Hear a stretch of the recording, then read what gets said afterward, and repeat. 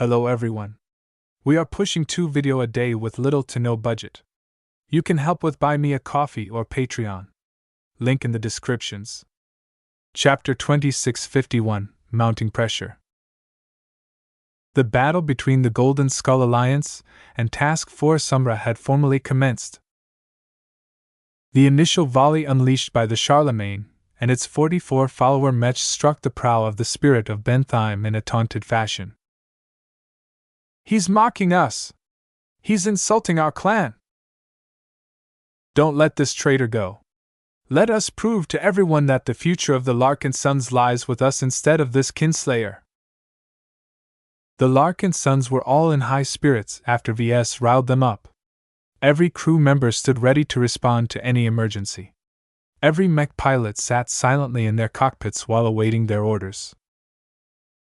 Of course, the Larkinson fleet did not consist entirely of soldiers. There were many children and other dependents who weren't able to contribute in any way. They had all been moved to the Spirit of Bentheim as a precaution. The sub-capital ships of the expeditionary fleet weren't safe enough to protect them all. Ves also wanted to move civilians out of the smaller vessels in order to free up other uses for the half-evacuated vessels. Every combat carrier and every support ship was a potential asset on the battlefield.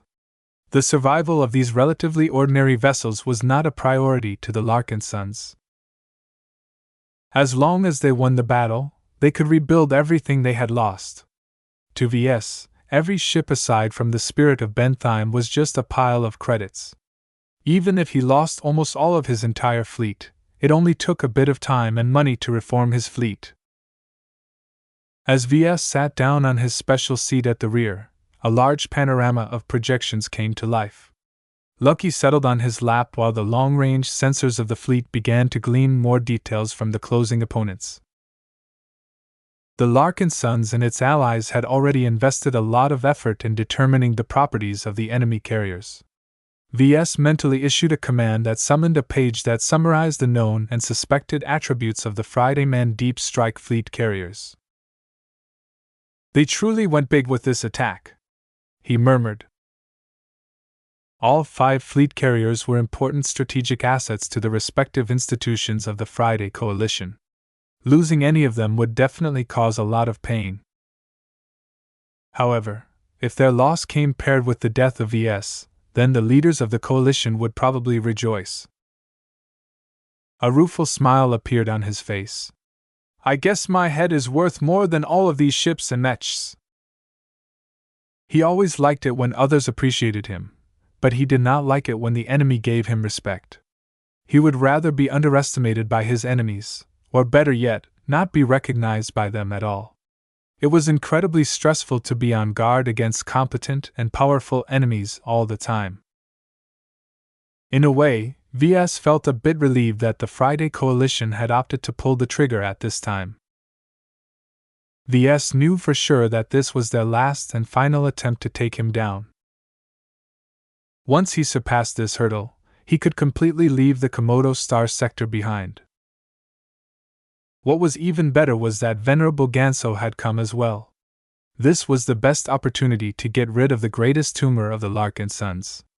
Ves did not want to leave until he was absolutely certain that his least favorite cousin had met his end at the hands of his mechs. "Come, Ganso. Let's see who of us shall shape the future of the Larkinsons." The start of the battle did not erupt in an explosion. The range was still too far for that. The infamous Unit L had already ceased fire after unleashing just a single volley. The Larkinsons didn't expose any easy targets for the enemy ranged mechs. The defending mechs did not stupidly expose their frames in open space. Instead, the Larkinsons, Glory Seekers, and Crossers all positioned their mechs behind the bulk of their armored vessels. The only mechs that exposed a portion of themselves to the approaching enemies were the various ranged mechs. They huddled behind purpose-built extensions that the vessels specifically erected to provide the ranged mechs with plenty of cover.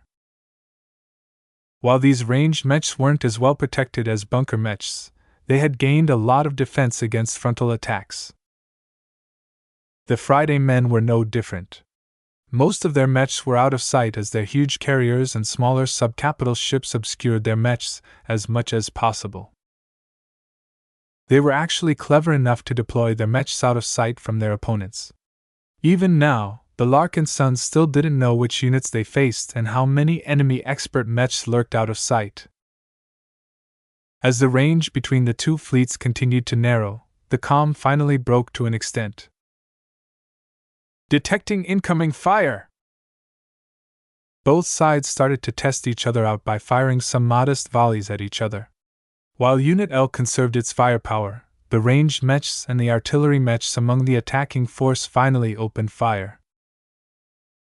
Hundreds of energy beams struck one of the combat carriers of the Penitent Sisters. The beams raked across the hull of the second-class vessel, but none of them managed to pierce through the surface layers. In response, the vessel started to rotate. While this inconvenienced the rifleman mechs and bunker mechs that relied on her for protection, the rotation caused the subsequent volleys to spread out their damage across a much wider surface area. Ves and the Larkinsons all remained calm. This was more of a probe than anything else. The Friday men gathered valuable data as they tested the response of the Larkinson fleet. Their ranged mechs were also able to examine their own performance and determine whether their weapons required additional calibration. The defenders soon reciprocated. The ranged mechs and artillery mechs each fired their energy weapons at one of the combat carriers brought by the Praetor clan. Colonel Ariadne Woden ordered the ranged mechs to fire their weapons at half strength. There was no need to stress out their guns in the opening phase of the battle. "We won't win this battle by taking down the enemy carriers," the projection of Major Vril quietly stated to Ves. "Even if we manage to take down 75% of their fleet, their mechs will do us in. We have to wait until our opponents begin their main assault before we can concentrate our firepower on their mechs." Ves nodded in understanding. "It's a bit frustrating to allow the enemy to close in without beating them back." The tension in the fleet increased as the defenders nervously awaited the next move of their opponents. The initiative was firmly in the hands of the enemy strike force. The Friday men and their allies had many options at their disposal. The most important question was whether they would opt to bull through in a straight line or attempt to split up their fleet in order to catch their prey in a pincer attack. It turned out the enemy leader chose the latter approach. Detecting course changes among the enemy fleet. They're splitting up in two diverging elements. The Friday men opted to separate themselves from the Praetors and Planats. The factions all gave up the advantages brought by concentrating all of their strength, and decided they would rather catch their targets in flanking fire. It took a lot of confidence to make this decision.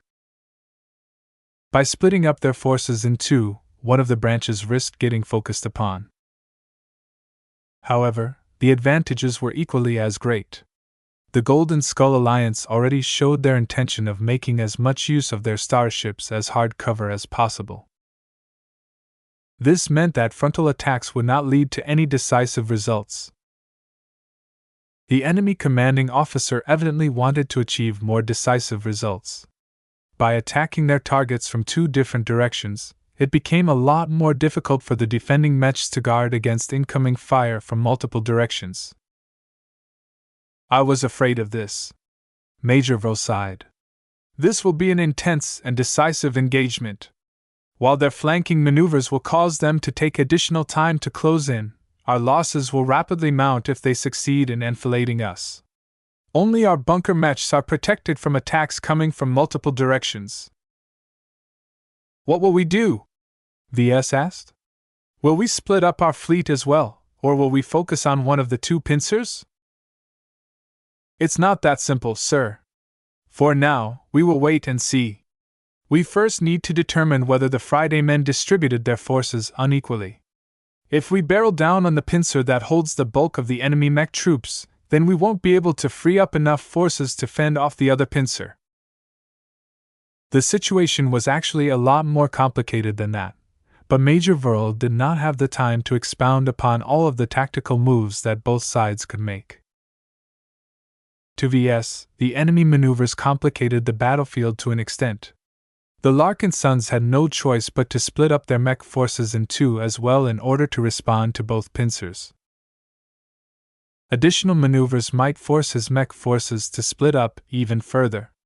This was not good news to Ves, as he believed that his mech pilots performed at their best when they fought shoulder to shoulder with as many comrades as possible. The false peace did not last long. The pincers didn't take any major detours. They parted from each other just enough to support each other in the event their targets wanted to gang up on one of them. While that meant that attackers didn't gain the best angles against their targets, they didn't waste too much time. Their ranged mechs are opening fire. The Friday Men and its allies attacked for real this time.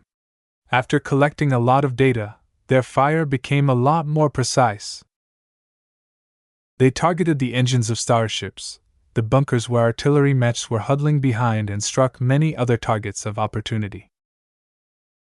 At the same time, the mechs that were still out of sight launched tens of thousands of missiles in quick succession.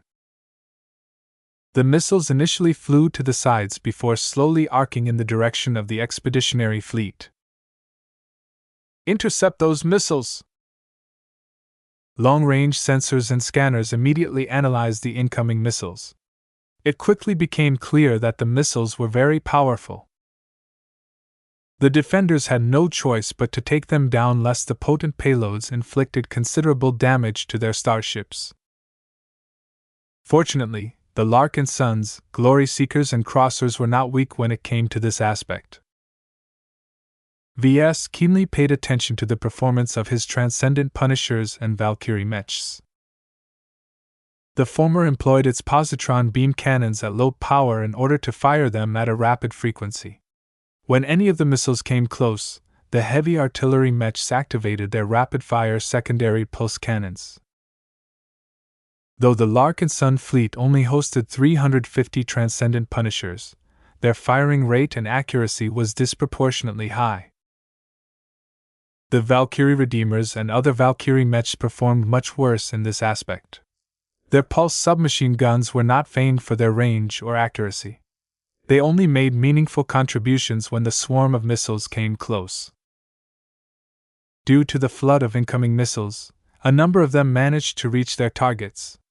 They impacted several starships, cracking a considerable amount of hull plating and taking out various surface modules.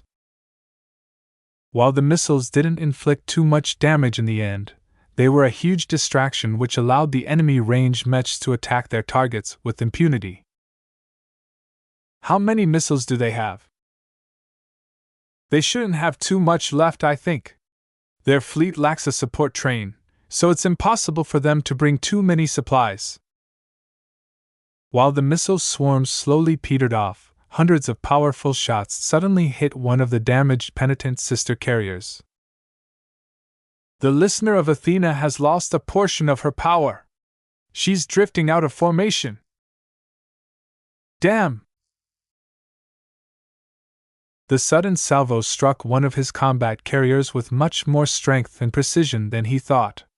This was absolutely a calculated attack that could only be accomplished by a specialized troop. "Who launched that critical attack?" Soon enough, one of the sensor operators supplied the answer. "It's a detachment from the 125th Destiny Hammers, one of the famed artillery regiments of the Vanguard Group." The first Fridaymen elites had announced their entry into the battle. Chapter 2652 Elite Mech Units. The Vanguard Group was one of the declining partners of the Friday Coalition.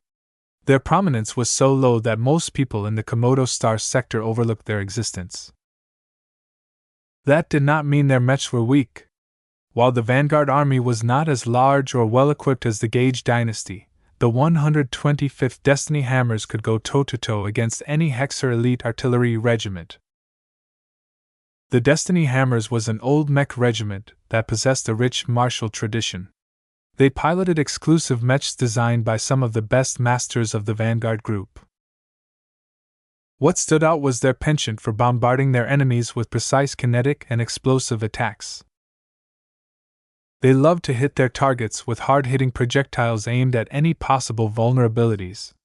The energy beams they fired before was actually the secondary armament of their heavy mechs. Just like the Transcendent Punishers, the Destiny Hammer mechs actually allocated much of their capacity to their formidable Gauss cannons. However, unlike the Transcendent Punishers, which essentially relied on cheating to inflate their accuracy, the Destiny Hammers relied on pure skill and advanced technology to raise effective hit rate. As Ves quickly read through the intelligence the Hexers had gathered on the Destiny Hammers, he grew quite concerned. Even though the Destiny Hammers only donated a couple of mech companies for this operation, their track record suggested that their performance would definitely be disproportionately high. The Golden Skull Alliance immediately designated the Destiny Hammer mechs as priority targets. The longer the latter were allowed to fire their weapons, the more the expeditionary fleet suffered. While that applied to every ranged mech unit, the Destiny Hammers were especially threatening in this case. However, the Destiny Hammers weren't the only threats at range. The enemy possessed a lot of other potent threats. Unlike the Destiny Hammers, who had yet to unveil their best weapons, a different troop persistently achieved great results at extreme range. Precise laser beams and positron beams struck the various surface modules of every starship in the expeditionary fleet. Even though it was incredibly difficult to achieve consistent results at longer ranges due to various reasons, the ranged mech sticking close to the fleet carrier called the Orca Tyrant achieved exceptional results. While the damage to the exposed sensor and communication arrays did not lead to any short-term drops in effectiveness, if this went on, the command and control capabilities of the expeditionary fleet would definitely suffer. The Larkinsons and Glory Seekers tried their best to identify the enemies that achieved such steady results. It's the 219th Witch Slayers of the Puffer clan. It was another famed marksman mech regiment. The Puffer clan was just as weak, if not weaker, than the Vanguard group, but their Witch Slayers had achieved remarkable results in the Komodo War. Whereas the Destiny Hammers specialized in inflicting as much targeted destruction as possible at medium range, the Witch Slayers excelled at focusing their fire on critical targets at extreme ranges. They were one of the premier sniper groups of the Friday Coalition. Their record was filled with accounts of turning the tide of battles by assassinating critical leaders or disabling critical hardware. The formal entry of the Destiny Hammers and the Witch Slayers exerted a lot of pressure onto the expeditionary fleet. We have considerably more ranged mechs than the enemy, but our opponents have the edge on this aspect, Major Vril muttered. Look at the results of our attacks. They're too scattered. Most of our firepower is absorbed by the thick hull plating of their combat carriers. We're not weakening the enemy strike force in any meaningful way except for chipping away at their buffer. Ves wanted to rub his smooth-shaven chin, but his armored hand bumped against the chin of his helmet. We need to do something. As long as we give the order, our Transcendent Punishers can likely give them a surprise. Major Vo frowned. As much as it pains us to lose out on this long-range duel, we still need to hold on to our trump cards. From my understanding, our Ovanan mech pilots cannot maintain their highly accurate state for an extended amount of time. We need to preserve this advantage until we truly need to eliminate our opponents quickly. Eventually, they decided to keep the Transcendent Punishers on a leash. They were only allowed to fight normally inside their bunkers unless ordered otherwise. Though Ves privately believed that it was best to cripple the Destiny Hammers and the Witch Slayers at the start in order to curtail their destructive influence, the range was a bit too long. Even if the Transcendent Punishers achieved quick results, it was far too easy for the elite range mechs to hunker down and weather the storm. Besides, the two units were hardly the only notable threats the enemy held in reserve. Ves briefly glanced at another projection. The Cross clan seemed to focus much of their ire against the Predator clan and the Planet clan. The grudge between the two sides ran so deep that they practically ignored the Larkinsons and the Friday men. While he grew a little concerned at that, it was not a problem for now. The Larkinsons tried their best to identify which elite mech units they were facing while defending against as many incoming attacks as possible. The good news was that the enemy stopped launching missiles. The bad news was that the missiles had done a good job of drawing out the defenses of the expeditionary fleet. The enemy likely gathered a wealth of data. They identified the positions of every bunker, estimated the firepower of the heavy artillery mechs that shot down the missiles, and gauged the damage resistance of starship hulls. Few attacks landed on the Spirit of Bentheim. The Friday Coalition already learned that the factory ship possessed relatively high defenses for a non-combat vessel. The Larkinson fleet did not even attempt any other ships in front of the Spirit of Bentheim. Any attacks that strayed in the direction of the capital ship harmlessly splashed against one of her energy shields. It took a lot of contracted attacks to overload a heavy-duty shield generator. Unless the enemy was determined to crack open the Spirit of Bentheim, it was best for them to direct their firepower on easier targets. The sub-capital ships of the expeditionary fleet suffered the brunt of the enemy bombardment, as a consequence. While none of the other ships had been crippled yet, they gained increasingly more hull breaches. The Larkinsons already expected this outcome. It was not as if they held all of their fire. The combat carriers of the Garliner clans and the forward momentum of the Vanguard group came under significant fire. The latter received special attention because she was one of the least resilient fleet carriers in the enemy fleet. While the Orca tyrant of the Puffer clan came close, the forward momentum received the greatest attention because it held the increasingly more threatening mechs of the Destiny Hammers. While the Witch Slayers were incredibly annoying, the Destiny Hammers possessed a much greater capacity for destruction. Sooner or later, the artillery duel would begin in earnest. Both sides were still waiting until they reached their optimal range. More ranged mechs opened fire from both sides. Aside from the artillery mechs, the other mechs did not fire their weapons at full power. The ranged mechs also controlled their firing rate in order to moderate their energy consumption and minimize their heat buildup. As the enemy mechs continued to expose their strength, the Larkinsons continually identified more and more units. The Coalition Reserve Corps brought forward a distinctive unit of medium and heavy mechs. The 77th Corundian Giants. Major Vo frowned. They're specialized in defense. They're also good at steadily pushing lines. The Corundian Giant mechs are noted for carrying multiple shields. While their mobility is low, they can shed pieces of their armor in order to gain a boost in acceleration and agility. There's more to them than just their defensive mechs. VS zoomed in on the live footage of a pair of mechs that practically melded together into a single combination. Is that a Cannoneer mech slotted into the back of a Space Knight? Although VS had heard about these combinations, he had never seen it in action, let alone be on the receiving end of this unusual tactic. He continually zoomed in on the Corundian Giant mechs until he confirmed his suspicions. The two mechs have truly bound their frames together. The Space Knights of the elite CRC mech regiment boasted an abnormal design. The flight system mounted to their back collapsed and moved to the side. This exposed some kind of mounting mechanism which allowed a specially designed Cannoneer mech to physically slot itself in place. The result was a very slow-moving combination mech that possessed superior defenses and superior firepower. In fact, the genius part about this complex maneuver was that the two different mechs were essentially capable of sharing their strengths. The Space Knight was no longer a punching bag. Instead, it gained a very powerful helper that was capable of retaliating against any ranged mechs. The Cannoneer mech could fire its cannons without exposing any of its fragile frame. Not only that, but it was able to draw power from its companion mech while dumping a lot of excess heat at the same time. Of course, the combination's awful mobility left it very prone to flanking attacks, but that was not a concern at the moment.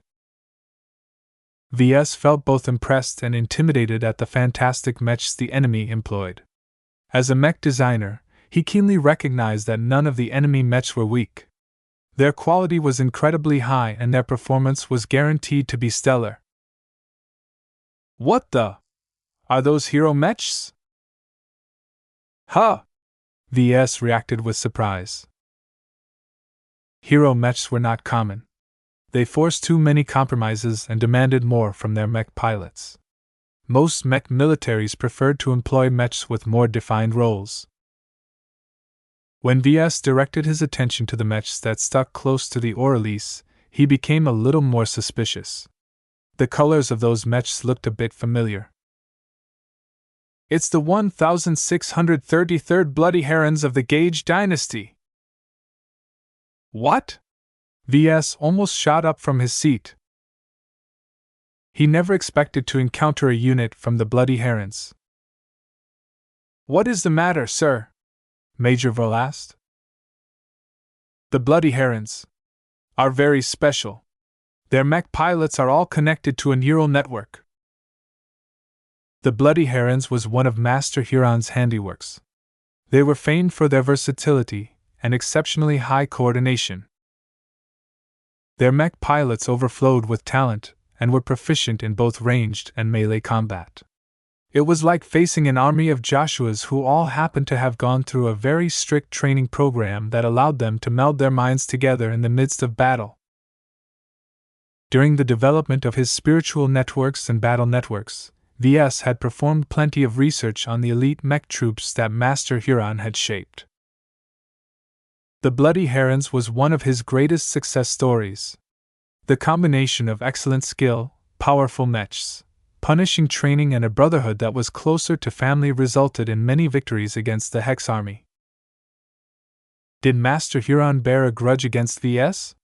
He allowed the Gage dynasty to commit Unit L to this operation, but also 5 full mech companies of the Bloody Herons. VS understood more than anyone else in the expeditionary fleet how exceptional the Bloody Herons could be once they entered the stage. Their powerful and expensive hero mechs hacked down any enemy that came close and fired their rifles at any targets that thought they were safe at range. While this didn't sound particularly different, the key here was that the Bloody Herons coordinated their actions to an insanely high degree. What one mech pilot knew, another mech pilot knew as well. VS could not allow the Bloody Herons to take over the battle. Chapter 2653, Heavy Pummeling. The artillery duel soon began in earnest. The heavy artillery mechs holed up inside the many bunkers placed on the hulls of hundreds of carriers all let loose their heaviest armaments. The space between the two fleets lit up with a combination of searing beams and heavy projectiles. The Destiny Hammer artillery mech securely ensconced on the forward momentum silently roared to life. Their Gauss cannons did not fire rapidly, but every hit inflicted telling blows to every vessel they struck. If the elite Friday Man heavy mechs managed to land a direct hit on one of the lighter mechs of the expeditionary fleet, then the latter would certainly be taken out of the fight. Even though the defenders had not exposed many of their mechs, the Larkinsons assigned to pilot the budget second-class mechs were already shaking in their seats. The oppression exerted by the Destiny Hammers was wholly disproportionate to their numbers. Now that they had begun to fire their main cannons, their destructive capacity was beginning to hurt the starships they targeted for real.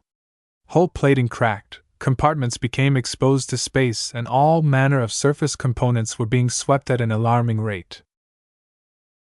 The Vanguard Group's premier heavy artillery mech regiment fully deserved its stellar reputation. VS was already starting to regret his decision to commit the Larkinson clan to fighting against the Friday Man elite mech troops. He underestimated the extent in which the coalition partners invested heavily in these units. By combining superb mechs, exceptionally trained mech pilots, and well-developed martial traditions, the Friday Men produced an all-round end product that was able to compete against the best of what the surrounding star sectors had to offer. If not for their relatively limited numbers, Ves would have ordered his clan to forget about the fight and abandon the entire fleet except for the spirit of Bentheim. There was no way the Larkinson at its height could defeat the Destiny Hammers if they brought their entire mech regiment. Just 80 of their mechs were already chipping away at the morale boost that Ves had managed to instill in his men with his speech. The worst part of all of this was that the Destiny Hammers weren't even the scariest elites the enemy strike force had in store. Through direct and indirect observation, the sensor and intelligence personnel slowly identified additional Friday Man elites among the incoming fleet.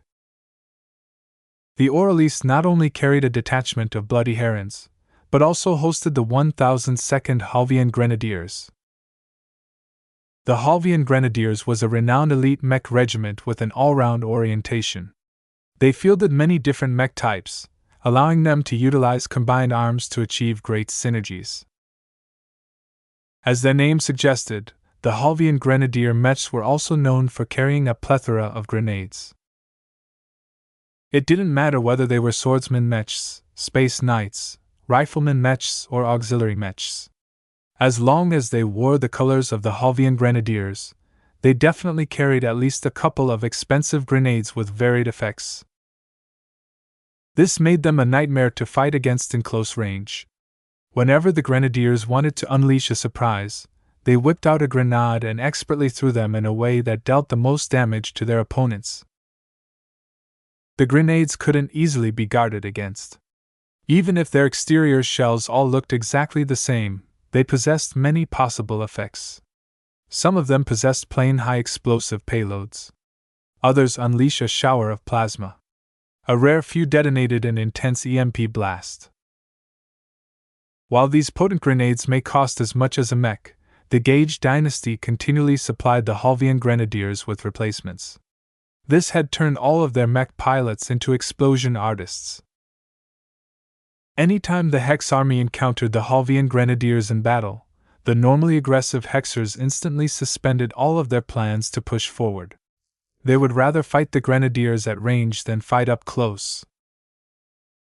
There was more. The Kansa clan contributed their elites as well. Hundreds of swordsmen mechs trailing close behind the Amagi. The Glory Seekers eventually identified them as the 125th Silent Swords. This was yet another trump card of the Friday Coalition. Every mech pilot of the Silent Sword took on a vow of silence. While that did not preclude them from communicating with friendlies in other ways, they rarely did so. Whenever they fought on the battlefield, they relied on their impeccable teamwork and strong battle sense to coordinate with each other and advance in unison. They were almost just as coordinated as the Bloody Herons, but without relying on any technological solutions such as neural networks. Due to their extreme diligence and discipline, the Silent Swords weren't only some of the best swordsman mech pilots of the Friday Coalition. They also cultivated minds of steel. The elite Kansa clansmen were so exceptional in this aspect that they were effectively immune against any suppressive glows. The Glory Seekers estimate that the Amagi is carrying up to 400 Silent Sword mechs. That's 8 mech companies, sir. Major Vo's projection spoke to Ves on the bridge of the Spirit of Bentheim. The Silent Swords are the shock troops of the Friday Man strike force. The enemy will likely hold them back until our mechs are tired and exhausted from fighting the other elite mechs. Once the enemy commander judges that we have exhausted most of our strength, the fresh and fully prepared Silent Sword mechs will likely swoop in and roll us up with unstoppable momentum. While the Friday men might not necessarily employ the Silent Swords in this manner, it was what the Larkinson clan would do if it was in the place of the enemy. The Silent Swords were famed for their combat prowess up close, but possessed obvious shortcomings at range. At this stage of the battle, it did not make sense for them to enter the stage. In fact, the Larkinsons also intended to keep Venerable Dice and the Sword Maidens in reserve for the same reason. The only difference was that there were a lot less of them.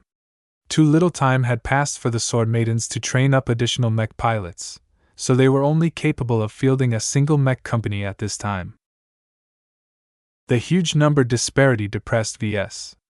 If the sword maidens were able to field 10 times as much mechs, then he wouldn't be so concerned about the silent swords. As Ves and the other leaders worried about how to fight against the different Friday men elites, the soldiers did not think so much. The ranged mech pilots were all focused on shooting at the approaching threats. The Transcendent Punishers debuted in battle for the first time. Every bunker on a Larkinson ship featured the purpose-built artillery mechs. Their 6 thick legs sank deep into the slots of the bunkers. Anchoring the mechs not only brought exceptional stability, but also enabled much more efficient heat transfer. 4 out of 6 of their heavy cannons fired on a continuous basis. Their positron cannons fired incredibly powerful beams that stripped the layers of anything they struck. Their Cordon Gauss cannons immediately cracked and breached the damaged layers if they managed to land their shots on target. Ton Mellon concentrated fully on his duel against the Destiny Hammers. The Higher had commanded the Transcendent Punishers to focus most of their firepower against the bunkers of the forward momentum. It wasn't easy. The Fridayman Deep Strike Carrier may be the weakest capital ship on the battlefield, but her acceleration and agility made it very difficult to achieve consistent hits on a single point along her hull. The Vanguard group had cheaped out when it came to cladding the forward momentum with armor, but the shipbuilders did not neglect her bunkers. Every shell protecting the Destiny Hammers against external attacks was extra thick. Fortunately, the Transcendent Punishers were just as secure, if not more. A volley of heavy Gauss rounds impacted the energy shield erected before the group of bunkers that held the Prophet's fist along with several other Transcendent Punishers. The energy shields only blocked the initial shots before disappearing, allowing subsequent shots to impact the upper layers of the bunkers. The bunkers held, if only for now. Despite the lack of thunderous sounds, Ton could practically feel the vibrations as a pair of kinetic rounds slammed onto the protective roof above the Prophet's fist. The mech would have been okay even if the bunker succumbed to the attacks. Heavy mechs weren't big and expensive for nothing. Regardless, Ton couldn't help but regard the Destiny Hammers as his greatest foes.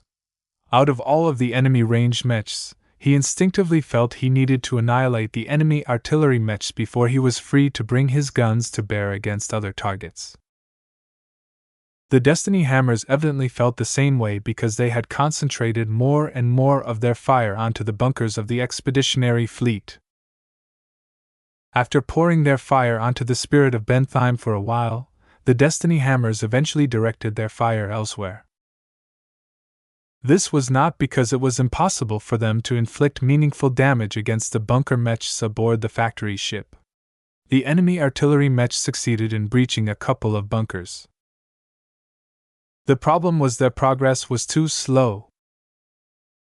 The shield generators that constantly came online for a few moments mitigated a substantial portion of incoming fire.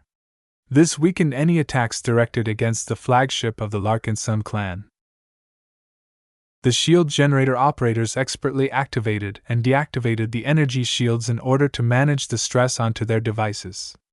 The shields worked wonderfully against lighter attacks but could not bear the burden of blocking too many heavy attacks. Each time a shield generator came under a heavy burden, they rapidly heated up. Some of their subcomponents also reached their limits.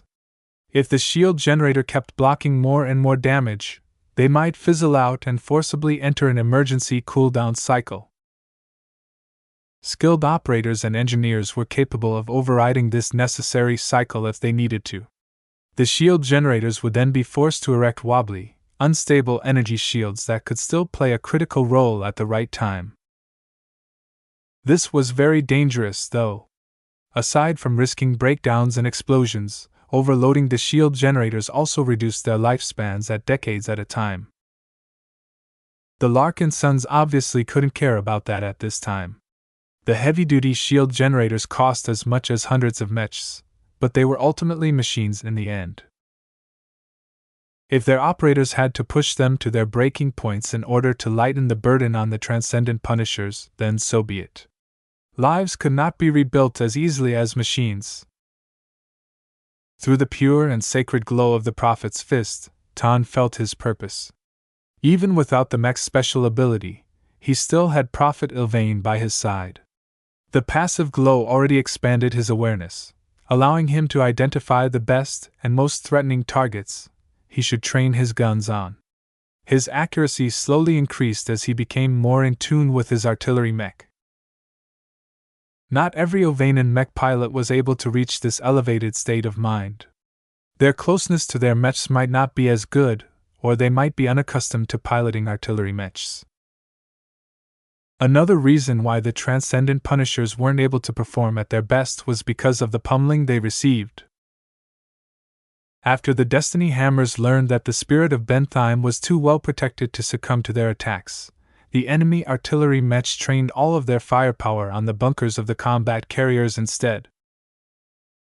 Devoid of shields and boasting thinner layers of armor, the incoming rounds and positron beams made quick work on the bunkers. The accuracy of the Destiny Hammer mech pilots were so high that not even rotating mechs stopped them from concentrating their fire onto individual bunkers. The first Transcendent Punishers had already fallen when their bunkers collapsed and lots of heavy attacks slammed into their frames. "This can't go on!" Tan screamed. The higher-ups agreed. Soon enough, the Ilvanan mech pilots finally received the order that they had been waiting for. They received orders to activate the greatest function of their new machines. Chapter 2654, Ever Forward. Lieutenant Edmund Corsica of the Destiny Hammers piloted his heavy artillery mech with great proficiency. Armed with as much as 10 energy and physical cannons, the mech expended both energy and ammunition at a judicious rate as it pummeled one of the Hexer-built combat carriers of the Larkinson clan. The only downside to carrying so much armament was that the mech was rapidly heating up while expending much of its ammunition and energy. As the limited ammo reserves of his mech started to bottom out, the hatch into the bunker slid open. A porter mech along with some cargo bots arrived just in time to deliver fresh supplies. The thick and heavy-set mech ceased fire and opened up a rear port that exposed its spent ammunition and energy cell canisters. Jets of cooling fluid sprayed from the sides of the bunker, causing it to fill up with steam. The artillery mech was already cooling down once it silenced its guns, but the extra cooling measures accelerated its recovery. The porter mech proficiently removed the depleted canisters and put fresh ones in their place. The mech slapped its heavy palm against the rear port that had just closed. "You're set! Good luck, Edmund! Keep up the good work, Benny!" As a proud soldier and mech officer of the Vanguard Group, he knew the importance of this battle. The creator of glows and one of the most influential supporters of the hexadric hegemony was aboard the factory ship of the enemy fleet. Ending the life of the former brighter known as Ves Larkinson was their primary objective. The increasingly more intensive engagement took a greater toll on both sides. Starships began to receive crippling damage while various mechs were starting to collapse after being subjected to focused fire. The duel between the Transcendent Punishers and the Destiny Hammers had become the focal point of the struggle between the Larkinsons and the Friday Men in the battle. The latter numbered less, but their heavy artillery mechs were superior on almost every front. Compared to a Transcendent Punisher, the machine piloted by Lieutenant Corsica possessed greater mass, possessed more guns, carried greater armor, and incorporated some of the best targeting systems developed by the Coalition. The Destiny Hammer mech pilots themselves exhibited much greater proficiency than any of their Ovanan counterparts. The latter only took up piloting heavy mechs only recently. What was even worse was that the Ovanan mech pilots were barely accustomed to piloting second-class mechs. Lieutenant Corsica and his comrades were different. They attended the best mech academies of the Vanguard Group and committed to an artillery track early on. They spent many years learning the ins and outs of the various skills needed to utilize the most advanced functions of artillery mechs. The Destiny Hammers was made up of the best graduates that came out of these mech academies. Once they entered the elite mech regiment, they weren't allowed to pilot one of the powerful machines right away. They had to spend years polishing their marksmanship and control abilities before they were even ready to pilot the advanced heavy artillery mechs. All of the effort put into their training paid off. Edmund and his comrades exhibited as much as 50% greater accuracy. Their superior marksmanship compared with all of the technical assistance provided by their mech inflicted methodical, controlled destruction onto their targets. And this was despite the fact the forward momentum was slowly spinning along her length. It was much harder for the Destiny Hammers to keep their aim consistent, while their firing platforms constantly moved, yet mech pilots such as Edmund Corsica considered it routine. In fact, it was not necessarily bad for the individual mechs to lose line of sight for a time. Not only did it spoil every attempt made by the enemy to breach their bunkers, the maneuvers also granted the Destiny Hammer mechs precious time to cool down their rapidly heating mechs. If there was one notable flaw to their mechs, it was that there was no way to avoid excessive heat generation. This was a rule that every artillery mech designer had to grapple with. More firepower always generated more waste heat due to lots of energy being converted to one form or another. The Destiny Hammers happened to love their guns a lot, so it was a given that all of their artillery mechs boasted a multitude of guns, allowing them to output a huge burst of damage in a very short time. While that made them very great at penetrating armor and fortified positions, their mech pilots constantly had to keep track of the condition of every single cannon as well as the rest of their mechs. A flood of data continued to flow back and forth between Lieutenant Corsica and his familiar machine. Normally, he wouldn't fire his guns so rapidly, but the critical nature of this battle left him and his fellow Destiny Hammers with little choice. If they failed their crucial mission, then dying was the least of his concerns. The Vanguard Group was already one of the underdogs of the Komodo War. If he couldn't stop the menace of glows right now, then the coalition partner that Edmund regarded as home might not be able to last. Ever forward! Edmund cried out the motto of the Vanguard Army. Ever forward! His comrades echoed. As several more combat carriers and bunkers succumbed to their weight of fire, he and his vanguardists already knew in advance that they were destined to win this artillery duel. Their enemies were too bad. Whoever the Larkinsons put into the cockpits of their admittedly decent artillery mechs were still too green. The large number of misses, the lack of focus, the inability to adjust to spinning starships, and so on all pointed out that the Larkinson artillery mechs were amateurs who were way out of their depth. Well, it's not as if I expected more from these third-raters, Edmund contemptuously muttered.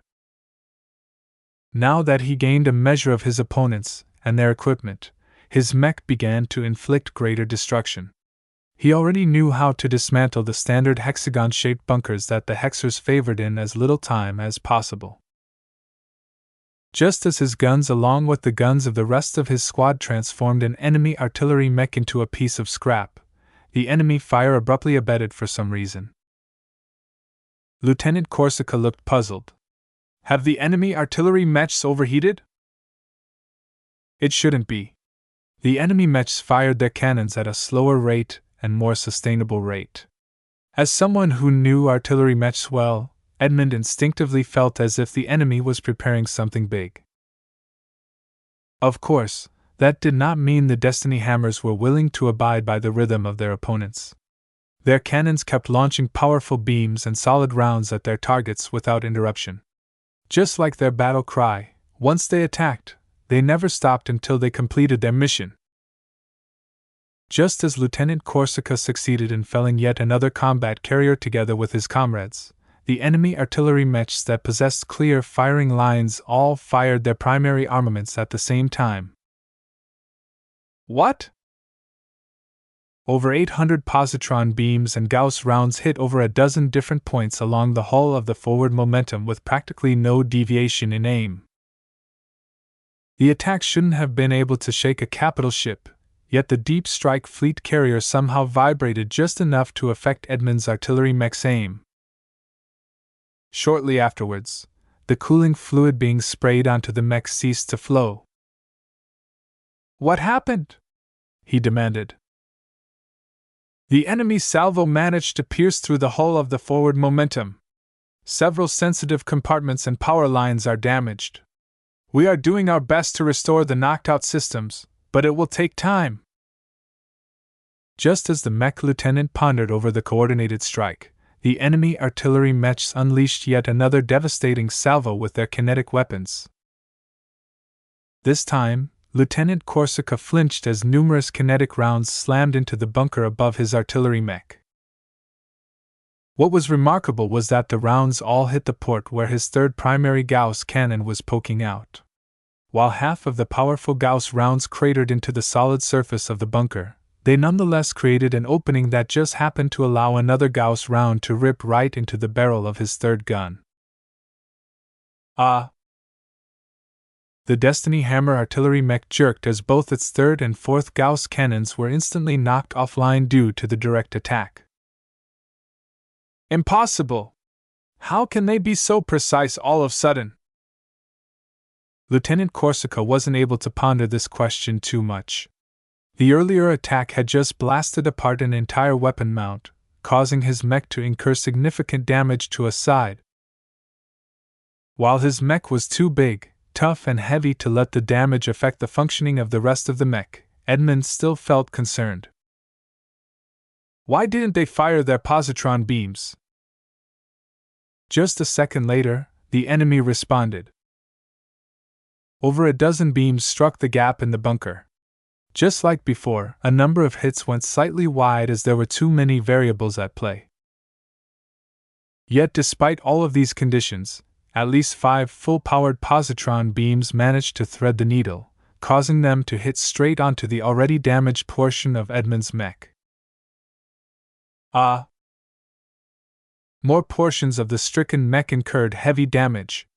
What was even worse was that the heat levels of the machine rose rapidly, causing the mech to lose its ability to fire its cannons and slowing down its responses. Lieutenant Corsica's heart beat faster and faster. Once might be a coincidence. Twice was deliberate. What if the enemy artillery mechs fired a third time? "Damn! I need to withdraw back into the ship while waiting for my mech to cool down."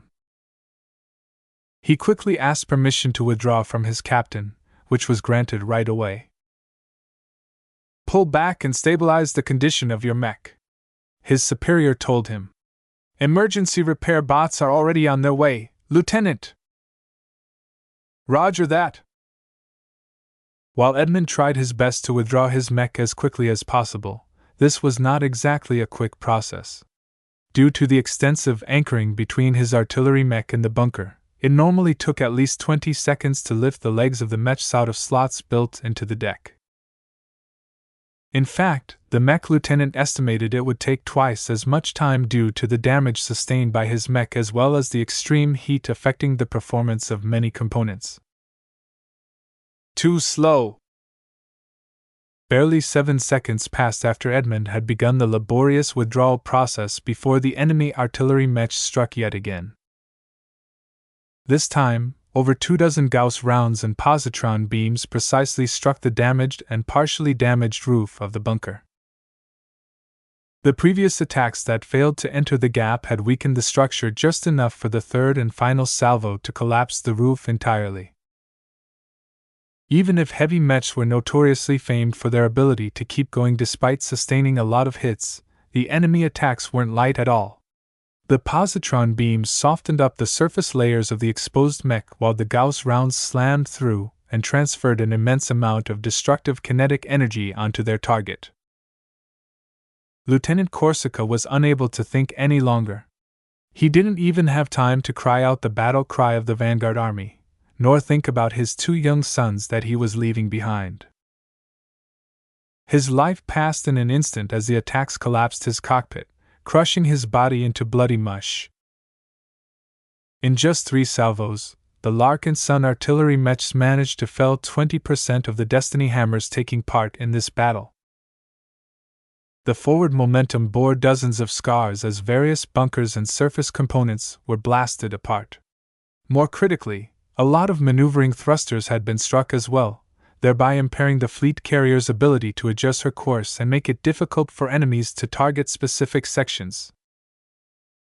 Despite these sudden setbacks, the Destiny hammers did not back down. The surviving mechs fired their weapons just as intensively as before. They were determined to pay back their losses tenfold. "Ever forward, men! Ever forward!" the surviving Destiny hammer mech pilots echoed. Chapter 2655 Cruel Destiny. The Larkinson clan's artillery fire abruptly changed in pattern. Previously, the Transcendent Punishers fired their cannons at a brisk rate of fire.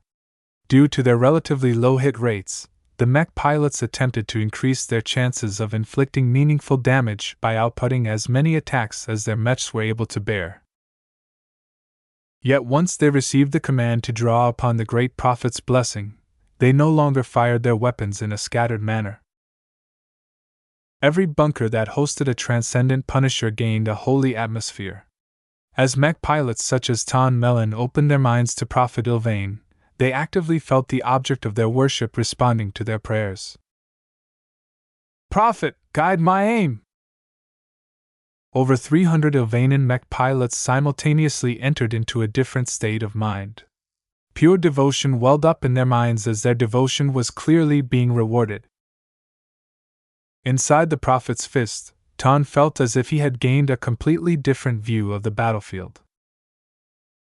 When the glow of his artillery mech had become more active, its sensors seemed to supply him with additional information. The forward momentum secrets opened up to him and his fellow mech pilots. He intuitively learned that attacking a specific section on the starboard side would disrupt the power flow to the surrounding bunkers. He also learned that one of the bunkers on the fleet carrier was incorrectly maintained. If he concentrated his fire on the left side of the oval roof, he could weaken the entire structure. None of his practice sessions with the Prophet's fist ever yielded so much information to him. This was completely new as far as he was concerned. Was he able to read the weaknesses of the enemy because his connection to the Great Prophet was closer than other Ilvainians? Whatever the case, he had to share what he learned. This was not difficult. Through the man-machine connection, he transmitted his inexplicable insights to the command network after packaging them into a condensed form. Due to his special identity as the chosen of Zeal, the Ilvainian mech officers took his contribution seriously. They had no doubt in the data supplied by Ton. To the Ilvainians, faith and devotion trumped logic and skepticism. "We have developed a list of priorities based on the observations you have made with the Prophet's blessing," a mech captain spoke. "Every Transcendent Punisher will be allocated a set of targets. We must strike hard and make our attacks count. Do not let the bright martyr down, and do not fail your purpose. We stand ready to exact the Prophet's punishment." The Prophet's fist received a data transmission from the Spirit of Bentham that precisely outlined its targets. Ton no longer sought to glean more details from the forward momentum but instead brought the cannons of his mech to bear against the aft section of the enemy capital ship. The forward momentum wasn't making it easy for him to keep his guns on target. The ship slowly spun around like a giant drill, which made it very difficult for ranged mechs to focus their fire on a single section. Before, that would have inconvenienced the Ilvainian mech pilots. Now, their aim remained true. While they still employed their own aim along with the aid provided to them by the targeting systems of their mechs, they received additional assistance from what must be the Prophet himself. "Fire!" The Transcendent Punishers fired once. The forward momentum immediately shook and drifted off course for a fraction of a second as numerous important systems ceased to function as normal. The Prophet's fist adjusted its frame after firing its primary armament. While it could have fired another shot after its weapons recovered, it was not yet the time to do so. Tan had to go down the list of targets and bring the guns to bear on a bunker that was intermittently visible as the enemy capital carrier did not stay still. It didn't matter. He trained his guns on a specific set of points ahead of where the forward momentum traveled and tried his best to stay on target. Seconds passed until the next order came. Fire! The moment Tan pulled the trigger, the Prophet's fist silently boomed as its pair of positron cannons and Gauss cannons unleashed their power again. The points where he happened to be aiming at just happened to be occupied by one of the bunkers of the forward momentum. The Prophet Fist's attacks, along with the attacks of several other Transcendent Punishers, managed to drill a hole right through one of the gun ports. Fire! When Tan fired once again, he already knew the results of his attack. Without any surprise, he observed the already damaged bunker collapsing and exposing a ruined artillery mech into space. This was far enough. There were still many more Destiny Hammer mechs that were continually trying to make up for their losses. Fire! Fire! Fire! The Transcendent Punishers continued to maintain their uncanny high accuracy. More and more bunkers collapsed while the forward momentum exhibited more problems due to losing an increasing amount of subsystems. While the capital ship was too massive to be taken out so easily, her bunkers were another matter. With at least 200 Transcendent Punishers focusing their firepower on 20 bunkers at a time, every few salvos continued to fell a lot of Destiny Hammer mechs at a time. As confident as the Destiny Hammers were in their own strength, they finally sensed that something was very wrong once they lost an entire mech company after just a handful of exchanges. We've lost half of our men! How is the enemy able to target us so precisely? I thought the Larkinsons didn't have any mech pilots who could match our skill. What kind of nonsense intelligence is this? How can religion possibly play a role in a matter like this? This report is pure fantasy. The soldiers of the Vanguard group smelled something very wrong about this change. If this went on, the Destiny Hammers assigned to Task Force Umbra would probably be wiped out in short order. Evade the enemy attacks. Move the forward momentum behind the Orelise. Let the other fleet carriers become our shields. The forward momentum actively broke formation and slowed down in order to let the other fleet carriers overtake her. Once the other capital ships had passed her by, the vessel quickly hid behind the large and formidable bulk of the Gage dynasty's capital ship. General Vander Pierce became furious. The Vanguarders acted on their own accord without even bothering with the decency to ask for instructions first. Not only that, they completely shamed themselves by drawing themselves back to the rear of the fleet. Ever forward, indeed! As much as he wanted to reprimand the Vanguarders, the leader of Task Force Umbra forcibly pressed down his rage. While his authority was technically absolute, the forces he led were composed of several different units that belonged to several different factions within the coalition. They weren't united enough to let go of their selfishness. Even though the forward momentum managed to take shelter behind the Orelise, it was already too late for the Destiny Hammers. They lost 64 precious heavy artillery mechs. Of the surviving 16 mechs, several of them sustained significant damage that heavily impaired their performance. While the Destiny Hammers were still capable of influencing the course of the battle with the firepower they managed to preserve, they were no longer a force to be reckoned with on the battlefield. This was especially so because the Destiny Hammers lost all of their mech officers and veterans. For some unknown reason, the Larkinson artillery mechs prioritized all of their attacks on the machines piloted by the most authoritative, skilled, and experienced mech pilots. The ones who were left were all in their 30s and possessed significantly less skill than their older colleagues. Back in the Larkinson fleet, the Ovanan mech pilots each felt satisfied with what they had managed to accomplish. The Destiny Hammers may be better than them in many ways, but the Ovanans had gods on their side. With the blessings of the Great Prophet and the Bright Martyr, Tan and his fellow devout mech pilots actively channeled the fury of their faith. They continued to mete out targeted destruction at other exposed targets. At this time, the Orca Tyrant became their target of choice. The Puffer clan's fleet carrier was not as weak as the forward momentum, but she was also slower and more sluggish. It didn't matter if the Orca Tyrant possessed a thicker shell. With hundreds of Transcendent Punishers achieving an effective hit rate in excess of 80%, no amount of alloy plating could withstand the combined impacts of hundreds of positron beams and Gauss rounds. Despite the longer distance, the Witch Slayer mechs which were using the Orca Tyrant as their cover experienced great difficulties. Dozens of fragile marksman mechs collapsed in an instant as their positions came under sudden bombardment. The lack of warning and simultaneous attacks gave the mech pilots no time to react before sections of their mechs blasted to pieces. Over a third of the Witch Slayers had been slain in just a couple of salvos. The rest of the marksman mechs did not dare to snipe at the Larkinson fleet anymore, and withdrew until they were hovering directly behind the Orca Tyrant's bulk. All in all, the Transcendent Punishers expended a lot of effort to take just over 100 ranged mechs. Yet despite felling so few mechs, the oppression exerted by the enemy strike force had reduced by over half.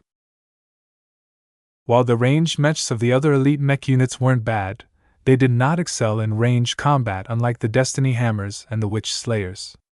The latter two mech troops differed from the others by their ability to make their attacks count. Now that they had been diminished and suppressed, the expeditionary fleet gained a lot more momentum during this battle phase. Tan slowly let out a deep breath as he exited out of his elevated state.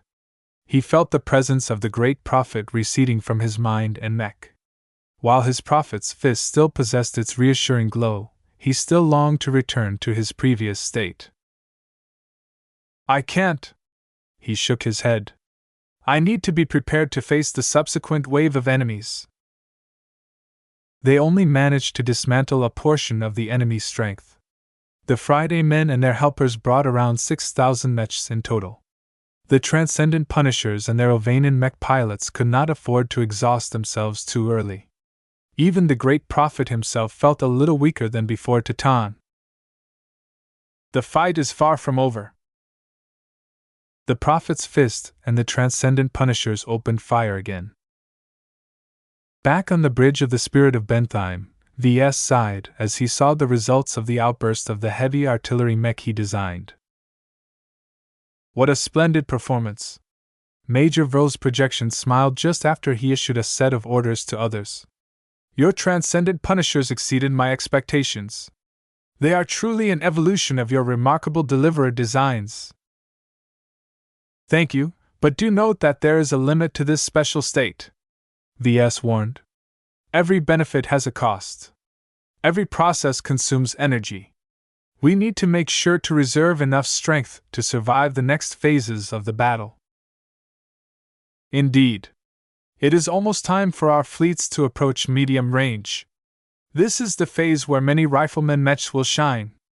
Melee mechs will take to the field as well." What Major Vrol didn't state was that the enemy expert mechs would probably make their moves as well in the next phase.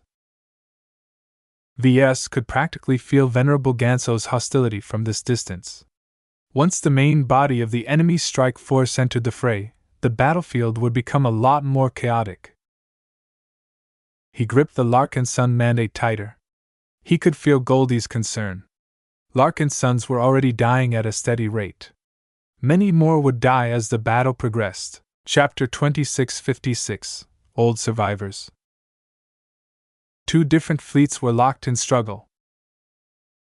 Task Force Umbra, along with extra forces dispatched by the Predator clan and the Planet clan, barreled down onto the Golden Skull Alliance's fleet with hatred driving them onwards. The Friday men hated the Larkinsons and their leader. The Predators and Planets resented the Crossers. Much of the excitement that took place in the beginning phases of battle centered around the combatants. The result of the artillery duel between the Transcendent Punishers and the elite ranged mech troops of the Friday Coalition had far-reaching effects. Despite involving a relatively small quantity of mechs, the clear advantage secured by the Ovanan artillery mechs left them free to train their prodigious firepower against the advancing carriers and mechs of the opposition. That did not necessarily mean that the thousands of other Friday Man ranged mechs were incompetent. They just excelled in a different form of combat. They placed less emphasis on long-range precision and more on medium-range suppression and skirmishing.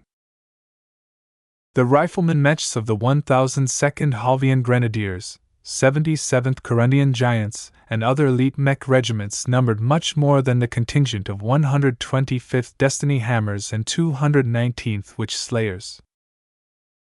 Yet much of their laser beams and Gauss rounds slammed ineffectually against the thick hulls of the opposing starships.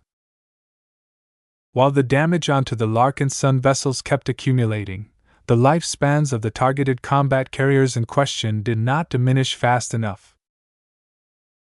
Even if the combat carriers finally succumbed under all of the weight of fire, their destruction accomplished little else besides robbing their owners of a bit of cover. Escape pods launched towards the rear minutes before the vessels drifted out of control or ruptured when their structure was methodically torn apart. Billions of pieces of debris flung in each direction as other starships exploded as critical power reactors or other volatile components reached critical levels. Not every evacuating crew member managed to make it back to the Spirit of Bentheim. Plenty of escape pods were shot down by errant attacks or deliberate shots. Deadly debris could also shred the vulnerable shells, keeping their occupants protected against the hazards of space. Sometimes, escape pods arrived at the flagship of the Larkinson clan intact, only to deliver a corpse as an intense burst of radiation turned its occupant dead. The battle was becoming more and more tragic as the range between the two fleets continued to shrink. As destruction rained down on both sides, a group of expert pilots gathered together in the hangar bay of the largest capital ship on the battlefield. The Hemington Cross was at least a kilometer longer than the Spirit of Bentheim. The fleet carrier was also considerably thicker, though that came at the expense of mobility and other properties. The ship endured significant attacks from the beginning. The Praetors and Planaughts had focused much of their firepower on the Pride of the Cross clan, but their bombardment only resulted in surface damage. The ship may not be as well armored as other fleet carriers, but she was still a vessel built for war. It was not a problem for the huge vessel to endure the firepower outputted by thousands of enemy mechs for an extended amount of time. If that wasn't enough, the Crossers also adopted the same tactic as the Larkinsons. Numerous combat carriers flew in front of the Hemington and used their considerable bulk to block the enemy from compounding the damage inflicted onto the Crosser flagship. Of course, the Crossers did not have much luck in felling the enemy capital ships either. Both the Praetors and Planaughts had committed one fleet carrier each to this operation. The Praetors had dispatched two different capital ships. The first one was the Vindicator 35, a fairly average fleet carrier with a total capacity of 500 mechs. Despite her lack of strengths and weaknesses, the Vindicator 35 was a versatile and useful capital ship that served the Garliner clan well. The second fleet carrier was even bigger. Capable of carrying 700 mechs, the Palmy's Chryslin was almost just as ludicrous as the Hemington Cross. She also happened to possess the same faults as her armor and mobility were not very good. The Planet clan dispatched just a single capital ship. Compared to the other capital ships, the Soaring Eagle performed below average, reflecting the relative weakness of the Planet clan. Capable of holding 450 mechs, the Soaring Eagle was a fleet carrier that was past her time. Her aging hull may still be serviceable in contemporary battles, but she was destined to be replaced at any time. If the two clans of the Becker tribe only brought these capital ships, then the Crossers would have gone on the offensive by now. Yet the clans that had turned their coats had also brought 51 combat carriers, though several of those vessels were already taken out of action. Both sides knew that this was just the prelude. They had clashed many times after the Cross clan lost its warlord and ace pilot. They roughly knew what both sides were capable of. As clans who used to be part of the same tribe, the intelligence they possessed on each other mechs, starships, and mech pilots was still relevant. The Crossers knew that they were the disadvantaged compared to their opponents, but they were already used to these circumstances. Different from before, the Cross clan now gained the confidence to reverse the expected outcome. Patriarch Reginald Cross proudly stood before 3 other expert pilots. All 4 of them exuded aggressive force of wills. Despite their nature, they peacefully existed alongside each other. The battles the Crosser expert pilots had been through had forged an undeniably close relationship between them. These seasoned warriors wouldn't have been able to make it out with the remnants of the clan if they didn't learn how to trust each other's backs. The traitor clans have made a very grave mistake this time, Reginald grinned. They only dispatched a portion of their forces. We weren't able to beat them when entire mech divisions hounded our tails, but now that they have brought less than 4,000 mechs, we stand a good chance of crushing our current opposition. The other expert pilots looked fired as well. Many Garlander tribes and clans had all conspired to tear the Cross clan apart. The Praetors and Planets had behaved especially reprehensible because they had switched their allegiances to the enemy as soon as the Cross clan no longer possessed its invincible momentum. The 2 traitor clans must not be doing so well back in what remains of the Becker tribe. Venerable Linda Cross, an older and grizzled female expert pilot, surmised. While we aren't privy to the details of the peace treaty brokered by the Empire, the Praetors and Planets are probably more on guard against their neighbors than us. We are little fish compared to the giant sharks that are swimming right next door. Just because the traitor clans switched over to the side of their former enemies didn't mean they were buddies now.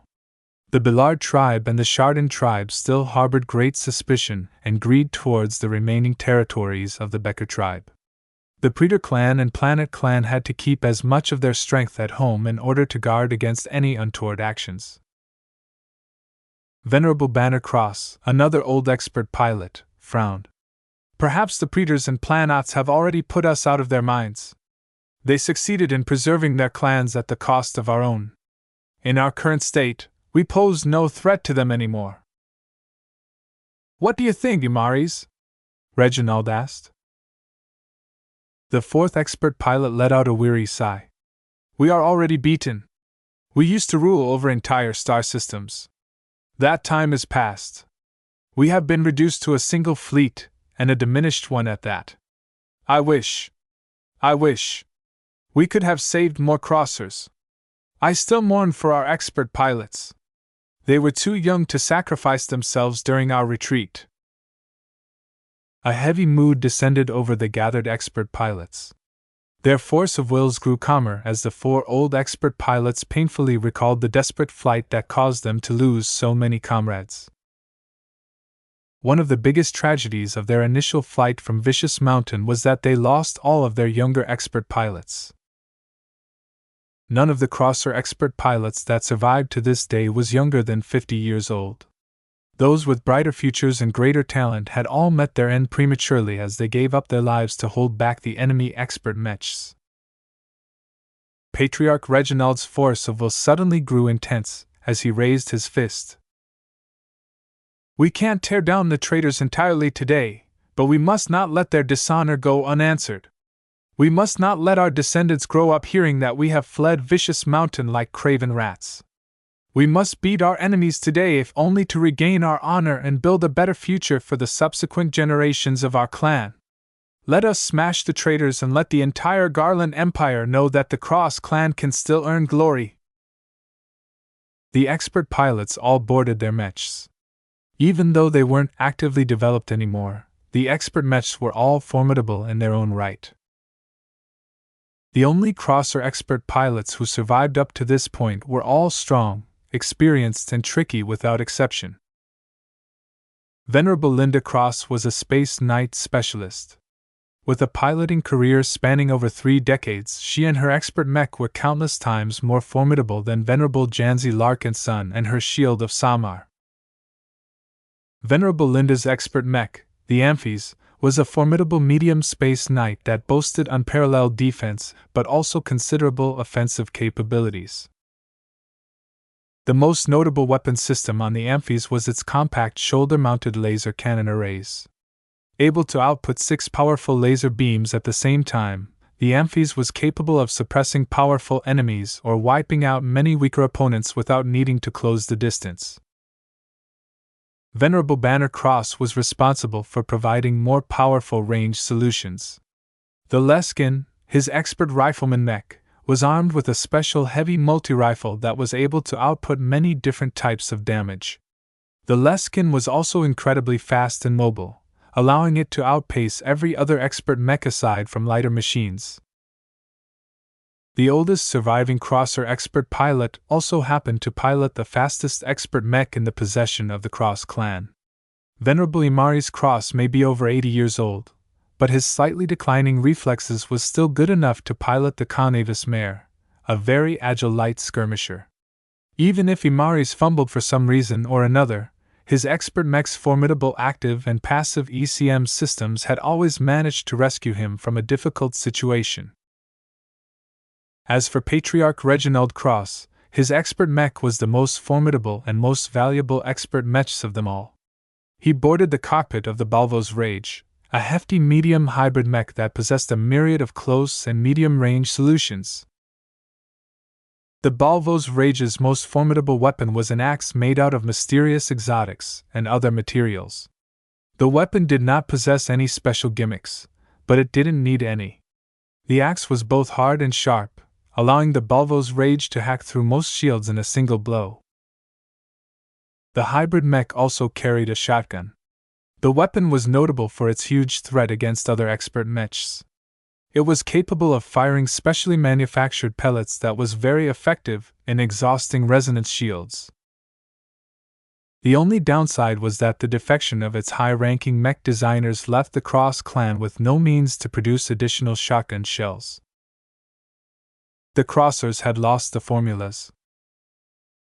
Patriarch Reginald had already requested Professor Cortez to reconstruct them or develop a viable alternative. That would take time, however, so the expert mech only had a limited amount of shells at its disposal. The Balvo's Rage actually integrated several other weapons and modules in its frame. The high-tier expert mech surpassed the narrow specializations that the local mech community favored. Hardly any enemies knew what to expect when they faced the expert hybrid mech in battle. Patriarch Reginald Cross briefly closed his eyes before fury entered his gaze. Our time has come. Let us launch and meet our old enemies. 4 glowing stars rocketed out of the hangar bay of the Hemington Cross and formed up in front their fleet. Chapter 2657, Combination Mechs. Thousands of riflemen mechs entered the fray in earnest. As the 2 fleets entered medium range, the hit rate of riflemen mechs shot up quite considerably. They were able to land hits on vulnerable ship modules and even distant mechs on a reliable basis. This has caused the 2 fleets to incur damage at a considerably greater rate than before. While the amount of ships that were put out of action did not increase that quickly, many ships were still bearing a lot of new scars as the huge volume of fire steadily diminished their overall durability. Of the 2 sides, the expeditionary fleet possessed a slight advantage. Although the quality of the mechs of the Larkinson clan was inconsistent, their superior numbers along with the survival of much of their artillery mechs allowed them to exert a lot of pressure on their opponents. Ideally, the Larkinson clan wanted to prolong this state as much as possible. Without the intervention of the Destiny Hammers and the Witch Slayers, the Transcendent Punishers outputted so much siege damage that none of the Friday Men fleet carriers felt very good. Though the mech pilots of the Transcendent Punishers weren't very accurate now that they had put aside the Great Prophet's blessing, At this range, they didn't need too much skill to methodically demolish the bunkers on the enemy's ships. With dozens of transcendent punishers focusing their fire on individual bunkers, it didn't matter if most of their shots went wide.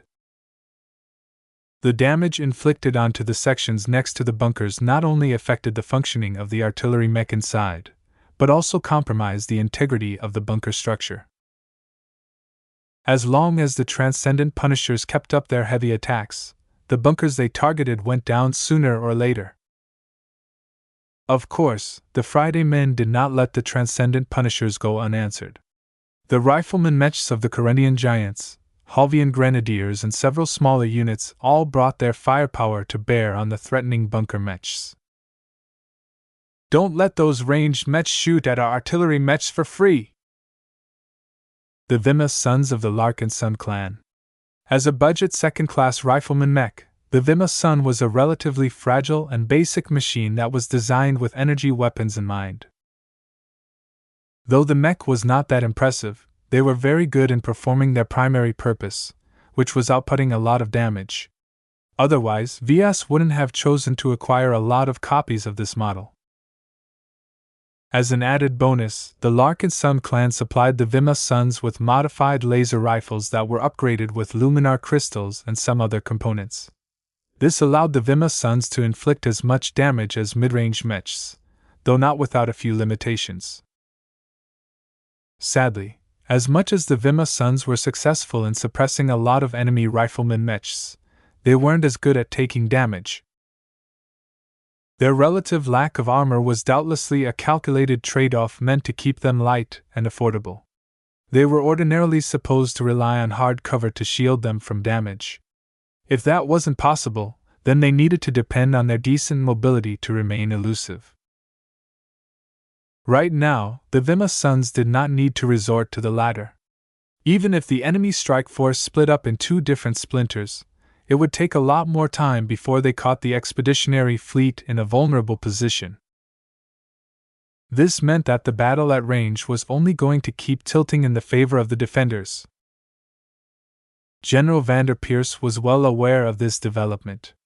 Pain and frustration welled up in his body as he witnessed the results of the artillery duel.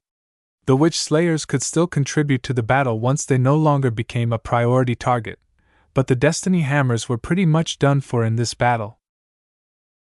"It appears we'll have to resort to harder measures," he muttered. Ideally, he would have liked to lean more on his ranged mechs to carry the fight. That would have resulted in less casualties and a cleaner victory. It was not to be. With the Friday men absorbing a lot of damage, they were on a time limit. At the general's command, the melee mechs as well as the expert mechs made an appearance. As soon as thousands of additions emerged in open space, the transcendent punishers, Ves sons and other Larkinson mechs instantly changed their targets.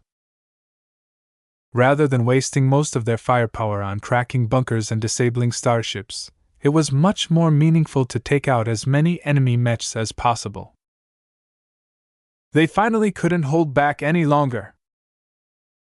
A handful of elite Friday men mechs already exploded as a torrent of focused attacks impacted their frames and bombarded the space around them.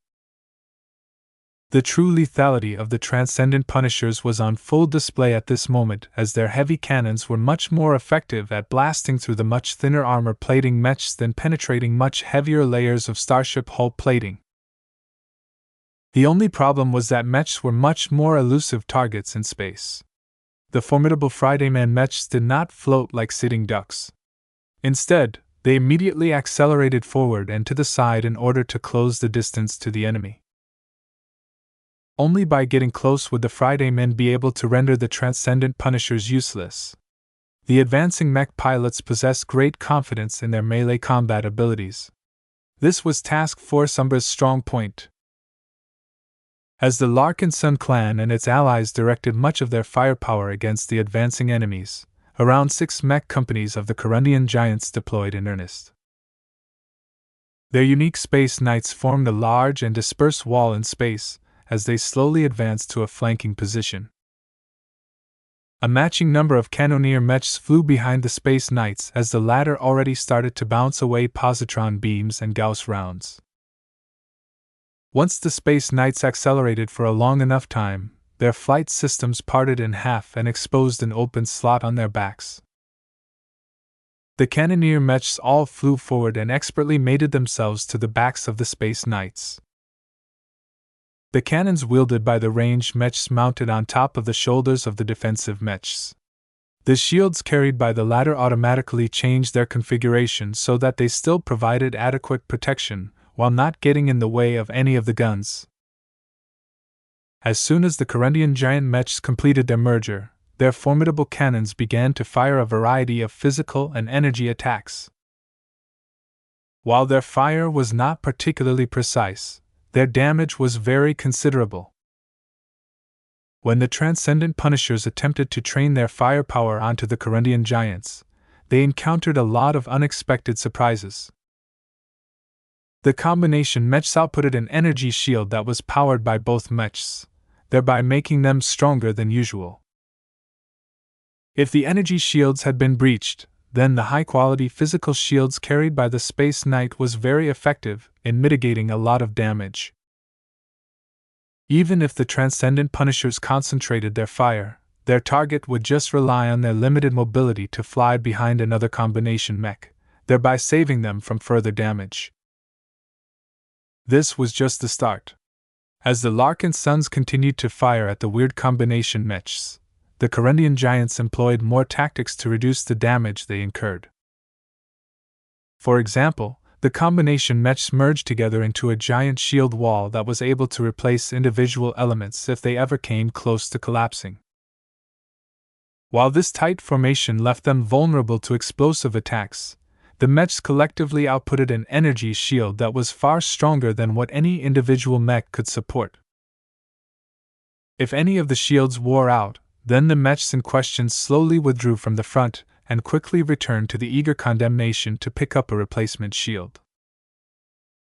Since the shields did not take up a lot of space when stacked together, the CRC fleet carrier had brought hundreds of spare shields that each took a lot of effort to breach. As long as the Space Knights of the Corundian giants withdrew fast enough, they would be able to keep rotating several times. The same went for their powerful cannoneer mechs. Their potent firepower was paired with limited reserves. They were forced to return to their fleet carrier to replenish their spent supplies and reduce the heat that they had built up by launching a lot of attacks.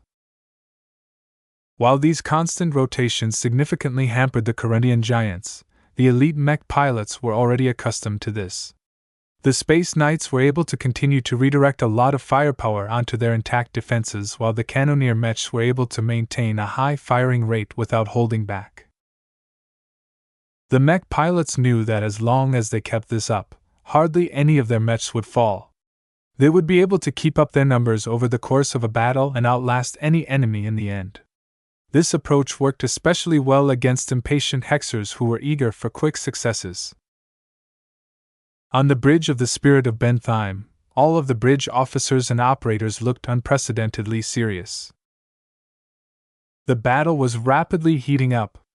With the appearance of thousands of mechs on both sides, it was clear that a decisive confrontation was at hand. Captain Vraken stood in the center of the bridge and directed the crew of the factory ship like they were extensions of her own body. She kept track of every single detail and issued precise instructions that prevent compartments from getting breached and shield generators from getting overloaded. At this battle, the renowned starship captain fully proved she deserved to be the captain of a great capital ship. While the Grand Captain did her best to minimize damage to the Spirit of Bentheim while keeping her relevant on the battlefield, others did their part as well. The Hexer trainers who had originally been assigned to help the Larkinsons take control of their vessels took matters into their own hands. As the Larkinson crew members found themselves out of their depth during a battle, the incredibly competent Hexers calmly took charge and commanded the respect and obedience of every clansman. In the rear of the bridge, Ves continued to pay attention to the battle while keeping an eye on the changing sentiment of the bridge operators. Major Verl, who was physically stationed in the CIC on the 37th deck, had less time to spare on talking to Ves.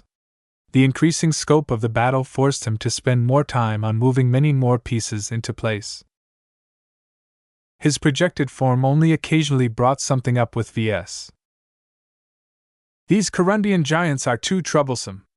The former Vandal officer shared his frustration.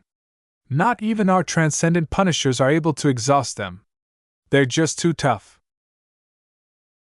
Ves nodded in agreement. "Their designs are very advanced and their combination tactics are highly effective. All of this must be costing the Coalition Reserve Corps a lot of money, but that doesn't appear to be a concern in this case. The only way to take down these infernal combination mechs for good is to fight them up close. If the Penitent Sisters or the Sore Maidens manage to reach the Corundian giants, then the combination mechs cannot effectively defend against flanking attacks. The enemy won't allow us to do that," Ves grimaced. "The Friday men and their helpers have brought plenty of other mechs that can block the approach of our forces. There's also the expert mechs to consider." As the regular mechs of both sides were about to confront each other, the expert mechs did not stay behind. 11 glowing mechs emerged from the ranks of the enemy mechs. The Larkinsons, Glory Seekers, and Crossers couldn't help but feel a lot of pressure from the appearance of so many expert mechs. The enemy attempted to shock the Golden Skull Alliance by unveiling all of their expert mechs at the same time. Even though the defenders already received advance warning, the impact was still substantial. Morale immediately dropped as the reality of facing so many expert mechs at the same time put everyone's courage to the test. "Do not falter! We have our own expert mechs!" 5 dazzling mechs appeared from the forces of the expeditionary fleet. While their numbers were much less, their appearance nonetheless stopped friendly morale from sliding further. Over 4,000 standard mechs fell behind the expert mechs of the Glory Seekers and the Cross clan. "We are not alone!" Chapter 2658, Warmonger. The intervention of the Corundian giants did not fundamentally solve the disadvantages of the attackers at range. As much as the protected cannoneer mechs were able to fire at their targets while enjoying the protection of their paired space knights, their damage output was quite limited compared to a true artillery mech. The Transcendent Punishers were able to inflict 3 to 4 times as much damage. They did not have to deal with as many logistical limitations as well, allowing them to do their jobs in a much more sustained fashion. The attackers decisively ordered their mechs forward. Thousands of melee mechs from both pincers flew forward with rifleman mechs following close behind. The 11 expert mechs brought by the enemy also followed suit. Their movements already made it clear that the expert pilots intended to support their regular counterparts. It was too bad that their opponents had different intentions in mind. Patriarch Reginald Cross scanned the enemy battle lines inside the cockpit of the Balvo's Rage.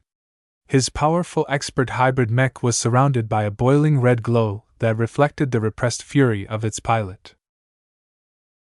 The Balvo's Rage was an expert mech designed to exact retribution upon the enemy. His time would come soon. He completely disregarded the enemy standard mechs. He held little interest in what passed for elites in the Komodo Star sector. Their long centuries of peace severely curtailed the Friday Coalition's ability to put all of their theories to the test. Virtual combat against other soldiers from the other parts of the galaxy could only teach so much. As far as the Crossers were concerned, the Friday men were still playing at war. "Their expert pilots aren't that much either," Reginald scoffed. Although the distance between the two forces was still too far to resolve too many details about the enemy expert mechs, from what he could sense, the Friday men did not bring out their best for this battle. The glows surrounding the 8 mechs flying close to the Friday men elite mech units were less radiant. Reginald had heard that the Friday Coalition had resorted to employing third-rate expert pilots as their guest expert pilots. He immediately suspected that all 8 Friday men expert mechs were piloted by foreigners. A state that has stagnated in peace can't even rely on their own mech pilots, Imari's Cross contemptuously remarked over the communication channel. I can smell the ineptness from these third-rate expert pilots. They aren't accustomed to their recently issued expert mechs. Expert pilots had a way of sensing whether other pilots were fully in tune with their mechs. The fluency of movements, the frequency of mistakes, and the delay in actions were all telling signs to those who truly knew what it was like to pilot a powerful mech. So far, the Crosser expert pilots were not impressed by their opposition. Venerable Linda Cross examined the mechs rather than their pilots. Their expert mechs aren't even all that good aside from a couple of exceptions. They're basic and their materials are probably middling at best. The Friday men must have been unwilling to expend too much strategic reserves on these extra expert mechs. Don't look down on them too much. Patriarch Reginald sobered his mind a bit. Respect their numbers if you can't respect their quality. Even we may fall into a losing trend if any of us have to fend off 2 mediocre expert mechs at the same time. That's what our helpers are for, Banner Cross said as his Luskin gestured at the thousands of mechs backing them up. As far as numbers are concerned, we enjoy an absolute advantage. Of course, much of the Glory Seeker and Crosser mechs might fall at the end of the day. There was no way the enemy expert mechs would go down without a fight.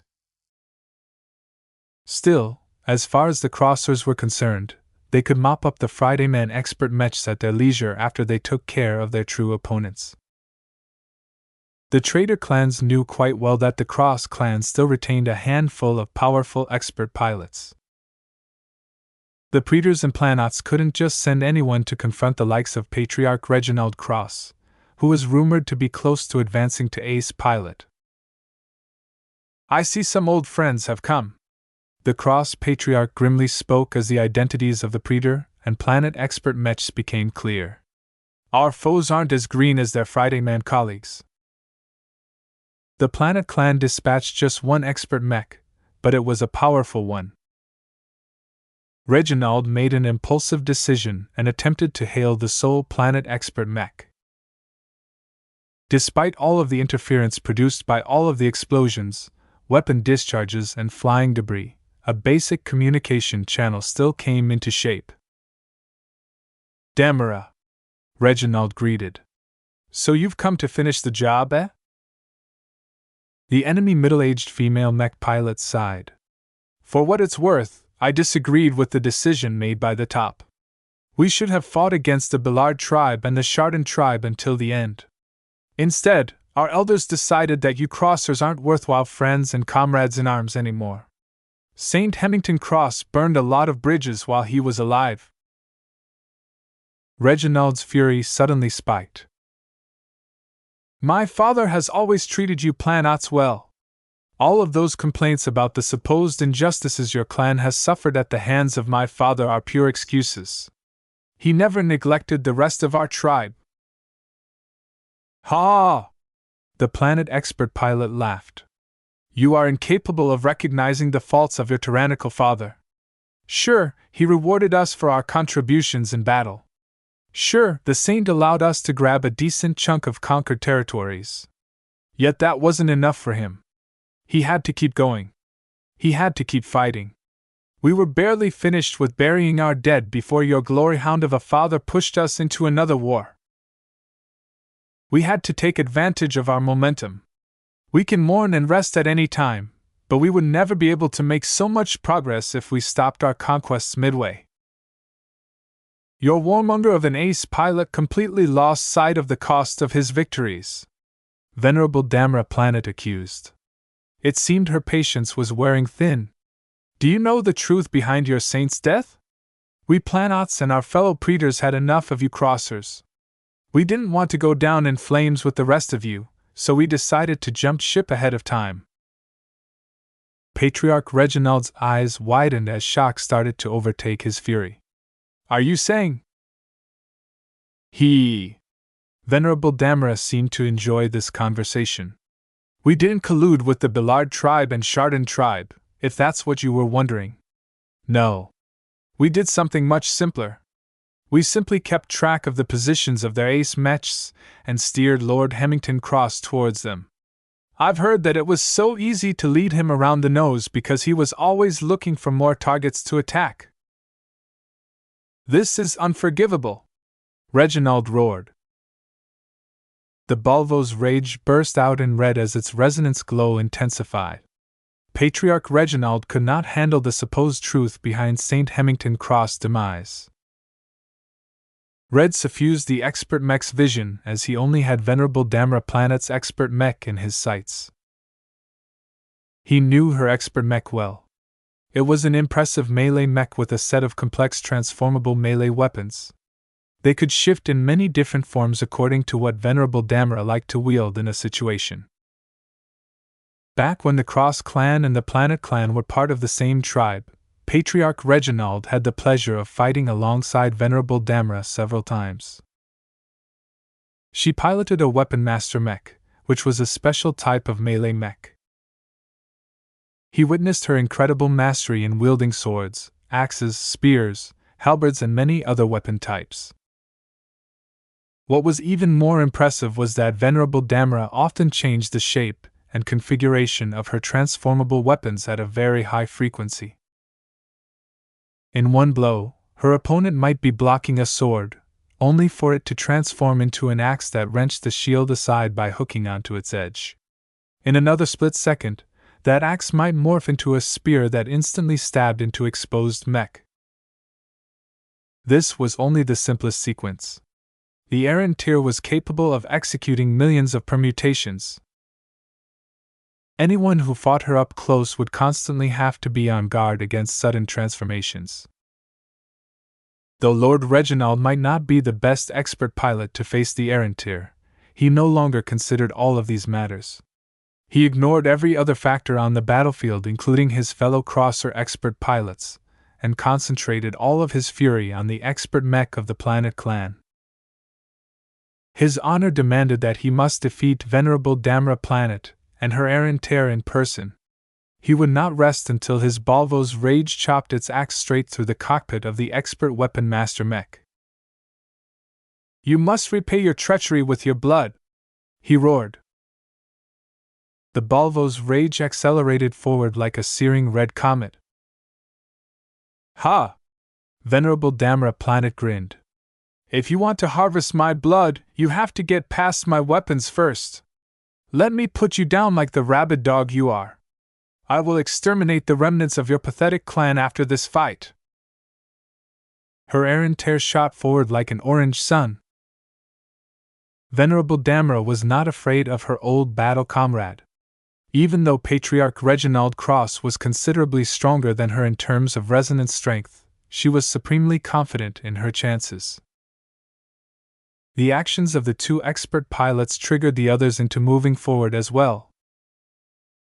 The Amphi's, Venerable Linda Cross Expert Space Knight, steadily flew towards the Trost. Piloted by Venerable Kelvin Preeter, the Trost was a hybrid mech that excelled in mid-range destruction. It possessed a variety of arms that were exceptionally suited to mow down large amounts of enemies. Up close, the Trost was armed with powerful flamethrowers that could roast any mech at close range into ashes. The Trost was too tough to be taken down from range with ease. Venerable Linda already recognized that her Amphi's was the best mech to fight against the Trost. The latter expert mech fared much worse against heavily armored opponents. The Amphi's not only possessed exceptional defense, but also possessed means to mitigate incoming heat and energy. Venerable Imari's Cross targeted the remaining traitor expert mech. His expert light skirmisher rapidly advanced towards the Imperial Verdict, the expert spearman mech piloted by Venerable Albert Preeter. The Imperial Verdict was a renowned expert mech that had won many duels with its iconic trident and shield. Not only was Venerable Albert Preeter a master at wielding the trident, the Imperial Verdict also possessed considerably greater acceleration and agility than was typical of a medium mech. Only a faster mech such as Venerable Imari's Kanavis mare was capable of keeping the Imperial verdict busy. As for winning the duel, Venerable Imari's had no such intentions in mind. Venerable Albert Preeter excelled at one-on-one duels, and so did his expert mech. That left Banner Cross free to choose his opponents. While he wanted to come to the aid of his fellow crosser expert pilots, he could not ignore the presence of 8 Friday Man expert mechs. While the standard mechs of the Glory Seekers and the Cross clan were already starting to put a lot of pressure on them, his Leskin was needed to contain the Friday Man expert mechs even further. As Venerable Banner Cross was about to make his move, he instinctively jerked his Leskin to the side as more than 20 resonance-empowered beams raked the area where his mech had just been. TCH. If his mech wasn't so mobile and possessed such powerful boosters, his mech would have been struck by the sudden attacks. The Leskin immediately began to retaliate by firing a beam that struck one of the quasi-expert mechs accompanying the Charlemagne. I only have one rifle, but that's enough to teach you a lesson. Chapter 2659, High-Tier Expert Mechs. At this stage of the battle, the apparent plan of the enemy strike force became clear to Ves and the other leaders. The enemy split up their fleet in 2 pincers which slightly arced apart from each other in order to pin the expeditionary fleet down from 2 sides. From the orientation of the Golden Skull Alliance, the left side was dominated by the Friday Coalition's elements of the enemy fleet. All of the elite mech units as well as their expert mech soared forward in an obvious attempt to break through the lines of their opponents with unstoppable momentum. The Preeter clan and the Planet clan took responsibility for the right side. Neither the Larkinsons nor the Glory Seekers were too familiar with the unit composition of the Garliner clans, but Ves was not too intimidated by the mechs they fielded.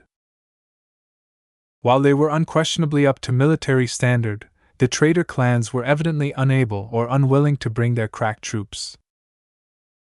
They're seasoned regulars. Major Vo's projection spoke in an appreciative tone.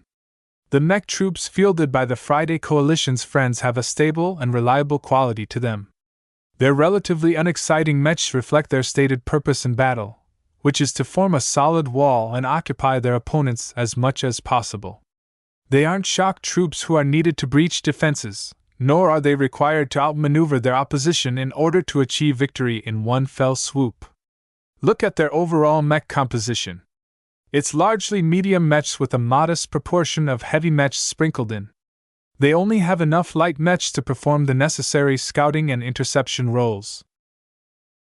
He had a good point. Ves had already noted the overall quality and characteristics of the mechs fielded by the Preeters and Planets. It appeared that their commitment to this operation was not all that great. Why have they agreed to fight us at all? Ves frowned. Pardon, sir? Think about it. From what I understand of the sordid history of the Becker tribe, once the Cross clan lost its ace pilot and had been driven out of Vicious Mountain, the conflict should already be over. The Becker tribe has lost all of its conquered territories and even gave up its own star systems as compensation. The Preeters and Planets managed to preserve the core of their territories while also cannibalizing the territories that used to be held by the Cross clan.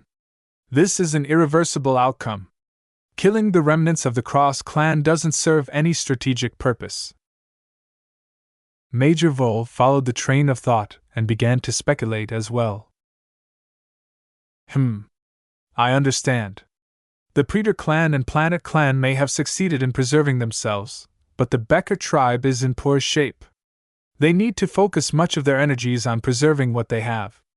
There isn't much of a rationale to finish the job as the Cross clan is unlikely to make a comeback and is already on its way out of this galaxy.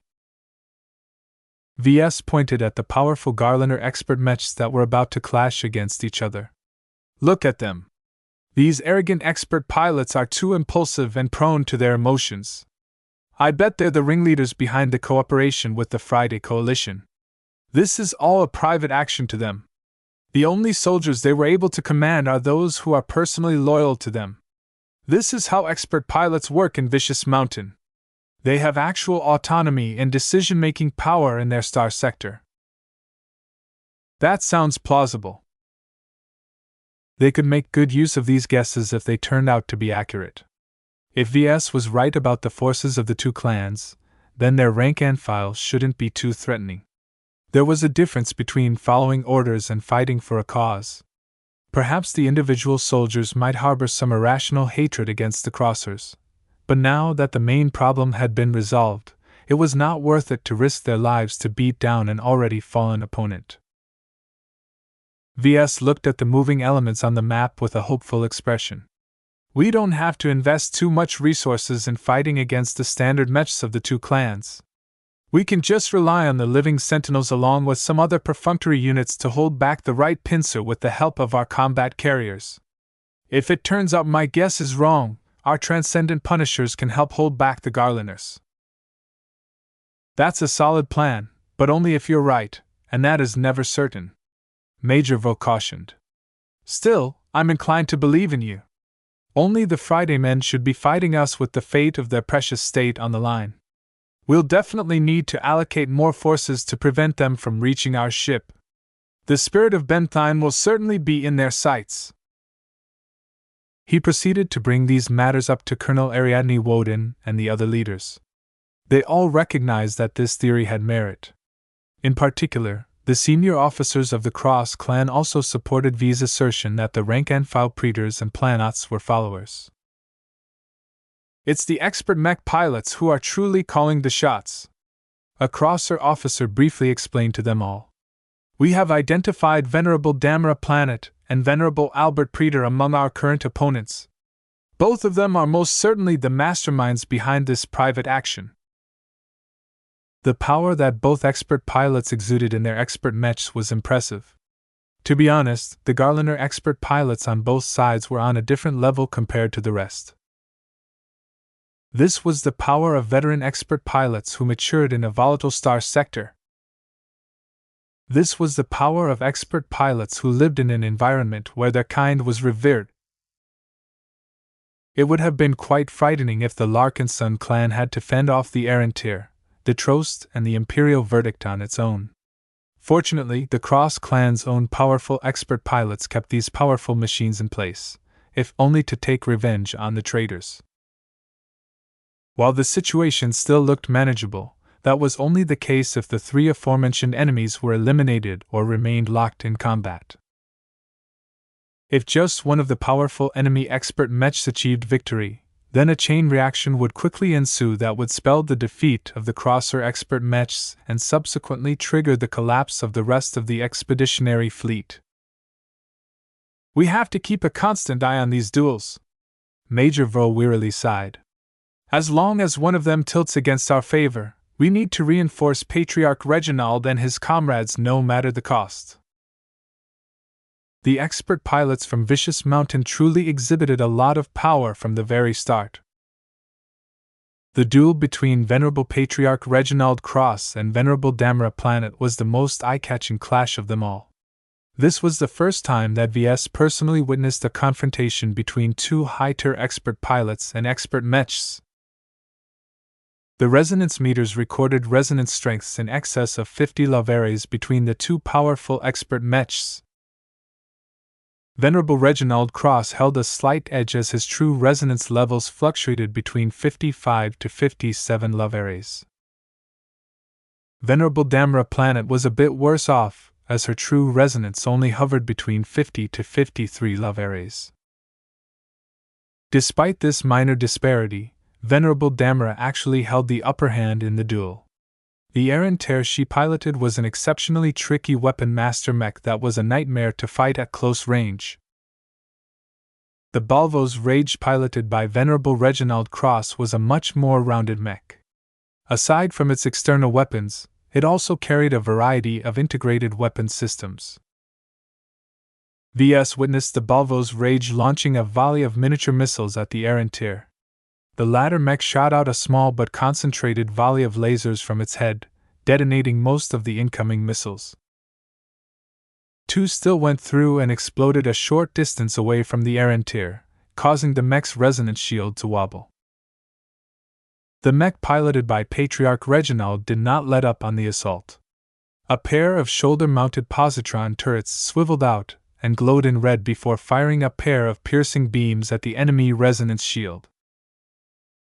At the same time, the Balvo's Rage raised and oriented its wrists, and fired a pair of projectiles that quickly fired a couple of plasma bolts. The Balvo's Rage then lifted its shotgun and fired a blast as it flew closer. The silent but powerful blast easily tore the Erentier's already weakened resonance shield to pieces. Even though the Planet Expert mech lost its first layer of defense, an energy shield appeared fast enough to block the second shotgun blast. While the energy shield immediately destabilized, it had succeeded in its job. The Erentier burst forward and jabbed forward with her weapon configured in the form of a spear. Patriarch Reginald predicted the attack. His Balvo's Rage had already moved out of the way while putting away the shotgun. Instead, it withdrew a small rod that quickly unfolded in a circle until it formed into a shield. Ports opened up on the chest and thighs of the hybrid mech.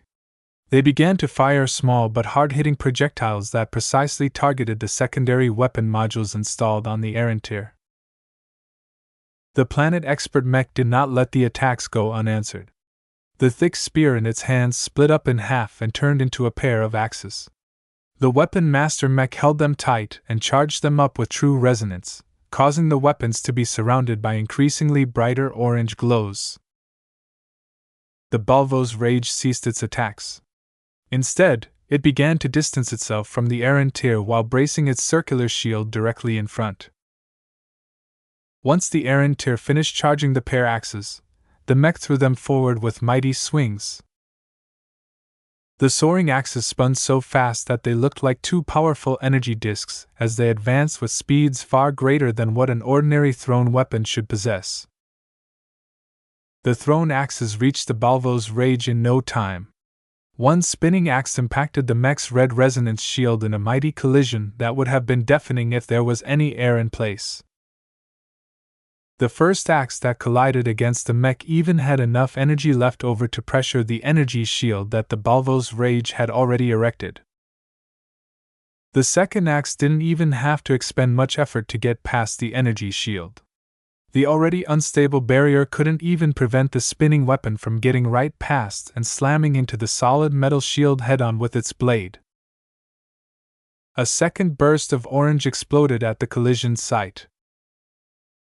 Due to the Balvo's Rage's preparations, the mech managed to make it out intact, but its foldable shield had been split in half. The hybrid mech threw the ruined defensive tool away and pulled out yet another rod that unfolded in an identical circular shield. The mech pulled out another shield just in time to block the hammer slamming forward.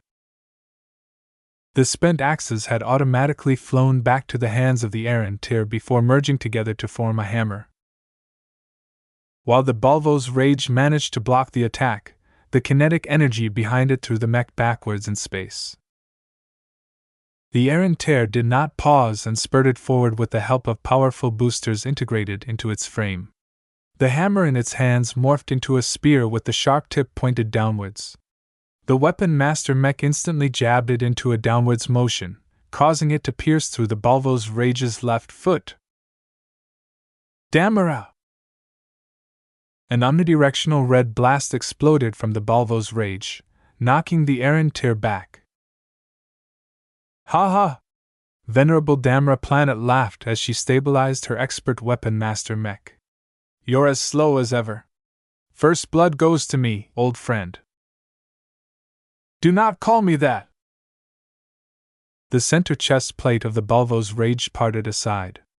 The weapon port behind it glowed ominously in red before it unleashed a power beam that pierced through the Erentier's recovering resonance shield and burned against the shield that the Weapon Master mech had formed out of the weapons it held. The duel between the high-tier expert mechs was far from over. The first round was just the beginning. Both exquisite machines carried so much equipment and modules that the fight would not end until one of them exhausted all of their means. This was not going to conclude in a short amount of time. Chapter 2660 Rising Casualties.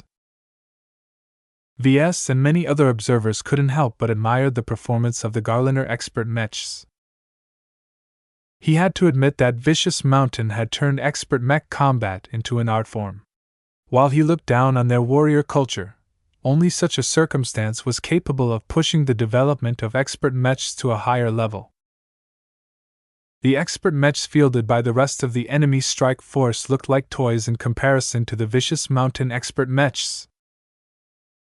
Of course, VS knew that much of that had to do with the relative strength and treatment of the individual expert pilots. Venerable Brutus Woden was not only a boy, but also a relatively young expert pilot who had only come into power for a few years. Venerable Ves Larkinson and the other 7 expert pilots deployed by his side weren't truly Friday men. As foreigners who were half conscripted to fight on behalf of the coalition, they didn't receive the best treatment.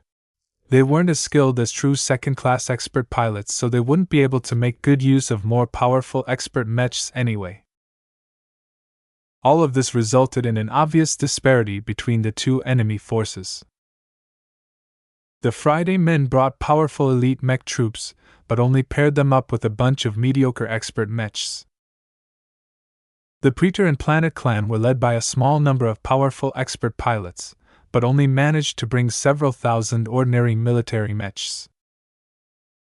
The expeditionary fleet did not have to worry too much about the weaker components of the two enemy forces. While that didn't mean that they could be ignored at will, they obviously weren't expected to achieve victory on their own merits, as long as they were contained. Right now, thousands of mechs on both sides have become locked in battle. Due to the fact the enemy dispatched its forces in 2 pincers, the Larkinsons, Glory Seekers and Crossers had to split up their forces as well. As previously agreed upon, the defending mechs on the right side of the expeditionary fleet largely consisted of units that were more suited to slower-paced battles of attrition.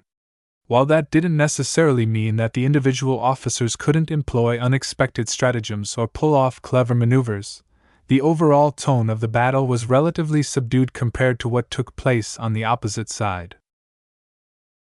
The exchange of blows was a lot more intensive at the left side of the battlefield. A flood of laser and positron beams lit up the surrounding space as riflemen mechs from both sides had become locked in battle. The initial weight of fire clearly favored the elite Friday men due to their stronger mechs. The Larkinsons only managed to compensate for the weakness of their Vima sons by relying on their greater numbers and allowing the transcendent Punishers to provide some much-needed assistance. The artillery mechs played a crucial role in suppressing the enemy. The Ilvanan mech pilots had all received orders to concentrate their firepower on the grenade-carrying mechs of the Halvian Grenadiers. It couldn't be helped. The elite mech regiment founded by the Gage dynasty was just too difficult to fight against at close range. A series of powerful grenades could easily tear apart a formation or blow upon a hole in a battle line. The grenades also induced a lot of fear in any mech pilot that attempted to take down a Halvian Grenadier mech. The elite mech pilots had a habit of holding back at least one grenade until their mech was about to be defeated. The damaged mech would whip out and throw the grenade at its opponent at the final moment before taking advantage of the moment to disengage. If the nearly defeated Halvian Grenadier mech was unable to withdraw, then its mech pilot would not hesitate to blow up the grenade at point-blank range. Therefore, the 300 or so transcendent Punishers that still remained operational all unleashed death and destruction on all 6 mech companies of the Halvian Grenadiers. While the Grenadiers brought forth plenty of Space Knights to withstand the barrage, their defenses weren't as perverse as that of the Corundian giants. With up to 1,200 heavy positron and Gauss cannons trained onto the brave Space Knights of the Halvian Grenadiers, their thick shields melted and fractured into pieces as soon as they were subject to focused fire. The energy shields that formed along the way quickly popped within seconds after blocking over 20 successive beams and rounds at once. Once the Space Knights became exposed, Not even their thick frontal armor availed them for long. Positron beams vaporized the upper layers while softening up what remained with an excess of heat. Solid Gauss rounds fired by the Transcendent Punisher's potent Scorden cannons slammed into the already weakened plates, and shattered several of them at the same time. While a single Transcendent Punisher likely needed a fair amount of time to chew through the defensive layers of a Halvian Grenadier Space Knight, what about an entire squad? What about an entire mech company? No single mech could withstand so much firepower at once, especially when they advanced closer. Dozens of Space Knights shattered into pieces. Others turned into empty husks, as their mech pilots hastily ejected from their machines. Without any significant counter-battery fire to worry about, the Transcendent Punishers were performing their jobs in splendid fashion as their heavy firepower literally forced the Halvian Grenadiers to a standstill. Other defensive mechs hastily reinforced the Halvian Grenadiers, allowing their more fragile mechs to escape the brunt of the bombardment for a while longer. Of course, the fact that the Transcendent Punishers employed all of their firepower on just one single enemy mech unit meant that the others were able to advance under much less pressure. The Larkinson rifleman mechs only inflicted light damage onto the enemy mechs. The modified laser rifles of the Vima Sons might be a tad more powerful than the norm, but the powerful armor of their opposition were more than capable of resisting the beams. It couldn't be helped. The commercial second-class rifleman mechs piloted by the Avatars, Battle Criers, Vandals and so on were only optimized for laser weapons in order to lower costs. While laser weapons boasted stellar accuracy, their damage potential was disappointing compared to positron weapons. Even when squads of Vima Sons focused their fire onto a single target, it took a lot of effort just to dig into the internals of a tough military mech. The enemy rifleman mechs did not suffer from the same problem. Many relatively fragile Larkinson mechs lost limbs or suffered severe damage after getting hit a couple times by power positron beams.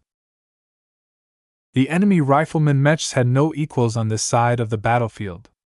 Only the rifleman mechs fielded by the Glory Seekers and the Cross clan were able to match their Friday Man counterparts blow for blow, but the latter had numbers by their side. This was because the Glory Seekers and the Crossers had tasked the majority of their ranged mechs with the vital mission of suppressing the Friday Man expert mechs. Colonel Ariadne Woden chose to rely heavily on ranged firepower to suppress and constrain the Friday Men expert mechs. Thousands of riflemen mechs all concentrated their energy beams at the powerful machines. Most of the beams actually went wide because their targets accelerated in unexpected directions, allowing them to evade most incoming fire.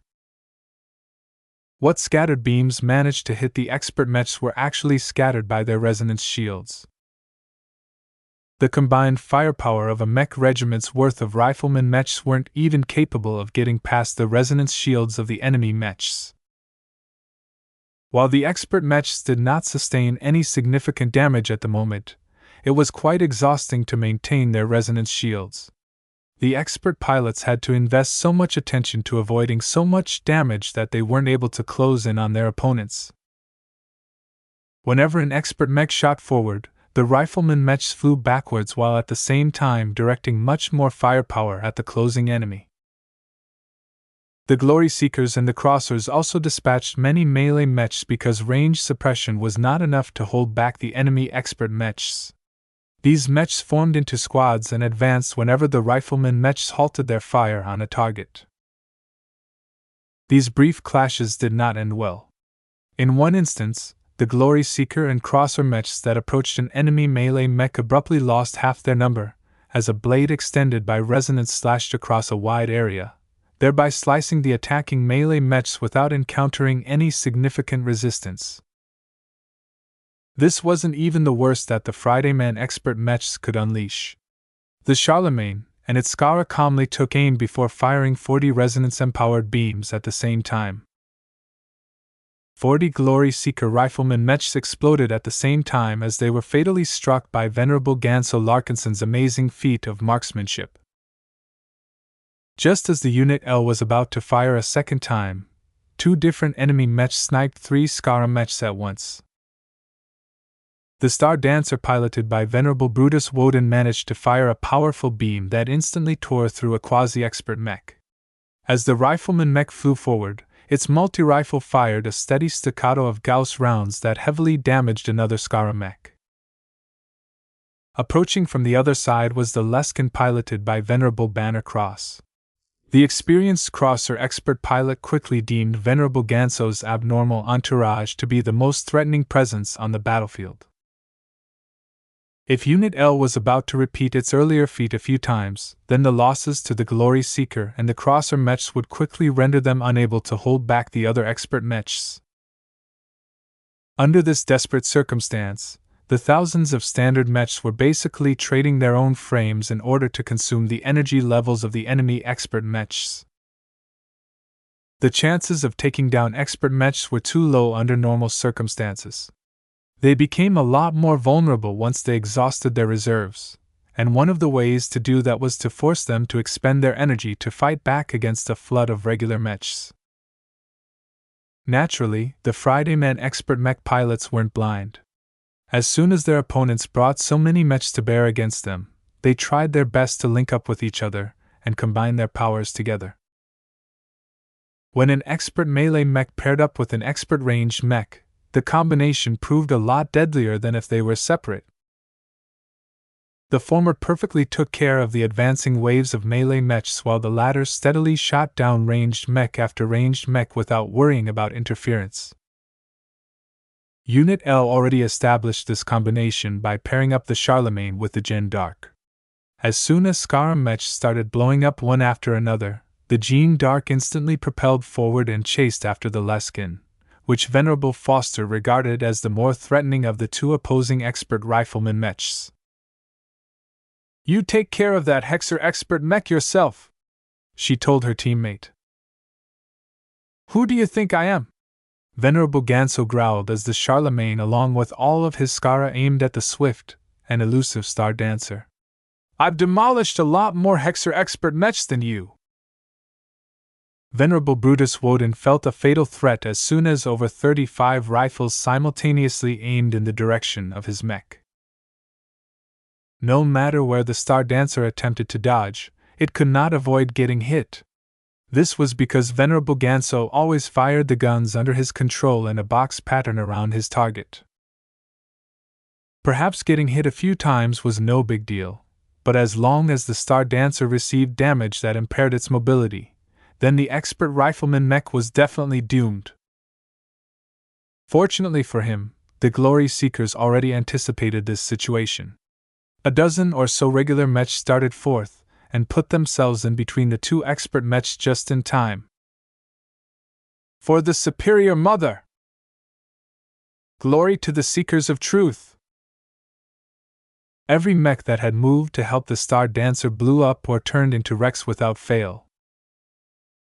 In some cases, the cockpits of the damaged mechs managed to eject without a problem, but over half of the Glory Seeker mech pilots sacrificed their lives for a momentary advantage. Venerable Brutus regretted his inability to prevent the Hexer mech pilots from dying. Your slaughter ends here. Chapter 2661, Pinning Enemies. The Charlemagne and his Skara posed a very great threat on the battlefield, yet they were not without their flaws. One of the greatest shortcomings of the quasi-expert mechs controlled by Venerable Ganso was that they were very fragile against other expert mechs.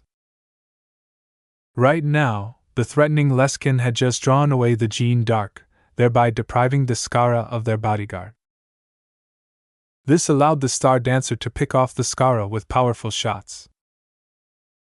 Of course, Venerable Ganso should have been able to shoot down the opposing rifleman mech a while ago. Yet he had been unable to get rid of this annoyance because there were too many flies getting in the way of his attacks. The Glory Seekers mech pilots did not hesitate to put their lives on the line by using their mechs as shields. Even though the mechs blew up right after, they succeeded in blocking or mitigating the incoming resonance-empowered beams. More Glory Seeker mechs began to divert their attention to Unit L. Every Hexer loathed Venerable Ves Larkinson. Even though he was kin to the famed Ves Larkinson, Ganso had too much Hexer blood on his hands. Die, Hexer Slayer! We will never let you kill more Hexers after today! Even though the Glory Seeker preoccupation reduced the pressure on the other expert mechs, their combined efforts made life very difficult for Venerable Ganso. Fine, he shouted. If you want to fight me so bad, then so be it. I'll kill all of you before I come for VS. The Charlemagne and its entourage stopped focusing on the elusive star dancer and instead shot at every enemy standard mech in Ganso's sights. His killing efficiency increased due to two reasons. As the Skara slowly reduced in numbers, Venerable Ganso experienced less of a burden in controlling the remaining quasi-expert mechs. He also didn't have to employ full-power attacks to take down most standard mechs, thereby enabling him to adopt a higher rate of fire. Venerable Brutus tried his best to wipe out the Skara as fast as possible in order to render Unit L toothless, but Venerable Ganso purposefully moved his mech over to the other beleaguered Friday Man expert mechs. With more and more of the enemy expert mechs joining forces, it became a lot more difficult to take them all down. Mechs blew apart at a faster rate than before. Even though the resonance shields of some of the expert mechs had already popped, their super hard armor still granted them plenty of damage resistance against most attacks, especially lighter ones. Colonel Ariadne Woden began to grow increasingly more concerned. The enemy expert mechs weren't weakening fast enough. The Glory Seekers and the Crossers were losing their mechs at a prodigious rate, causing the enemy to experience less pressure over time. While the fight against the enemy expert mechs was very tragic for the Golden Skull Alliance, the confrontation against the elite mech units wasn't going well either. While the Transcendent Punishers succeeded in crippling the Halvian Grenadiers, they hadn't been able to direct their firepower elsewhere. The Corunnian Giants, the Bloody Herons, the Silent Swords, and other less famed units successfully advanced, while only suffering light to moderate attacks. At this time, the Bloody Herons took the lead. As soon as they were about to clash against their opposition, the Friday Man mech pilots all melded their minds together into a neural network. Fight for the coalition! The Bloody Heron mechs soon changed in character. Their formations became a lot tighter, and their coordination abruptly increased. Damn! The Herons are getting serious now! The moment the Bloody Heron mechs collided against the avatars of myth, the latter failed to withstand the pressure. The Tamrastellas that the avatars relied upon to greet the initial push completely failed to delay the Bloody Heron mechs. The enemy machines either combined their attacks to circumvent or break the shields of the commercial space knights without too much effort. The Princess Jekas that swept forward in order to threaten the enemy melee mechs were unable to hold them back either. Their relatively weak strength made it very difficult for their swords to penetrate the armor of the Bloody Heron mechs. Instead, their cheap frames quickly succumbed as the Bloody Herons worked in unison, always opting to launch simultaneous attacks from multiple directions with impeccable timing. Commander Melker was on the verge of panicking. Even if he managed to land a lot of hits onto the Bloody Herons, the rifle of his Vima son was simply too weak to achieve instant results. Pull back and condense your lines! Help is coming! The avatars were never meant to defeat the Bloody Herons. The Larkinsons were merely supposed to keep the Fridaymen occupied, but Melker had miscalculated how well their current foes were able to defeat his men with so much ease. Fortunately, reinforcements arrived quickly. Death from above! 250 Valkyrie interceptors and 250 Valkyrie hurricanes swooped down from above. The third eyes on their foreheads shone before shining hundreds of beams onto the mechs of the Bloody Herons. The Fridaymen mech pilots couldn't help but pause. While their strange mind state left them much less susceptible to the glow of the Valkyrie mechs, just the physical charge alone posed a significant threat to them because they were outnumbered by more than 2 to 1. It was at this time that the silent swords shot forward. The elite swordsman mech unit weren't supposed to be deployed so early, but the threat posed by the Valkyrie mechs were far too potent. The silent swords were unquestionably superior in melee combat. The Kansa mech pilots possessed minds of steel and a mastery in swordsmanship that most hexers could only dream of. This combination made them exceptionally suited to confront the Valkyrie mechs. The Glory Seekers made the difficult decision to abort their charge. Instead, their Valkyrie mechs arced away while strafing the Bloody Herons and Silent Swords with their pulse submachine guns. Their guns inflicted light damage onto the enemy mechs, but the advantage of the weapons was that the Valkyrie mechs could keep firing without worrying about any limitations for quite some time. The Glory Seekers opted to pressure the Silent Swords with their strafing runs in order to keep them occupied. Additional mechs surged forth in order to pin down the Friday Man elites. The Cross Clan's mainstay mechs took over the position of the Avatars of Myth and adequately kept the Bloody Herons and the Silent Swords contained, if only for some time. There were still too many threats. The Friday Coalition had brought thousands of more mechs, each of which needed to be contained. The Glory Seekers and the Crossers were spreading themselves thin in order to block the elite Friday Man mechs from advancing forward, but they were already reaching their limits. The Avatars, Battle Criers, and Vandals had been relegated to helping from the side. This was the only way to prevent them from losing their budget mechs too quickly, but they were only able to play a marginal role in this clash. Damn! Our allies won't be able to hold on, Melker cursed. While the disparity in quality between the two sides wasn't as great now that the Larkinson mechs had made way, the numbers weren't in their favor. If the Larkinson mechs weren't able to make the difference, then the Friday Men mechs would eventually be able to gain an unstoppable advantage. We need more help! The Larkinson clan still had several cards left to play. Larkinsons! Hold steady! The first Prime Mech had entered the fray. Vandals! Venerable Orphan called as her bright spear prime shone like a flame as she advanced. Advance with my spear! The flagrant Vandal Mech pilots swelled with battle intent as the glow of the bright spear prime enveloped them. Both Kalankso and the Golden Cat lent their presence to the mech, causing it to turn into a beacon of hope that infused some much-needed courage in their hearts. Fight like a Vandal! Don't clash head-on against these Friday Man mechs. Harass them from their flanks and annoy them as much as possible. Take what is ours! Take what is ours! The invigorated Vandal Mech pilots proudly echoed.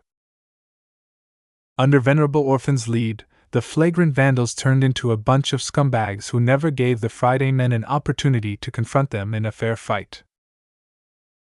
The Vandals circled around and raked the flanks of the Bloody Herons. Even though the latter was always able to respond perfectly to the attack runs due to their extensive coordination, not a single Bloody Heron mech was able to match the bright Spear Prime in battle. Even though the Spearman mech fell far short of an actual expert mech, the huge amount of pressure it exerted made it very difficult for any human to stay close in its presence. The heavy glow of the bright Spear Prime pressured the Friday Man mech pilots to such an extent in close range that they were practically forced out of the neural network. Once the individual Bloody Heron mechs in front of the bright Spear Prime became isolated, their mech pilots couldn't adjust to the changes fast enough to make the right responses. With Venerable Orphan's superior skill along with the strength of a Prime mech derived from the unfinished Bright Warrior version B design, she quickly felled half a dozen enemy mechs in quick succession. The Bloody Herons instantly recognized the threat she posed. What one mech pilot knew, all of the mech pilots knew. Their ranged mechs no longer exchanged fire with other ranged mechs and instead concentrated their fire on the bright Spear Prime. The Friday Men judged that the strange mech that exhibited a different form of false resonance was a high-priority target. Taking it down not only deprived the Larkinson clan of a champion, but also damaged their morale. The weak resonance shield around the bright spear prime quickly popped as a torrent of energy beams and Gauss rounds flooded in its direction. Ha! While Venerable Orphan employed evasive maneuvers, she did not pull her mech back. Instead, she allowed her mech to continually get hit by her opponents. To the surprise of both sides, the bright spear prime largely remained intact. While some vulnerable surface components and other parts were compromised, much of the armor plating did not suffer a single scratch. The unending alloy cladding much of the mech had successfully fended off the incoming attacks. Ha! Is that all you got? Shoot at me some more! The Bloody Herons collectively analyzed the result of their attacks and soon made some adjustments. The Friday Man Rifleman mechs no longer wasted time on the odd prime mech. Instead, they went back to pressuring other mechs. It only took a few seconds before attacks fired from the rear of the Friday Man forces impacted the bright spear prime instead. No energy weapons struck the prime mech. Instead, Gauss rounds of a heavier caliber than before slammed into the spearman mech and rammed it backwards. Hey! Who the hell shot me this time? The cannoneer mechs of the Corundian giants had taken over the task of suppressing the bright spear prime. After proving the viability of this tactic, the cannoneer mechs mounted on the backs of space knights fired their primary armaments at an alternating pattern.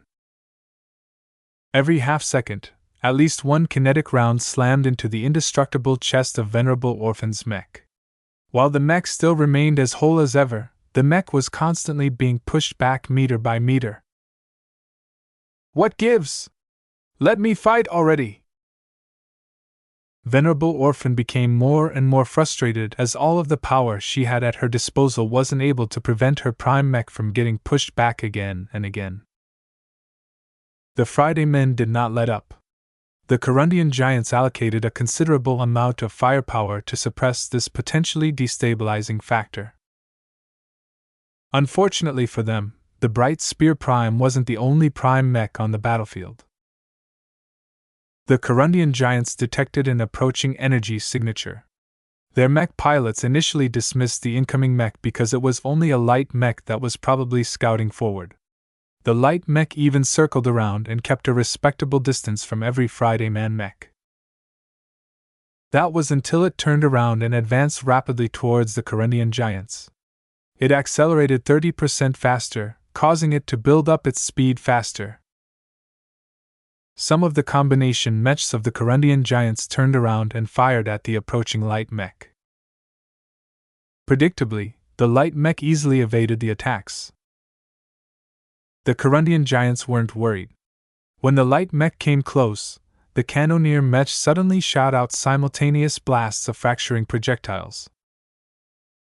Like shotguns, the cannons turned the entire area around their target into a lethal zone against any lightly armored mech. Unfortunately, the Friday men miscalculated again. The light mech possessed a resonance shield as well. Even though it only blocks a portion of the attacks, the remainder bounced harmlessly off its thin, unending armor plates without severely slowing the machine down.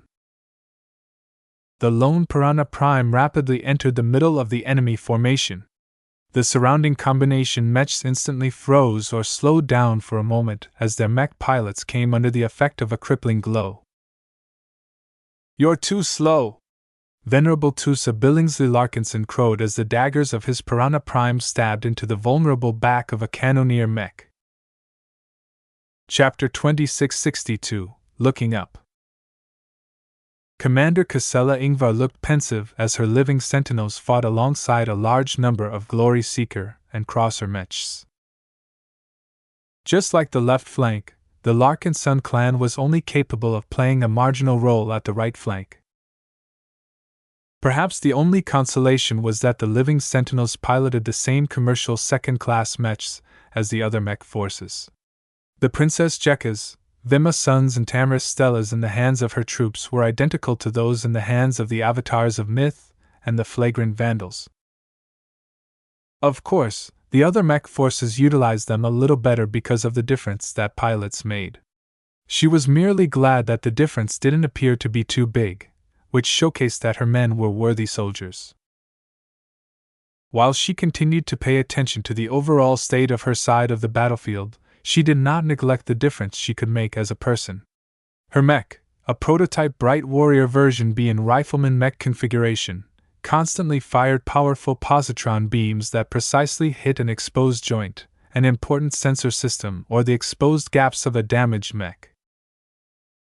Casella was an expert candidate.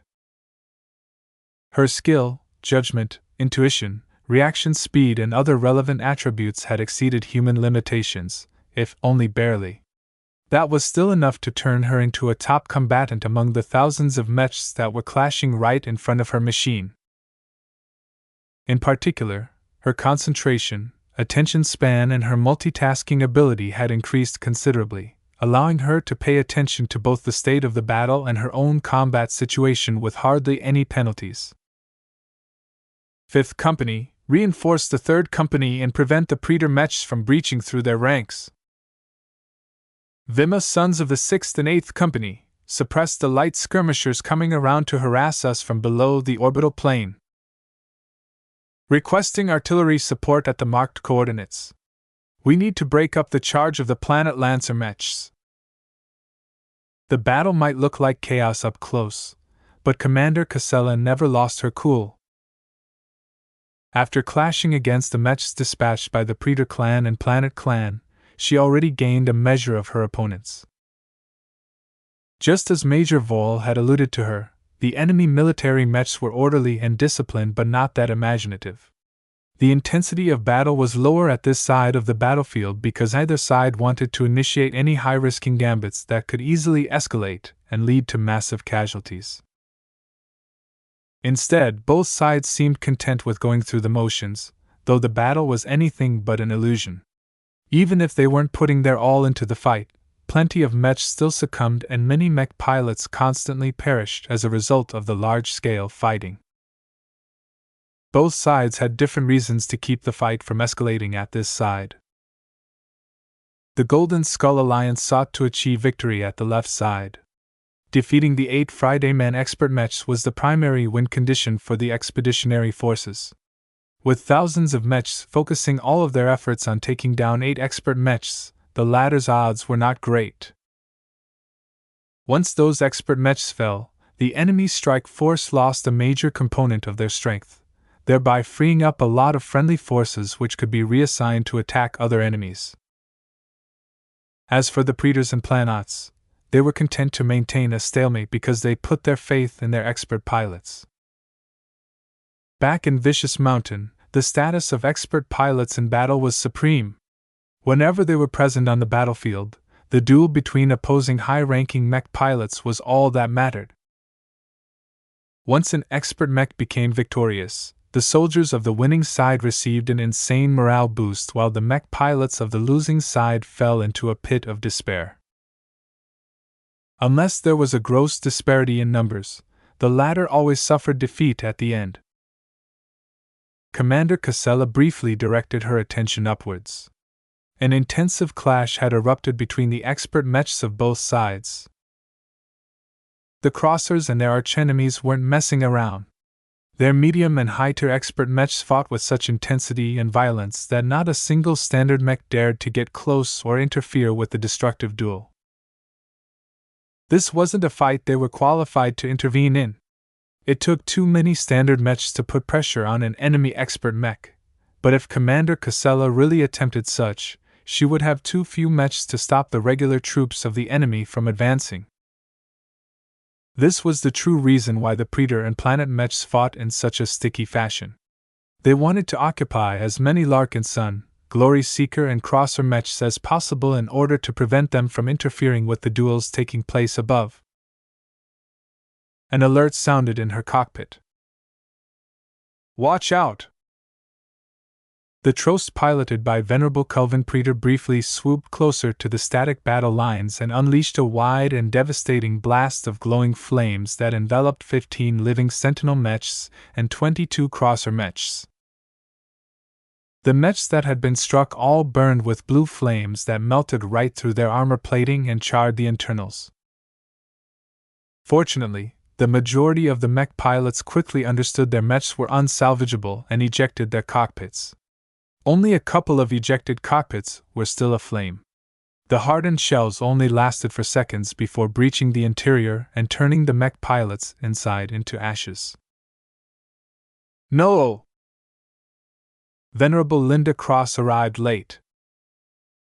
Her expert space knight seemed to dash forward with great momentum. The Trost barely evaded the Amphies as the latter attempted to charge into the hybrid with its shield. Even though the Space Knight missed the mark, it launched forward its sword as it passed, causing it to slam into one of the Trost's arms and deliver a deep cut that exposed its internals. What was even more remarkable was that the thrown sword was connected by a chain. Even though the sword bounced away shortly after impacting the Trost, it seemed to gain life and attempted to entangle the Preter expert mech with its chain. The Trost panickingly withdrew from the range of the chain sword. Nothing good would come from getting lassoed. The chain connecting the sword with the Amphies was so thick and resilient that barely any weapon in the Trost's arsenal could cut its links apart in a short amount of time. Just as Venerable Kelvin Preter thought he had dodged a dangerous moment, the sensors of his mech picked up a sudden change from the other expert mechs that were dueling in the vicinity. The Connavis mare that had persistently fought to contain the Imperial Verdict, piloted by Venerable Albert Preter, suddenly turned around in an instant and activated all of its boosters to accelerate towards the Trost's exposed rear. The Imperial Verdict momentarily froze at the sudden turn of events. Venerable Albert Preter had been so engaged in his duel against Venerable Imari's Cross that he had tuned out the presence of other mechs on the battlefield. The trident-wielding expert mech rapidly accelerated forward in order to catch up with its opponent, but its speed could never match that of an expert light skirmisher. Ha! Venerable Imari's laughed as the daggers of his mech already glowed in off-white. Albert always fights like he's in the dueling arena. Idiot! Even though Venerable Kelvin was already attempting to turn around the Trost, he noticed that the Amphies had already closed in and launched its chain sword forward a second time with surprising speed. The expert hybrid mech fell into a dilemma. The daggers of an expert light skirmisher swept in from the rear while the chain sword extended by an expert knight mech approached from the front. There was no way the Trost could block both attacks. Perhaps other expert mechs might be able to, but Venerable Kelvin Preter's personal machine was not geared for blocking or parrying. Kelvin! Defend from the front! The expert pilot's eyes lit up. He completely disregarded the approaching Connavis mare and focused fully on blocking the chain sword. The mech quickly retrieved 2 shafts strapped to the side of its legs and slotted them together to form a short halberd. With impeccable timing and precision, the Trost swung the flat of the glowing halberd blade against the side of the sword connected to the chain. 2 resonance glows briefly competed against each other before canceling each other out. Without any form of true resonance amplifying the power of the chain sword, it had briefly turned into a regular weapon with regular momentum. Though the stress to the Trost was not light, the battering impact successfully swung the threatening sword off course. Unfortunately, this heavy exertion left the Trost's rear completely exposed against the Connavis mare's lethal daggers. Small weapon ports exposed themselves from the Trost's back and fired a pair of potent missiles at the incoming light skirmisher. That won't work! The Connavis mare's knees bent in a way that caused them to expose 2 gun ports that fired 2 separate streams of projectiles that intercepted the incoming missiles. The Trost fired some additional weapons from the rear, but the Connavis mare's resonance shield fended most of them off while dodging the remainder. Venerable Kelvin Preter was not yet out of tricks. However, the price of implementing his desperate solution was very severe. Yet, just as the Carnivorous mare was about to sink its daggers into the flight system of the enemy hybrid mech, Venerable Imari's cross abruptly jerked his light mech off course. A gloving arrow had almost struck the Carnivorous mare. If the light skirmisher had not altered its course, its relatively lightly armored frame would have suffered considerable damage. Damara! The four mechs that had moved closer to each other all looked above the heads of their mechs. Having previously decided to fight far away from other mechs in order to avoid endangering their comrades, Venerable Damara Planet decided to break this accord first. Just as the Errantir swung its twin axes against the battered unfolded shield of the Balvo's Rage, the Weapon Master Mech declined to take advantage of the moment the shield finally split in half. Instead, the boosters installed on the Planet Expert Mech's front engaged at full blast, causing the mech to distance itself from the Balvo's Rage and avoid the explosion of heat that Patriarch Reginald's hybrid mech unleashed from its chest. As the Errantir launched backwards, it connected the ends of its two axes together, as they spontaneously elongated and morphed into the shape of a bow. The Errantir rapidly retrieved an arrow from a slot built inside its thigh and strung it onto the flexible alloy string before pulling the bow and firing the projectile in one smooth motion. Damara! Venerable Reginald Cross furiously roared. You will pay for that! Even though the Balvo's Rage's chest projector already unleashed a powerful close-ranged heat blast, it rapidly glowed before firing a powerful energy beam that struck the Errantir before it could completely dodge out of the way. The Weapon Master Mech had already morphed its spear into a thick radial shield that barely managed to block the powerful beam. Even though the shield had rapidly heated up, it still remained intact. No more attacks ensued for a moment. The three expert mechs of the Traitor clan rapidly congregated together while the three Crosser expert mechs grouped up as well. The two sides briefly faced each other. The expert pilots knew that the struggle between them would become even more precarious now that they had linked up with their peers. Our primary target is the Trost, Patriarch Reginald Cross decided with a repressed voice. It is the easiest to defeat out of the three. Venerable Damara Planet issued a similar instruction to the two Praetor expert pilots. Target the Amphies first. I know it's a space knight, but it is the least maneuverable out of our current opponents. Just pile as much damage onto it as possible. Take out its flight system if you have the opportunity. We don't need to care about the rest of the Amphies once it loses its mobility. 6 expert mechs clashed against each other with much more violence than before. Chapter 2663 Interfering Prime Mechs. Ves grew concerned at the changes to the right side of the battlefield. The expert pilots from Vicious Mountain abided by a different set of rules and customs. That made him feel uncomfortable because Patriarch Reginald Cross seemed to act without regard to the bigger picture. Now that the struggle between the expert mechs shifted from single duels to a full 3-on-3 confrontation, the danger level of their confrontation had increased remarkably. While there was a chance the 3 crossers would quickly be able to defeat their opponents, the same applied in reverse. This was not good. As long as one side gained a clear advantage, the entire course of the battle would instantly change. The power displayed by the Balvo's Rage and the Errantir far exceeded that of the Fridayman expert mechs. If the Balvo's Rage was unleashed, then that would be fantastic. The hybrid mech seemed to possess an endless amount of energy which could be used to fuel massive area attacks that was able to wipe out dozens of enemy mechs at a time.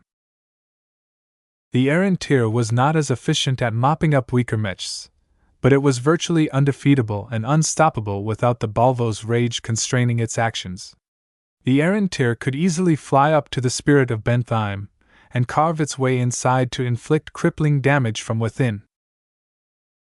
If the Spirit of Bentheim didn't manage to escape before the Errantir reached her hull, then it would be too late to do anything. Even if the factory ship hastily transitioned into FTL, the errant tier would just travel with the escaping vessel because the hostile expert mech had entered her envelope. Well, that won't happen anyway because none of us are able to escape in this way. The Friday Coalition went through all of this effort to ambush the expeditionary fleet in order to take out VS. There was no way it was willing to let the spirit of Bentheim slip away at the final moment. VS glanced at the periphery of the projected map of the local space. Various Fridayman light mechs had stationed themselves all around the battlefield. These light mechs did not do anything aside from maintaining an active gravitic module that slightly disturbed the local space. Not only that, but a number of artillery mechs stationed in the bunkers of the enemy deep strike fleet carriers fired special shells that inexplicably burst in the middle of the expeditionary fleet without hitting anything. Anytime these shells exploded, they generated dispersed gravitic fluctuations that destabilized the local space. The disturbances were just enough to prevent any FTL drive from safely engaging. With this measure, none of the ships of the Golden Skull Alliance was allowed to escape willy-nilly. It was useless to try even if he transferred to a swift corvette like the Barracuda and attempted to flee at all costs. The Barracuda may be fast, but she was thinly armored and not as agile as a light skirmisher. The remnants of the Witch Slayers and the Destiny Hammers would easily be able to cripple the Barracuda. The only way to lift the blockade was to prevent the enemy from coming close and to take out the enemy elements that maintained it. This was very difficult, and would certainly distract from the overall fight. In certain rare circumstances, excellent engineers were able to force an FTL drive to make an unstable transition by compensating for the gravitic disturbances. This was an extremely complicated and data-intensive approach that was fraught with danger. While it was not impossible to open up an escape route, VS wasn't willing to do so until there was no other choice. He had already decided to commit to the battle. The window of opportunity to run away was already closed. Since he chose to meet his pursuers in battle, he had to live with the consequences. He did not go into this battle with the expectation of losing, though. Once he turned his attention to the left side of the battlefield, the situation grew more hopeful. At the start, the elite Fridayman mech units secured a considerable advantage. Their mechs and mech pilots were better than the opposition. The avatars of Myth and other Larkinson mech forces assigned to the left wing were wholly outclassed by the Bloody Herons, the Halvian Grenadiers and the other Fridayman elites. Not even the backbone of the Glory Seekers and Cross Clan managed to hold their ground. All of that changed once additional elements entered the fray. The Bright Spear Prime piloted by Venerable Orphan invigorated the flagrant Vandals. The mech was able to defeat even the toughest elite mech in single combat. Its absurdly thick glow suppressed any human mech pilot in the vicinity until they lost control. Most mech pilots simply weren't capable of withstanding the spiritual pressure that reached thousands of VS. Not surprisingly, the Bright Spear Prime's cheat-like glow was even able to crack the famed mental defenses of the Silent Swords. The Kansa clan's most disciplined and mentally resilient mech pilots were all strong enough to withstand the suppressive glows of the Doom Guard, Ferocious Piranha and Valkyrie Redeemer. Yet against a brute force approach like stacking lots of spiritual energy in a single mech, only expert pilots were able to maintain their lucidity under so much mental pressure. Once the Bright Spear Prime was no longer suppressed by the Corundian giants, Venerable Orphan drove her mech into continuous attack runs against the Silent Swords, seeking to constrain and block the Fridayman swordsman mechs from carving their way through friendly lines. The Valkyrie Interceptors and Valkyrie Hurricanes piloted by the Glory Seekers pitched in as well. While they did not commit to a charge, their constant harassment from the side was very hard to deal with. The Silent Swords did not possess any powerful ranged solutions, while the Valkyrie mechs were all armed with at least a pulse submachine gun. The Marauder mechs were much more flexible than the rigid Silent Swords, who were only good up close. While the ranged attacks of the Valkyrie mechs weren't all that strong, as long as hundreds of them focused their fire onto the rears or sides of the enemy swordsman mechs, the damage they were able to inflict over time was quite significant. The Friday men tried to adjust to the changing circumstances as best as possible. The enemy leader suddenly ordered the Silent Swords to break up into individual squads that all spread out across the battle line. Breaking up the hundreds of Silent Swords deprived the Friday men of a powerful shock formation, but also deprived the Flagrant Vandals and the Hexers of an easy target. The Friday men adjusted their formations so that the Bloody Herons, Halvian Grenadiers and Silent Swords all integrated into a combination that allowed them to cover for each other's weaknesses to a far better degree than before. Whenever the Valkyrie mechs attempted to make another firing run, the enemy Space Knights moved to shield any targets that were receiving the bulk of the enemy attacks. Enemy ranged mechs all retaliated against the Valkyrie mechs, making it too costly for them to buzz around the sides. Even Venerable Orphan endured great opposition again. After trying out various solutions to destroy or repel the Bright Spear Prime, the Friday men eventually hit the jackpot when they discovered that the Prime mech wasn't able to cope with excess heat. Laser rifles fired unceasingly at the Bright Spear Prime. Whenever Venerable Orphan drove her mech close, the surviving Halvian Grenadier mechs flung any grenades in its direction that unleashed a lot of heat. Incendiary grenades, plasma grenades, thermal grenades, and a couple more exotic grenade types rapidly heated up the spear-wielding Prime mech until Venerable Orphan helplessly withdrew. Her actions were not in vain. The Bright Spear Prime had exerted so much pressure onto the Friday men that they felt compelled to spend a considerable amount of battle resources to keep the Prime mech at bay. In fact, the Corundian giants were supposed to suppress the Venerable Orphan's machine, yet their cannons had ceased firing at the Prime mech a short time earlier. The problem was that a single nimble Prime mech was disrupting everything. If the thickened glow of the Bright Spear Prime was already bad enough to be around, then the ferocious piranha was even worse. The entire area around the mech turned into a zone where any other human aside from expert pilots, and maybe expert candidates, were able to remain in control. Every other human, including the mech pilots hailing from the Coalition Reserve Corps, were unable to think clearly as they came under the suppression of two different effects. First, like any ferocious piranha mech, the Piranha Prime embodied the conflicting glows of Lufa, Zygra, and Kalanxo. Second, with thousands of Vs worth of spiritual energy pumped into its unending alloy frame, just the pressure alone was unbearable to be around. Venerable Tusa was actually surprised at how effectively his mech disabled nearby mech pilots, to the point where he was always able to attack the weak points of the enemy mechs without facing any opposition. It was as if the enemies he targeted proactively lined up their mechs in space to get stabbed. "This is absurd. This mech is a monster!" A vicious grin appeared on his face. "But I like this mech." Venerable Tusa initially intended to harass the enemy combination mechs in order to distract them from bombarding his buddies.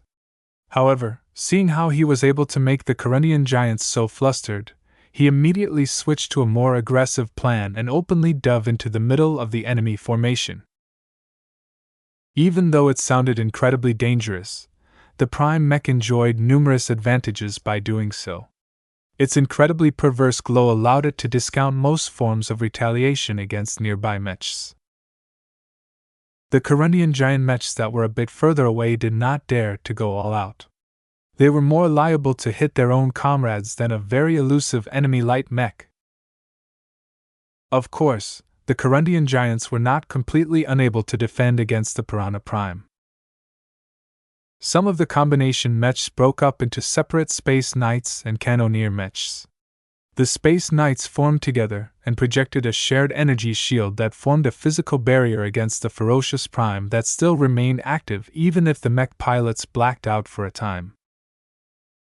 The cannoneer mechs sheltering behind the energy shields all adjusted their weapons and began to fire dispersed laser beams that denied an entire area at close range or shot strange nets that Venerable Tusa avoided like the plague. "These Corundian giants are trickier than I thought," Tusa cursed. Even though he wasn't able to sink his daggers into the backs or joints of the enemy mechs, his presence alone still exerted a significant threat to them. The high mobility of the ferocious Prime along with the piloting skill and instincts of an expert pilot meant that Venerable Tusa was virtually untouchable. The more time and resources the Corundian giants wasted on the lone Prime mech, the less damage they were able to inflict onto the rest of the Larkinson mechs. It was a completely worthwhile exchange. "Watch out, Venerable Tusa!" a communications officer warned him. "The Friday men are reinforcing the Corundian giants with striker mechs. We have confirmed that all of them are armed with flamethrowers." "Roger that," Tusa replied as his good mood faded. "I'll be pulling back."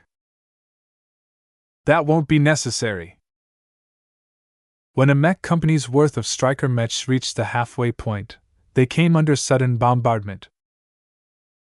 In a brief amount of the time, the exposed striker mechs were struck by thousands of heavy beams and rounds, peeling away their heavy armor and destroying their internals batch by batch. The rest quickly huddled behind the space knights escorting the reinforcements. Their shields held out quite a long time, but wore away eventually under sustained bombardment. While the number of intact Transcendent Punishers had dropped due to suffering from renewed counter-battery fire, plenty of them were still left to put pressure on any enemy element. The Corundian giants were already moving towards the striker mechs. Venerable Tusa intuitively sensed they were able to link up in time, thereby ending most of his opportunities to distract the powerful cannoneer mechs. "Damn! It looks like the party is over." "Not yet!" another young voice shouted. Another unit charged the reinforcements. The Valkyrie Prime and the Valkyrie Redeemers piloted by the Penitent Sisters had finally joined the fray. Around 200 Valkyrie mechs charged into the enemy reinforcements, while activating their marked for death abilities. With multiple pale white beams shining onto each mech, the elite Friday men mechs abruptly froze before switching to AI operation. It was useless. The inflexible computer-operated mechs could not fend off the spears of multiple Valkyrie mechs at the same time. Though flames and other weapons met the incoming charge, the armor of the Valkyrie Redeemer were more than capable of enduring the damage for a time. None of the Friday Man Space Knights and Striker mechs survived the charge. Chapter 2664 Low Blow. Ves smiled as he leaned back on his observer's seat on the bridge of his flagship. He even had time to pet Lucky's back, though the experience wasn't all that pleasant for the cat. Ves was still wearing his full unending regalia, while Lucky was clad in his misfortune harness. "Meow!" "Hey, it's just a habit." That wasn't an acceptable answer to Lucky. The cat slipped out of V's lap and began to fly around instead. Ves shrugged and turned his attention back to the unfolding battle. The two pincers of the enemy fleet had been fully contained.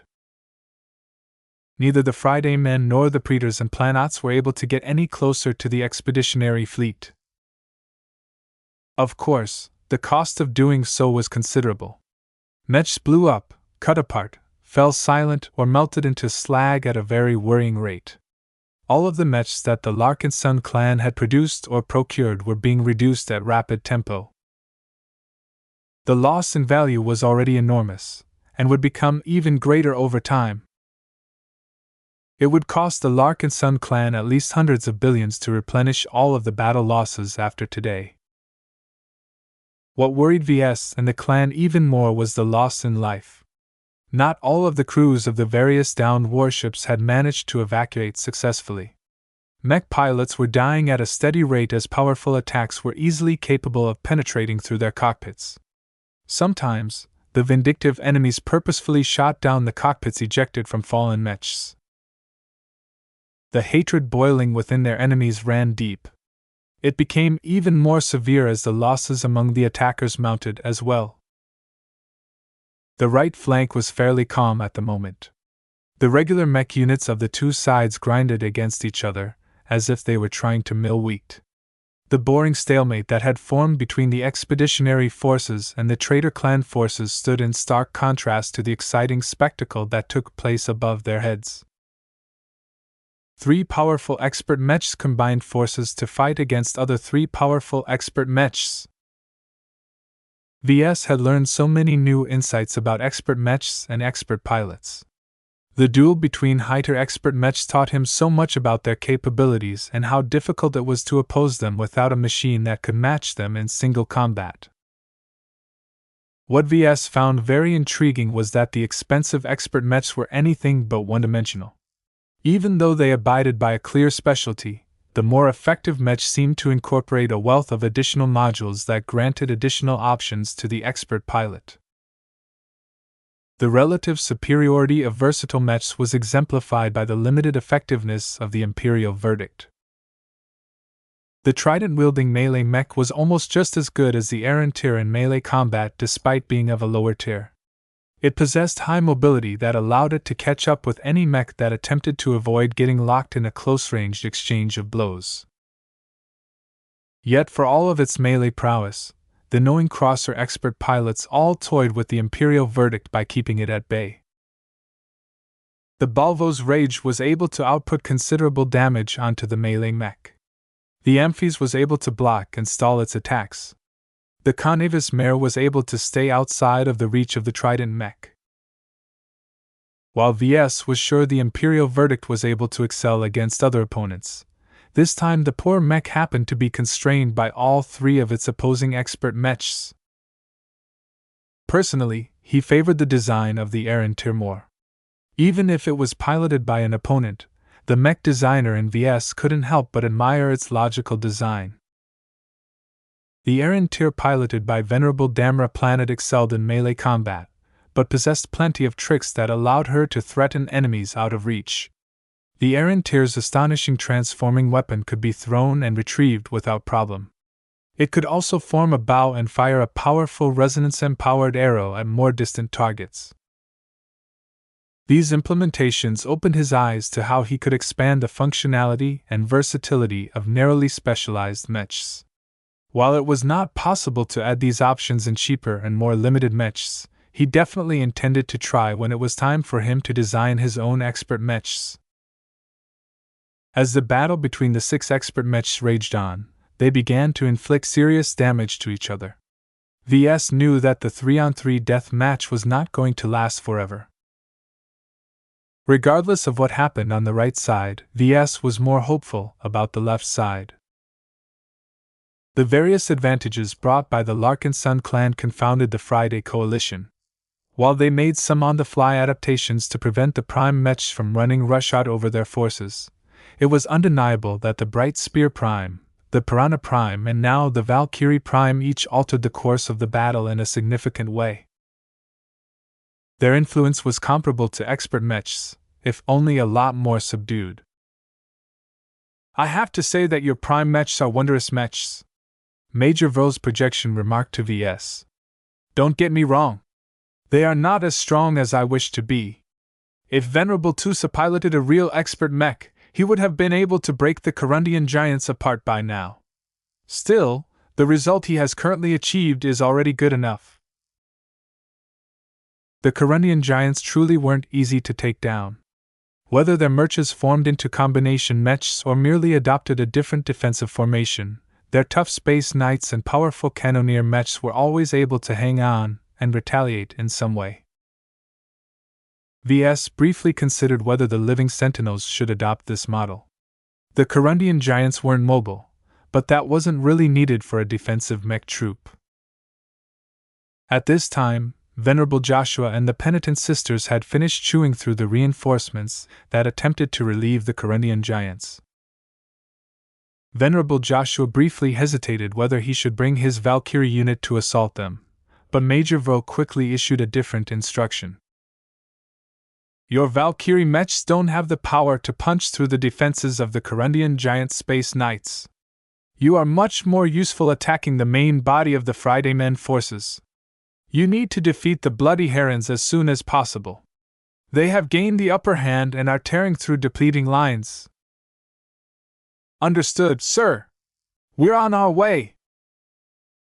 Blows and prime mechs may have been able to frustrate the initial advances of the Friday Men elites, but that was only temporary. The adaptation speed of the excellently trained mech pilots was very quick. They not only formed a bunch of responses against the surprises of the Larkinson clan, but also became better at mowing down the backbone of the Glory Seeker and Cross clan. The military mechs of the latter were not doing so well. The grenades of the Hulvian Grenadiers, the inhuman coordination between the Bloody Herons along with the powerful close combat prowess of the Silent Swords all allowed them to defeat 3 mechs for every 2 they lost. This was a very concerning ratio. With the pace of the battle picking up, this meant that the Friday Coalition was rapidly gaining an advantage on this side of the battlefield. Joshua and the Penitent Sisters couldn't afford to act conservatively anymore. Even the Valkyrie mechs piloted by the Glory Seekers charged forward and suffered continuous casualties after they impaled the prepared Friday Men mechs. While the 200 Valkyrie Redeemers followed the Valkyrie Prime into action, a bit further ahead, the battle against the 8 Friday Men expert mechs had reached its most intense moment. The Glory Seekers and the Cross clan not only committed to expert mechs, but more than 4,000 mechs standard mechs. Over 2,000 of them had already fallen at this time. The enemy expert mechs forcibly converged together and fought as a single unit in order to resist the flood. Even though the foreign expert pilots hardly shared anything together, the intense pressure forced all of them to develop their teamwork while under heavy fire. Resonance shields broke. Armor plating wore down. Weapons became exhausted. Yet despite needing to fight against thousands more standard mechs, the foreign expert pilots fighting on behalf of the Friday Coalition did not give in to the pressure. The Vesia Kingdom cannot survive under the heel of the hegemony boot. Venerable Foster snarled as her Jeanne d'Arc continued to absorb hits that were aimed at the Charlemagne. Our mission must succeed. Her mech fought wilder and wilder as time went on. The mech began to wield a pair of swords and dove into the midst of the Glory Seeker and Crosser mechs in order to slice them apart without worrying about incurring any damage.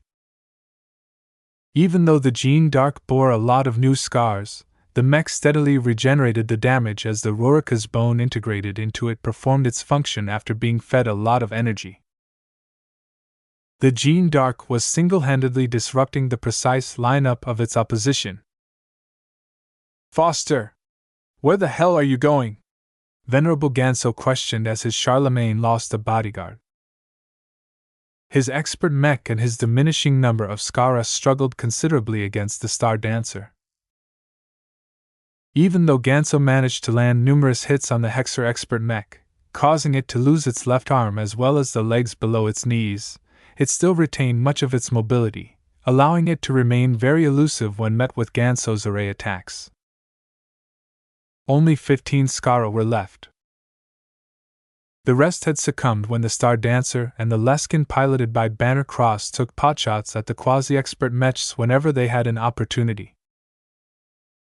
The Jeanne d'Arc and the other 6 friendly expert mechs only managed to slow down the attrition.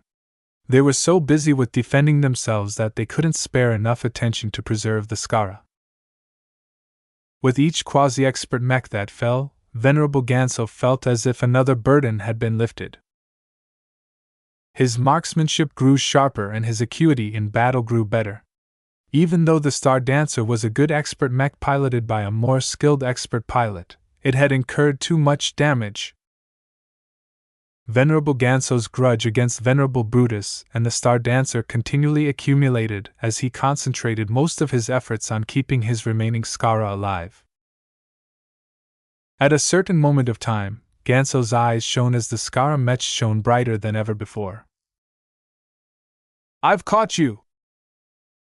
The powerful rifles wielded by the Scar Mechs simultaneously fired a salvo-enhanced positron beams that were more powerful and more accurate than ever before. It turned out that Venerable Ganso had been holding back his strength throughout the battle. He deliberately hid the capacity he gained after losing more and more of his accompanying quasi-expert mechs. Only at this time did he employ all of his freed-up will, concentration, and skill against the Hexer expert mech he bore a grudge against. At this time, there were too few spare Glory Seeker mechs to intercept the incoming attacks. Venerable Ganso had already taken down hundreds of them. 16 powerful beams almost instantly reached the Star Dancer. Just before Venerable Ganso pulled the trigger, Venerable Brutus already sensed he was in the most intense crisis of his life. Though he had dedicated his life to protecting his sister and those he loved dearly, he knew that his family would be sad if he died at this moment. Sometimes, I need to protect myself. Just before attacks landed, the Star Dancer rapidly maneuvered its frame so that its ruined legs faced the attacks head-on. This minimized its profile towards the attackers to the smallest extent possible. Unfortunately, while 15 of the powerful beams were destined to miss the expert rifleman mech, one of them was bound to hit right through the crotch of the Star Dancer. An explosion of light and energy erupted from the mech as a searing white beam of antiparticles struck it from below. Brutus! A wailing voice screamed on the bridge of the Spirit of Bentheim. Chapter 2665, Calculating Expert Pilots. Venerable Brutus Woden only had a very brief window of time to prepare his response against the incoming salvo of empowered positron beams.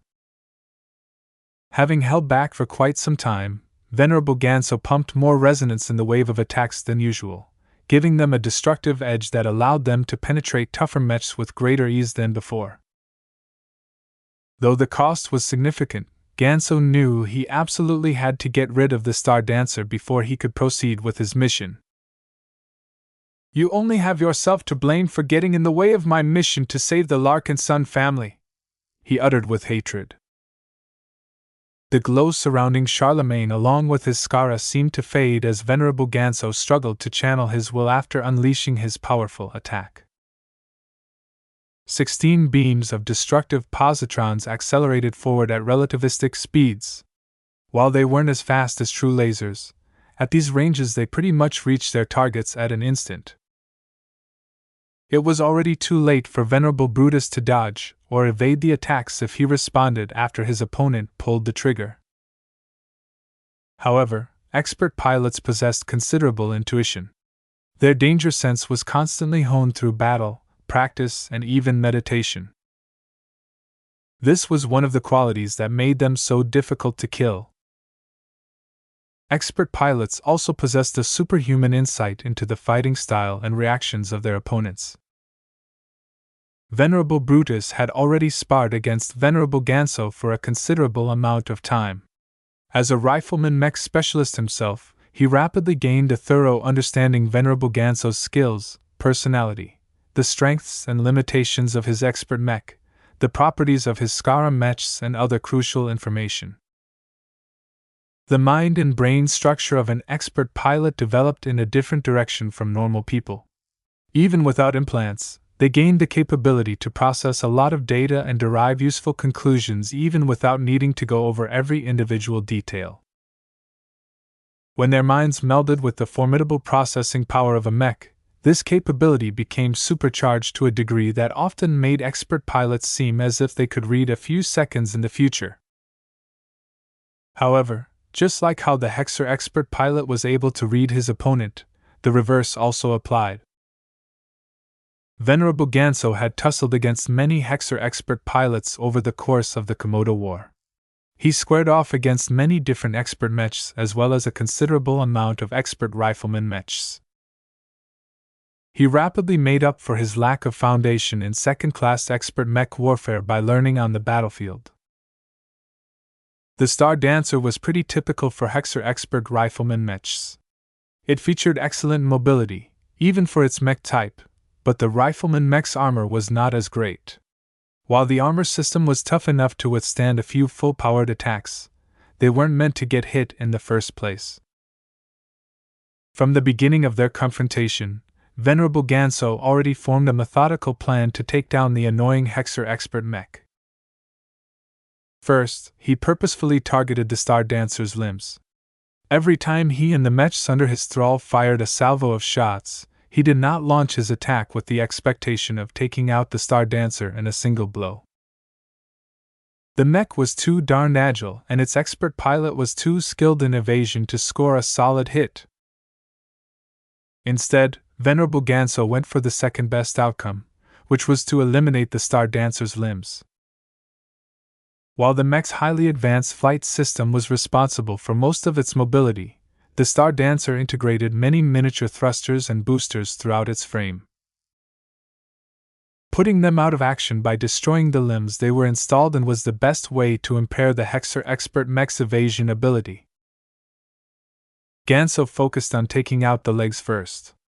The underside of the Star Dancer's feet incorporated powerful boosters that allowed the mech to make flexible course changes depending on how the mech orientated its legs. The other parts of the legs also incorporated several mini boosters that added a bit of extra fine control for any complicated movements in space. Once the Charlemagne and its Skara took out the lower legs, Venerable Ganso focused on eliminating at least one of the arms of his opponent. This was much harder to do as rifleman mech pilots were trained to keep the arms of their machines out of harm's way. Without arms, how were they supposed to fire their rifles? Even so, after removing the feet of the Star Dancer, the mech was less able to dodge incoming attacks than before. When the arm got sheared off, the balance as well as the defensive capabilities of the mech had dropped. The Star Dancer had only one arm left to hold its rifle. It was unable to pull out any possible gadgets or sacrifice the limb as a makeshift shield. The loss of the limb also deprived the expert mech of even more mini boosters. It took a lot of effort to reduce the Hexer expert rifleman mech to this point. During all of this time, Venerable Ganso not only had to fend off attacks from the Star Dancer, but also had to keep his Skara safe against the opportunistic attacks of the Leskin piloted by Venerable Banner Cross. He also had to preserve his Skara against the multitude of other attacks launched by thousands of Glory Seeker and Crosser mechs. Fortunately, he had 7 other expert mechs to cover for him. Even though he disliked his Vision companion intensely, Venerable Foster had done a good job blocking attacks directed against his Charlemagne, while distracting both the Leskin and any small fry. Even so, his Skara had shrunk by more than half at this point. In an open space battle where there was no cover or terrain to shelter behind, the pseudo-expert mechs were too vulnerable to attacks. No matter how much Ganso tried to keep them moving in random evasive patterns, the load on his mind was too much, and their specs weren't as good as his own machine. He already accepted the fact that he would be losing his Skara in this battle. He allowed Venerable Brutus and his other opponents to pick off the Skara mechs one by one, adopting the mindset of trading them for other benefits. After all, compared to trying to take down the much trickier and better defended Charlemagne, it was much easier to go after the Skara. Once the Charlemagne lost its retinue, its threat was no longer as oppressive. That was what its opponents thought, but what Brutus and the others didn't realize was that each Skara mech they took down only liberated Venerable Ganso's strength. He was forced to deploy a huge amount of concentration, willpower, and other mental resources to control all of the Skara mechs through the asymmetrical neural network. It was incredibly burdensome to keep those slaves in line. Now that his opponents were sacrificing valuable resources to rid him of his burden, Venerable Ganso felt more liberated than ever before. He hardly piloted his Charlemagne without the need to drag his entire entourage along. His Friday Man superiors forbid him from piloting his expert mech by itself. As far as they were concerned, Ganso constantly had to train his ability to control multiple mechs as much as possible. It took a lot of active training to become a proficient master over so many slave machines.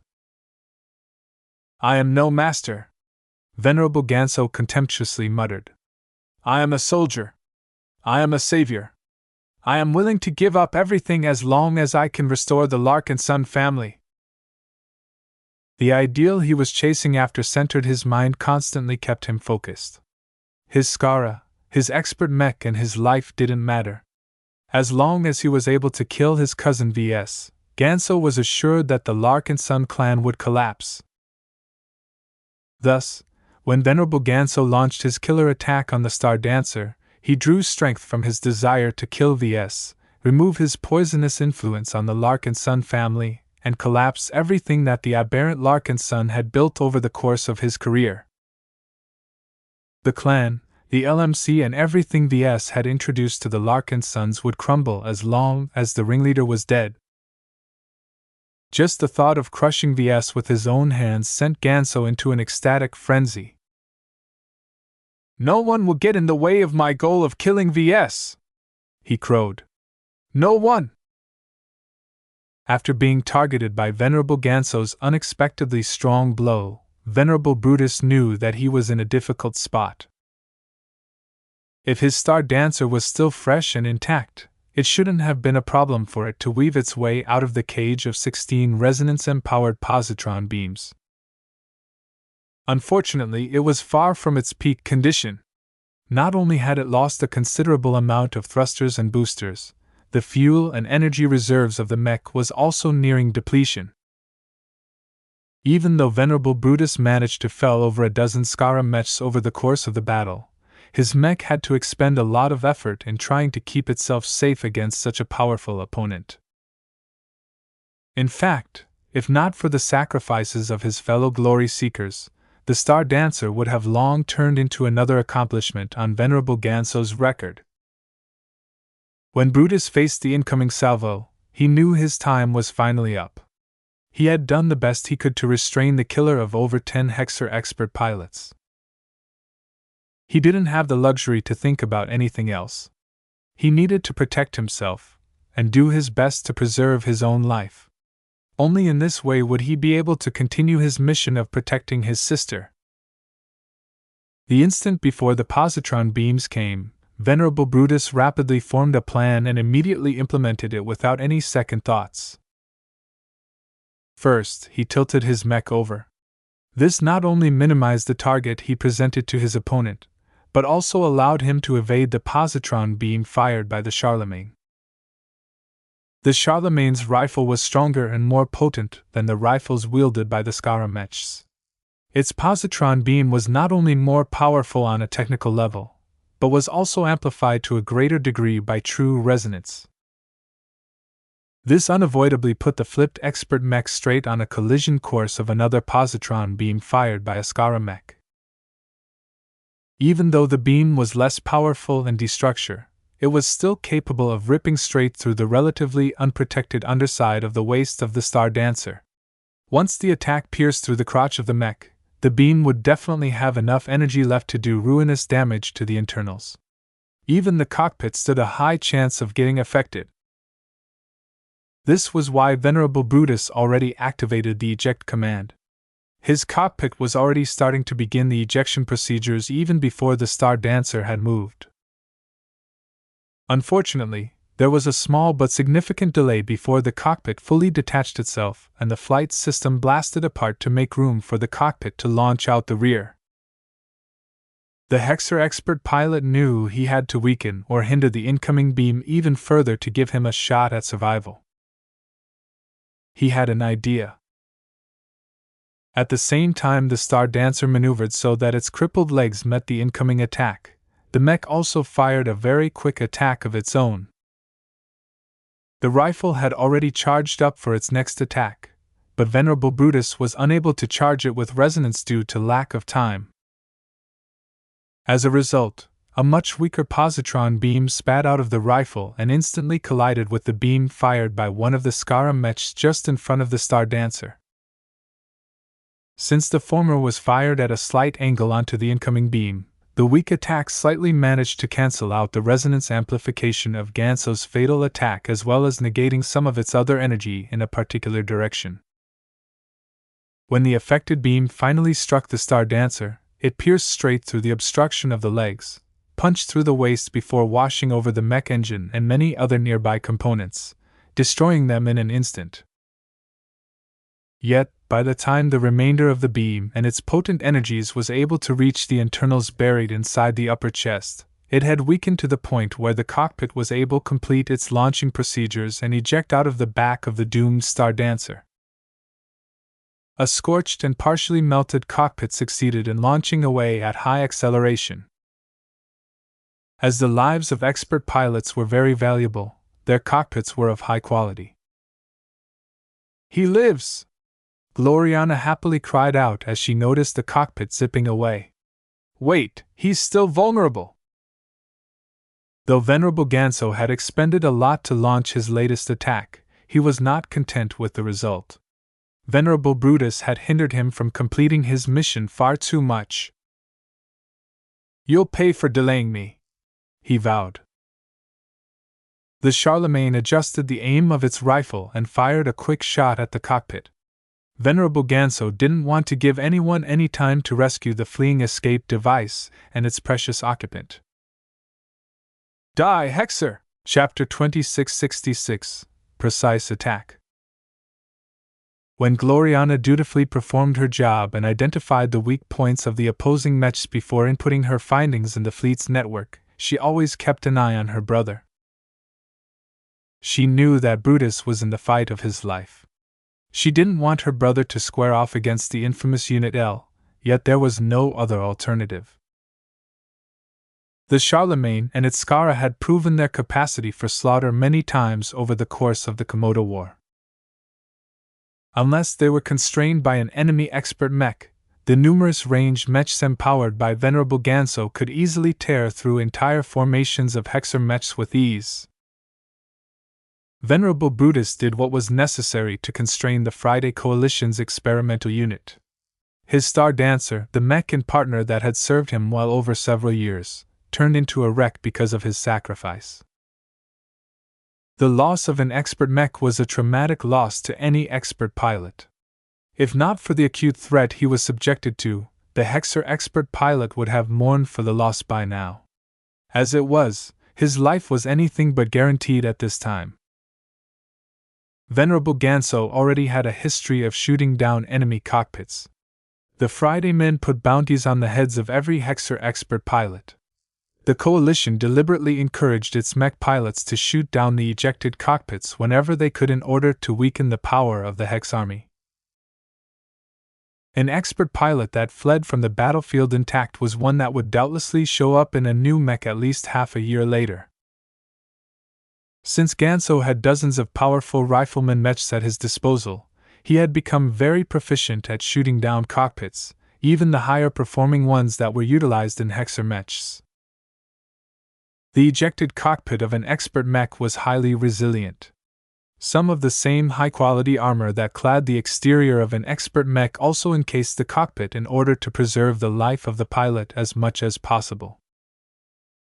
Expert pilots were just as valuable as their expert mechs, if not more. They were scarce resources to a state, so they enjoyed the protection that was commensurate to their degree of preciousness. Since the Star Dancer was an expert mech commissioned by the Woden dynasty, the protective capabilities of the cockpit was a bit better than a machine of its tier was accustomed to. It was no problem for the cockpit's armor to fend off a multitude of attacks from standard mechs, especially with the help of a one-use shield generator. Yet the attack that the Charlemagne snapped off with as little delay as possible was still powerful enough to crush the cockpit. The power output of an expert mech was not comparable to that of a standard mech. Not even premier mechs such as the Valkyrie Brunhild could come close to matching the power of just a casual attack from the Charlemagne. They were basically two different species of mechs. The only upside was that Venerable Ganso didn't bother to coordinate with his Skara to launch this next attack. First, it wasn't needed. The maneuverability and evasion ability of the cockpit was really incomparable to that of a true mech. While it was a lot smaller and more compact than a multi-ton mech, the cockpit's capacity was tiny as well. Its designers opted to load it with a one-use shield generator in order to protect it better against attacks from regular mechs, as opposed to adding more movement capabilities. This meant that Venerable Ganso hardly had to employ any effort to land a solid hit on the fleeing vehicle. He did not grow complacent and assume that killing Venerable Brutus was already a done deal. He already spotted nearby Hexer mechs changing their course to put their frames in the way of his shots. While there were too few Glory Seeker mechs left to be sacrificed like this, the remaining ones knew it was incredibly crucial to preserve the life of an expert pilot. Even if Venerable Brutus was a boy, he was still a treasure to the Woden dynasty. Every Glory Seeker was a die-hard loyalist to the dynasty that nurtured them and still took care of their families. They were trained to accept death as long as it advanced the cause of the Wodens. Besides, even if they used their own mechs as shields, there was no guarantee that they would die for certain. As long as their cockpits were intact, they could make it out alive as well. Yet even as the nearby Glory Seeker mechs moved to support and cover for the Star Dancer's cockpit, Venerable Ganso wasn't willing to give his opponents any time to mount a rescue. The snap shot the Charlemagne unleashed almost instantly reached the vulnerable cockpit. Its cockpit desperately activated its side boosters in order to get out of the way of the incoming attack, but the range was too short, and the beam arrived too quickly for it to work.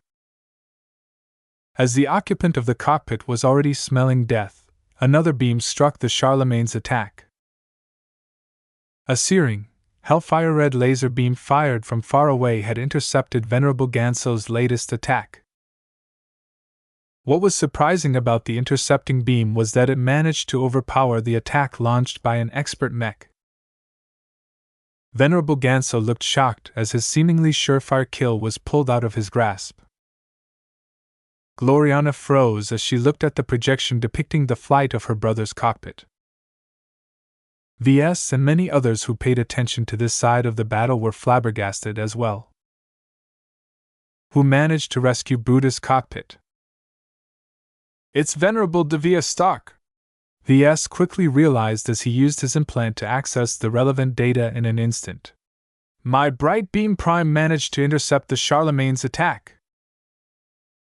Far behind the main lines of the battle, a number of Larkinson mechs stuck close to the expeditionary fleet. The mechs stayed behind in order to act as both a reserve and a final line of defense against any attackers that were determined to reach the heart of the Golden Skull Alliance. Among the mechs that hung back were the Shield of Samar and the Bright Beam Prime. Although the mechs weren't designed to mate together in a combination mech like the specially designed machines of the Corundian giants, the two mechs had already adopted a similar approach. The Bright Beam Prime stuck behind the Shield of Samar as best as possible. This was not that difficult due to the relative differences in their sizes. The Shield of Samar was considerably bigger than a typical medium space knight. Even if it wasn't able to cover the Prime Rifleman mech fully, it was still capable of projecting both a resonance shield and an energy shield to cover any gaps in its coverage. From the start of the battle, the Shield of Samar did nothing but hold position and block the handful of incidental attacks that were aimed in its direction. While Venerable Janzi Larkinson wanted to advance her mech forward, her mech was too slow to keep up with all of the maneuvers. The only way she could contribute to the battle at this point was to lend as much cover to the Bright Beam Prime as possible. This way, Venerable Devia Stark would be able to launch her attacks without any other concerns. The older woman never did anything, though. The Bright Beam Prime remained still as its mech pilot constantly kept a vigilant eye on the battle. Why aren't you doing anything? Janzi eventually lost her patience with her current partner. I am biding my time, Venerable Devia calmly replied. My prime mech can only fire 3 full-powered attacks according to its maker. I cannot waste these opportunities. That sounds ridiculous. Who would cobble together a rifleman mech that can only fire 3 times in total? Don't underestimate the bright beam prime, young woman.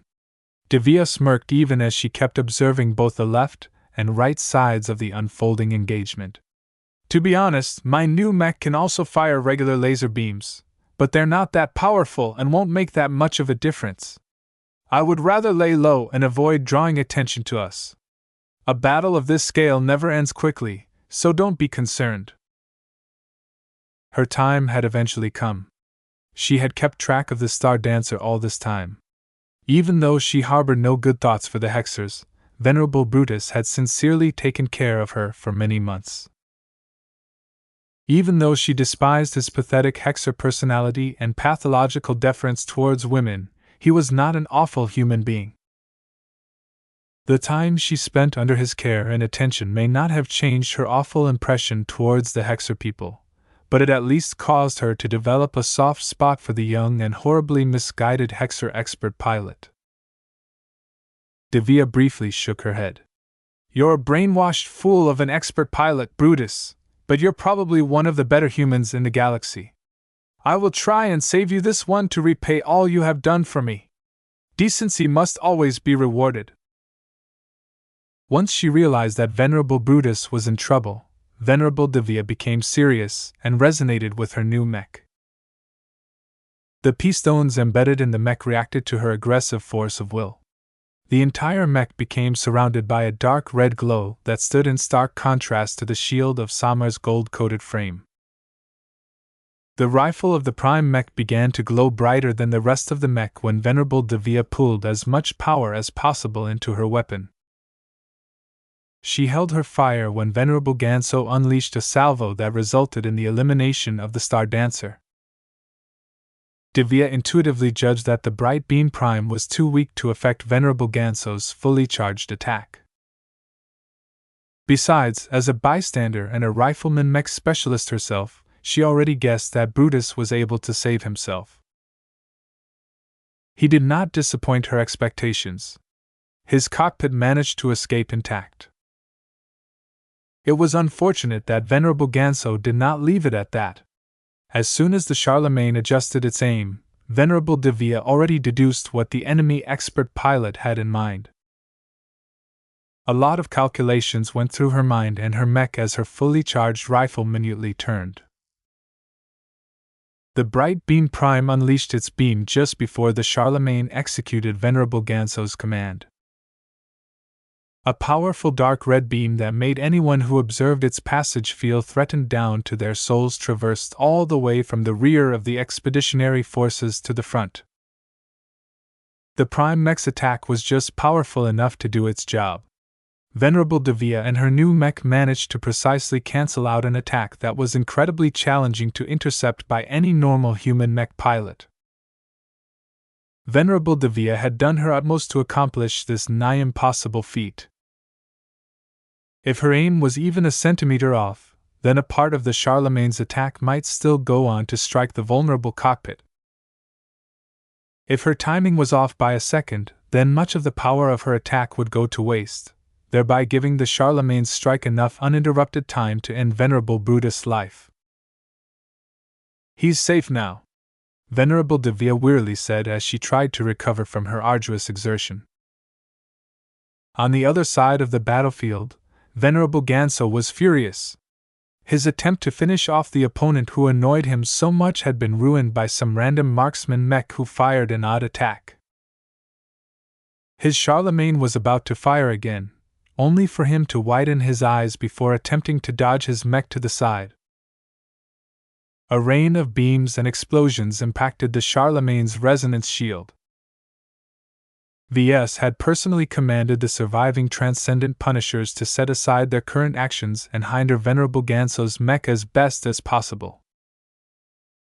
Even though none of the attacks launched by the artillery mechs posed a serious threat to the Charlemagne in the short term, they still caused Venerable Ganso enough trouble to force him to abandon his earlier intentions. The Skara mechs also came under bombardment. Blast you, Ves! Chapter 2667, Vengeful Eye. Venerable Brutus was safe for the moment. The bright beam prime expended a precious full-powered shot in order to preserve the life of an expert pilot that had already served his usefulness on the battlefield. With the destruction of the Star Dancer, Venerable Brutus was no longer a valuable asset as far as Ves was concerned. A part of him even felt it was a waste for the bright beam prime to intervene in saving the Hexer expert pilot's life. The intervening attack not only wasted one of the three powerful chances of the bright beam prime, but also exposed its existence to the enemy. However, when Ves glanced at Gloriana looking incredibly relieved after she thought that her brother was about to die, his discontent faded. He did not want his wife to suffer the pain of losing a loved one. He had lost his mother early on in his life, so he knew how much it hurt to live through this kind of experience. Besides, on a pragmatic level, Venerable Brutus was still a bona fide expert pilot who would continue to add to the strength of the expeditionary fleet for many years in the future. Ves wouldn't care too much about Brutus if he was as old and feeble as Venerable O'Callaghan, but he was barely older than Gloriana. This meant that he was able to provide a lot of value to Ves over many decades and perhaps even centuries.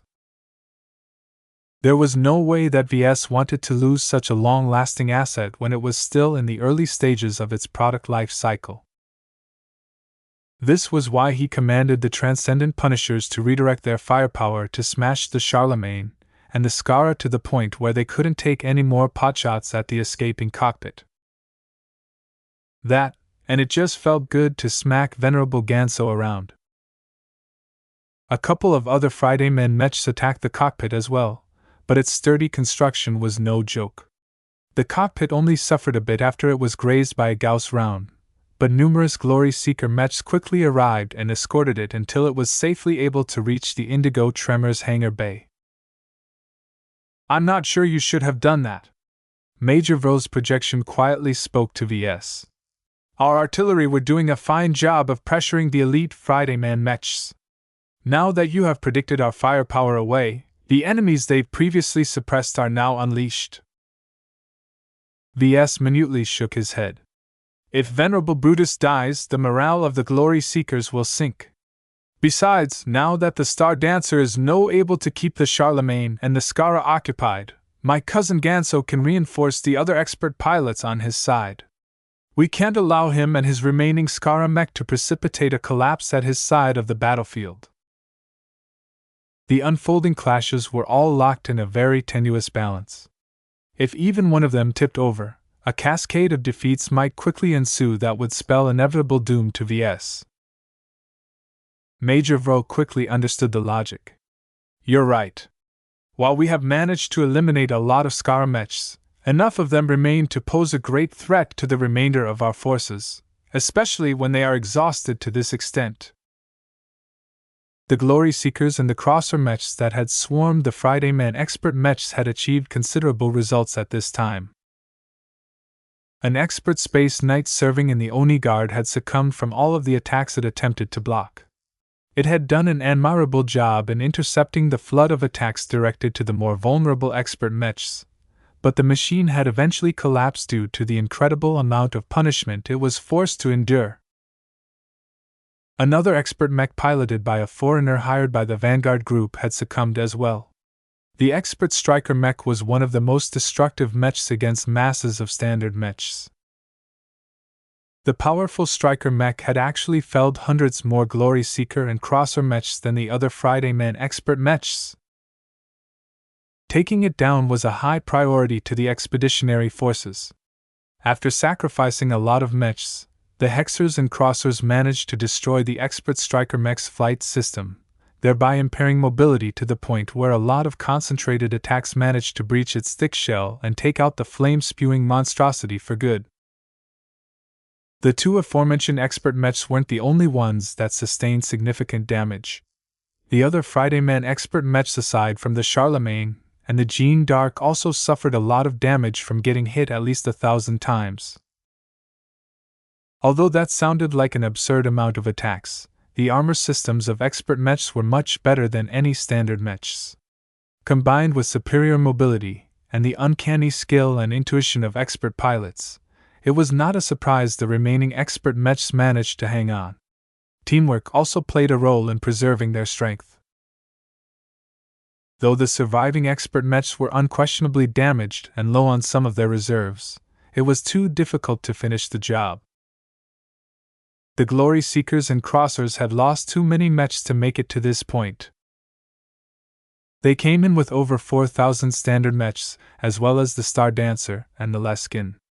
Now, the Star Dancer was drifting into space in the form of a half-complete husk while the wreckage and debris of 3,000 other machines kept it company. The loss of so many mechs significantly depleted the firepower and the morale of the remaining forces assigned to block the Friday Man expert mechs. In fact, the original battle plan called for the thousands of mechs to crush the enemy expert mechs. It was too bad that the powerful enemy machines were just too good at eliminating swarms of weaker mechs.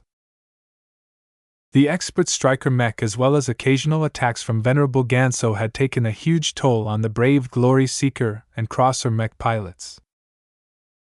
Due to the incredible lethality and penetrative power of expert mechs, much of the mechs they took out also killed the pilots. A significant portion of the wrecks also carried traces of human remains. This was an especially major loss to the Cross clan. Every mech pilot in the clan was not only a true-blood member of a much-diminished clan, but also a highly trained veteran that had survived the calamitous flight from Vicious Mountain.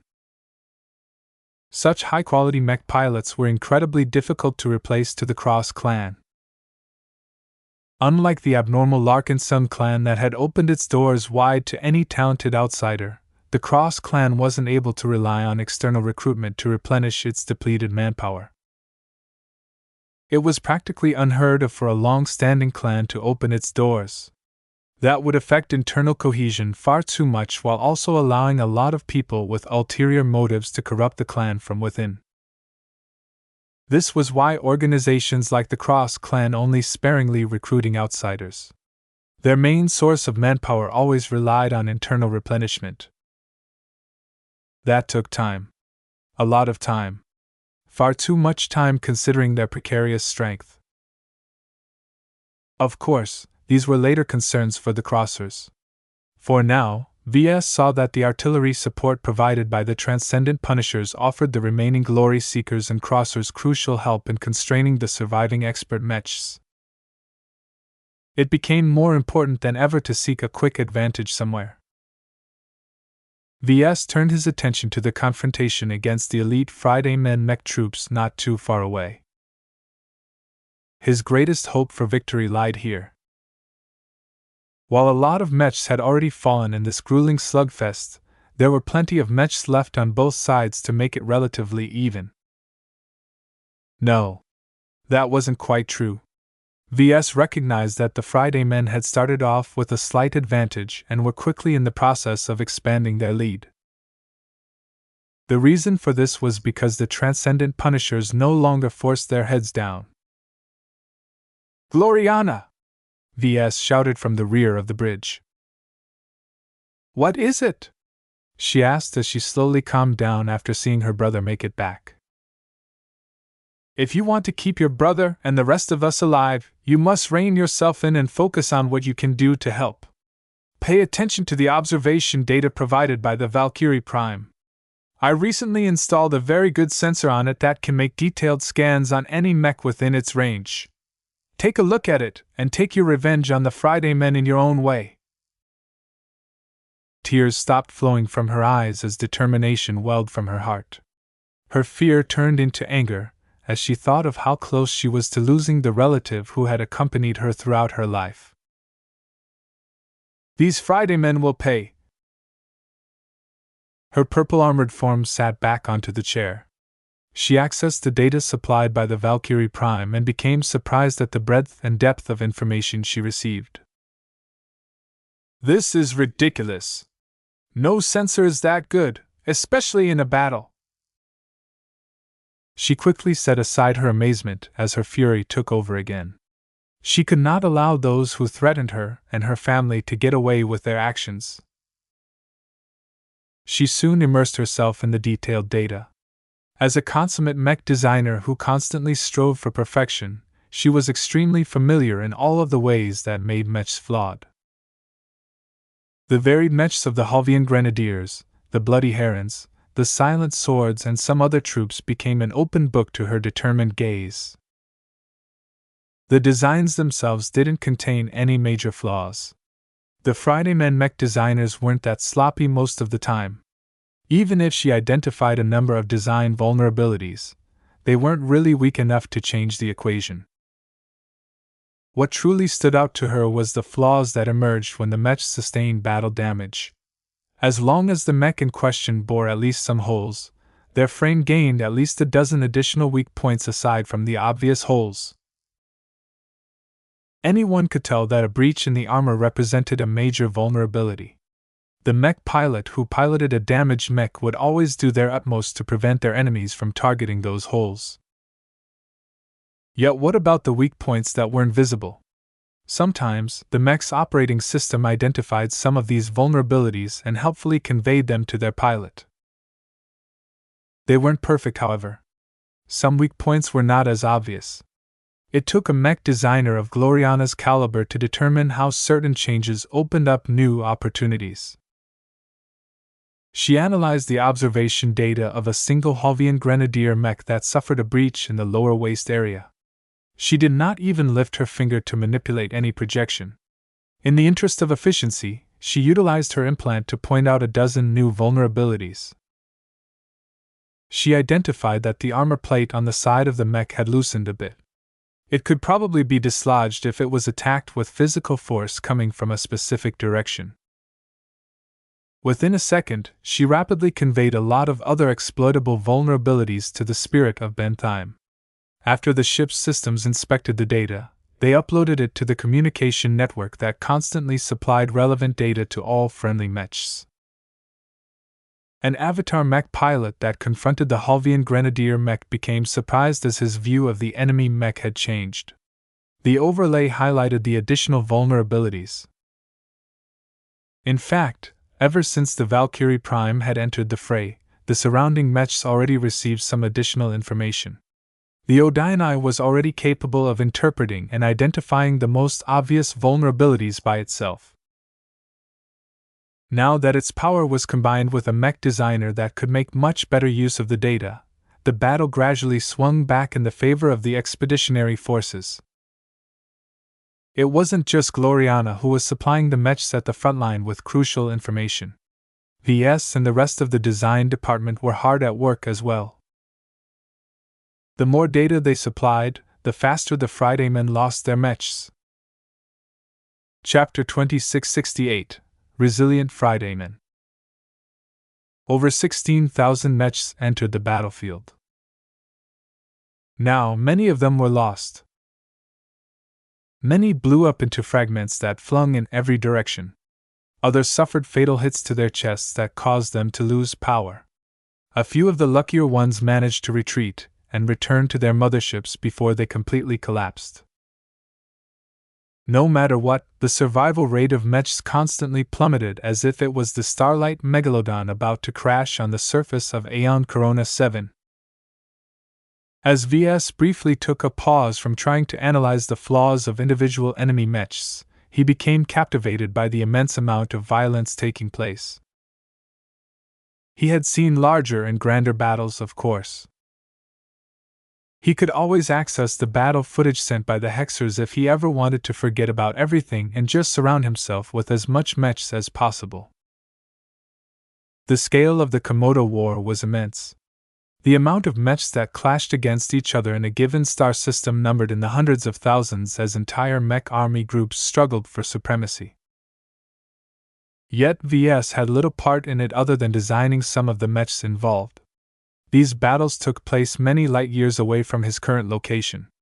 He did not personally feel awed when the Hexers moved entire mech divisions forward, and he did not feel frightened down to his bones when the Fridaymen launched an ambush involving more than 100,000 mechs. While he always felt gratified to see his products serve their use to his clients, he did not feel as excited as he was at this moment. Yes, he felt excited. Despite the threat of facing 11, number 9 expert mechs now, Ves felt alive in a way he never did when he was living a placid life on Hisneck. The greater the danger, the greater the risks, the more his life became meaningful to him. As a Larkinson, he lived for battle, so moments like these captivated him in a way that stimulated his design seed beyond reason. As Ves observed his prime mechs and Valkyrie mechs in action, he gained many small but novel insights about his mechs. He recognized what worked, what didn't work as well, and what needed to be corrected right away. The performance of his prototype mechs were especially illuminating. One mech that stood out in particular was the prototype of the Ferocious Piranha version B. The incomplete second-class version of the best-selling Ferocious Piranha showcased why the light mech had become such a popular seller on the market. In the hands of Ves Larkinson, the Ferocious Piranha clearly showcased that she hadn't slacked off too much in her mech training despite her responsibilities. The light skirmisher moved swiftly. Other friendly light mechs surrounded the mech like a protective guard. The moment the Ferocious Piranha approached the edge of an enemy formation, the opponents tried to make as much distance as possible. They were deeply apprehensive towards the light mechs. There was a good reason for this. As soon as the Ferocious Piranha drew close, many of the enemy mechs moved stiffer than usual. Their reaction speed slowed and they made plenty more errors. The light mechs along with other nearby friendly Larkinson mechs pounced on the weakened Friday Man mechs, and always managed to gain the upper hand in the ensuing clash. The Ferocious Piranha achieved fantastic results the first couple of times it employed its glow, but once the enemy recognized its threat, Ves was forced to become a lot more constrained.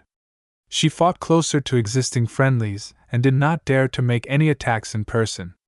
Her mech received the same treatment as the Blessed Squire, being valued for nothing more than its glow. Ah, glows! He sighed. This was a period of time when the Larkinson clan happened to employ a huge amount of third-party products. A lot of Larkinsons fought without experiencing the myriad of benefits of melding their minds with an LMC mech. Fortunately, the nature of glows meant that Ves didn't need to employ too many LMC mechs to spread his glows. His mech forces cleverly employed the original bright warriors like Blessed Squires, bringing the warmth and light of the Golden Cat to the vast majority of Larkinsons who fought on behalf of the clan. Their morale remained strong and their willingness to fight with all never shook as they carried the hopes and dreams of every Larkinson. Ves only dared to bring the obsolete bright warriors due to being clad in plenty of briar alloy.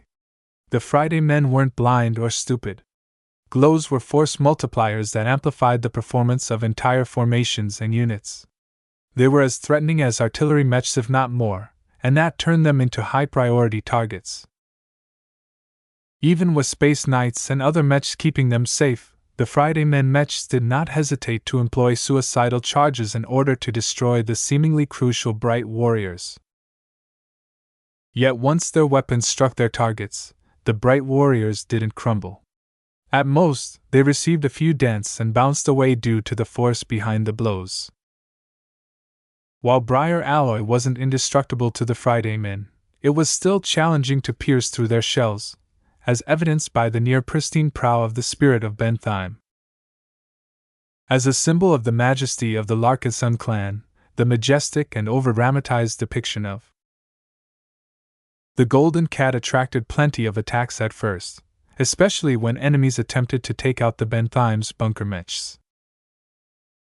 Not even 100 attacks managed to do more than lightly scar the huge and solid prow. In fact, Ves felt as if the battle scars added character to his flagship. It showed that the Larkinson clan was not afraid to confront powerful enemies. The continued existence of the Golden Prow seemed to instill the Larkinsons with even more confidence. Even though it didn't really possess a significant glow or anything due to his minimal involvement, Ves had an illusion that the totem was propping up the fighting spirit of the Larkinson clan. As long as it remained whole, the Larkinsons would never break in battle. The work that your mech designers are doing are all taking effect. Major Vo briefly pulled his attention away from his own responsibilities. Look! Ever since your Valkyrie Prime started to relay a lot of data to us, the Friday men are almost losing as much mechs as ours. This is a significantly better ratio than before. It's not enough. Ves grimaced inside his helmet. We have already lost a lot more mechs at the start on this side of the battlefield, so we are still fighting at a disadvantage. Despite all of the setbacks they suffered, the elite Friday men mech units still put up a lot of fight. The Halvian Grenadiers, the Bloody Herons, and the Silent Swords each showcased why they were considered to be the best of what the Friday Coalition had to offer. The Transcendent Punishers heavily suppressed the Halvian Grenadiers in the earlier stages of the battle. Plenty of grenade-carrying mechs succumbed before they could even show their might. No matter how well they performed at close range, they were still as helpless as other mechs when faced with relentless bombardment.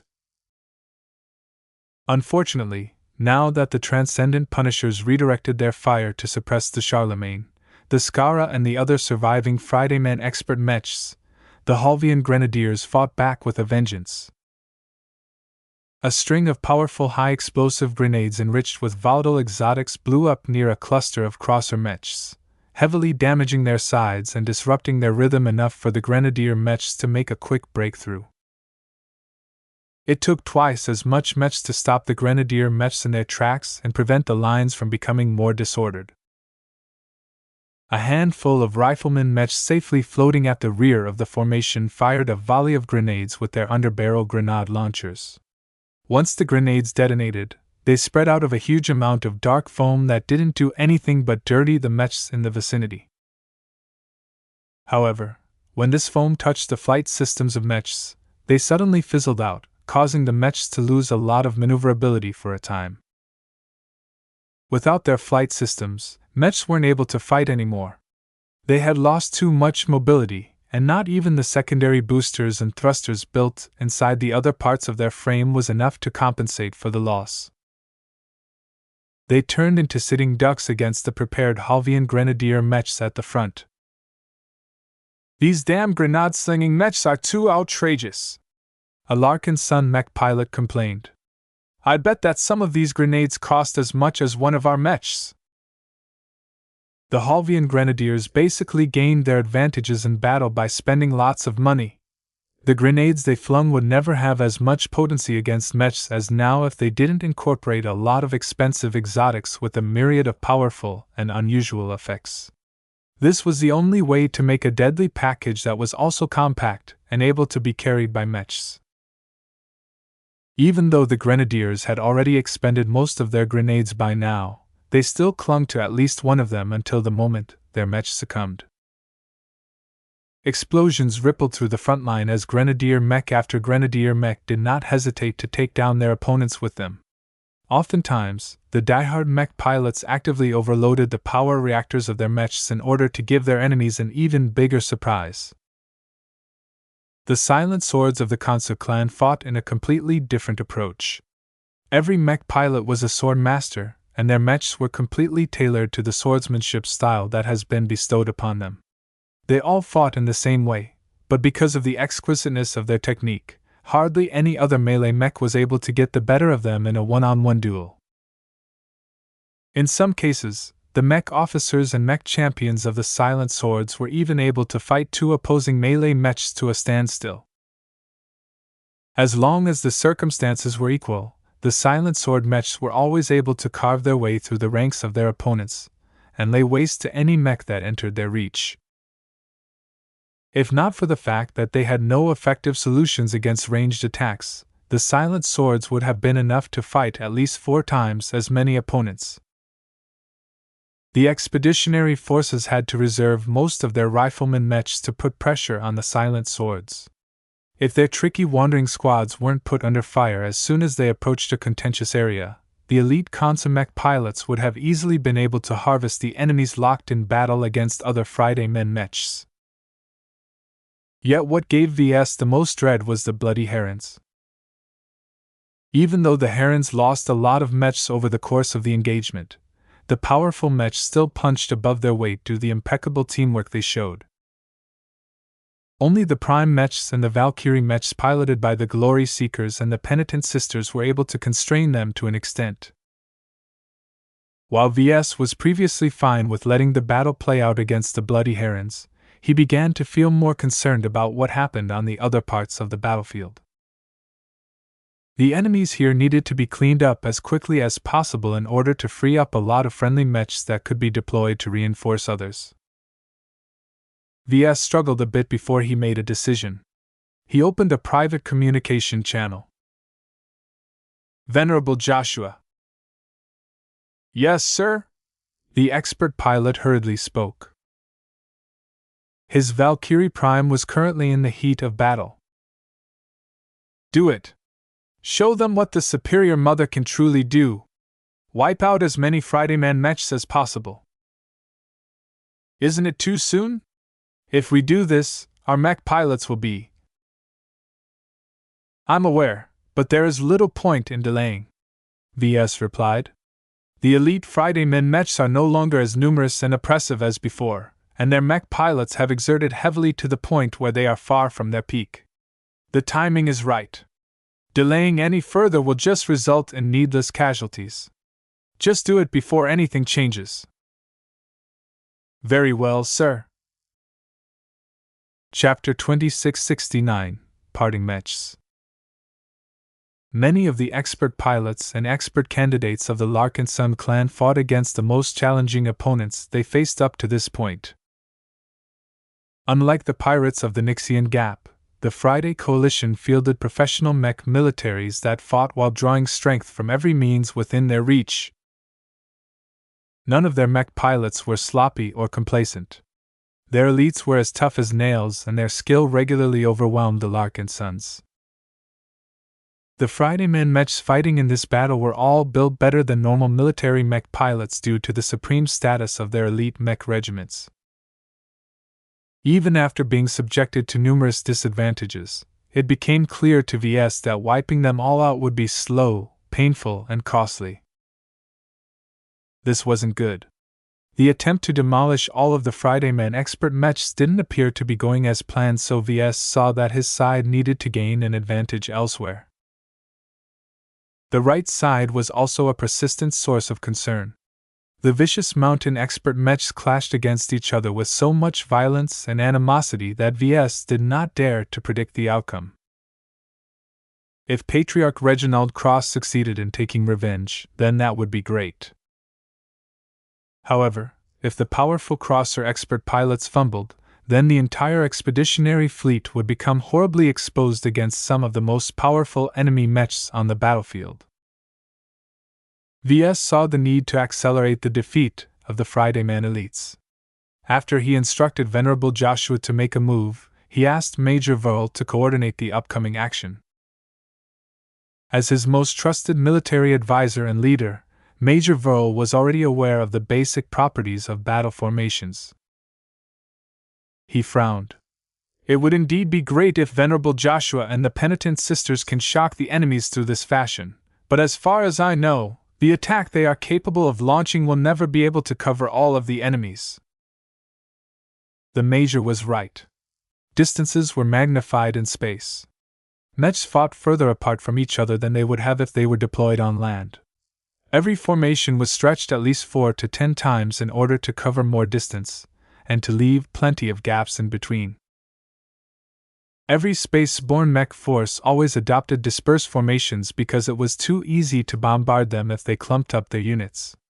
Every ranged mech loved to fire upon a tight formation of mechs because it would always hit something even if its shot missed its original target.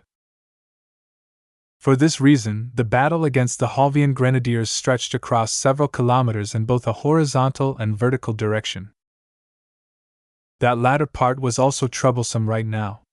There was no solid surface in open space and no gravity pulling every mech down.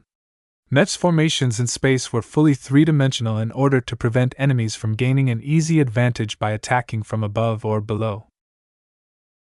To be honest, Ves didn't understand all of the intricacies of mech formations in space. He could see that Major Verl and many of the tactical officers were constantly thinking, issuing orders and making other adjustments as the battle unfolded. Just as the expeditionary forces were constantly tweaking their mech formations to better cope against the opposition, their enemies were doing the same. Both sides constantly had to stay on their toes in order to keep up with this high-stakes game. What Ves sought right now was to break the game. He didn't want it to play out any further because the end result would almost certainly leave the surviving Larkinson, Glory Seeker and Crosser mechs devastated at the end. What he wanted was to free up some mechs that retained enough battle strength to reinforce other parts of the battlefield. In order to do that, the battle formation that the Penitent Sisters were about to adopt had to sweep as many enemy mechs as possible.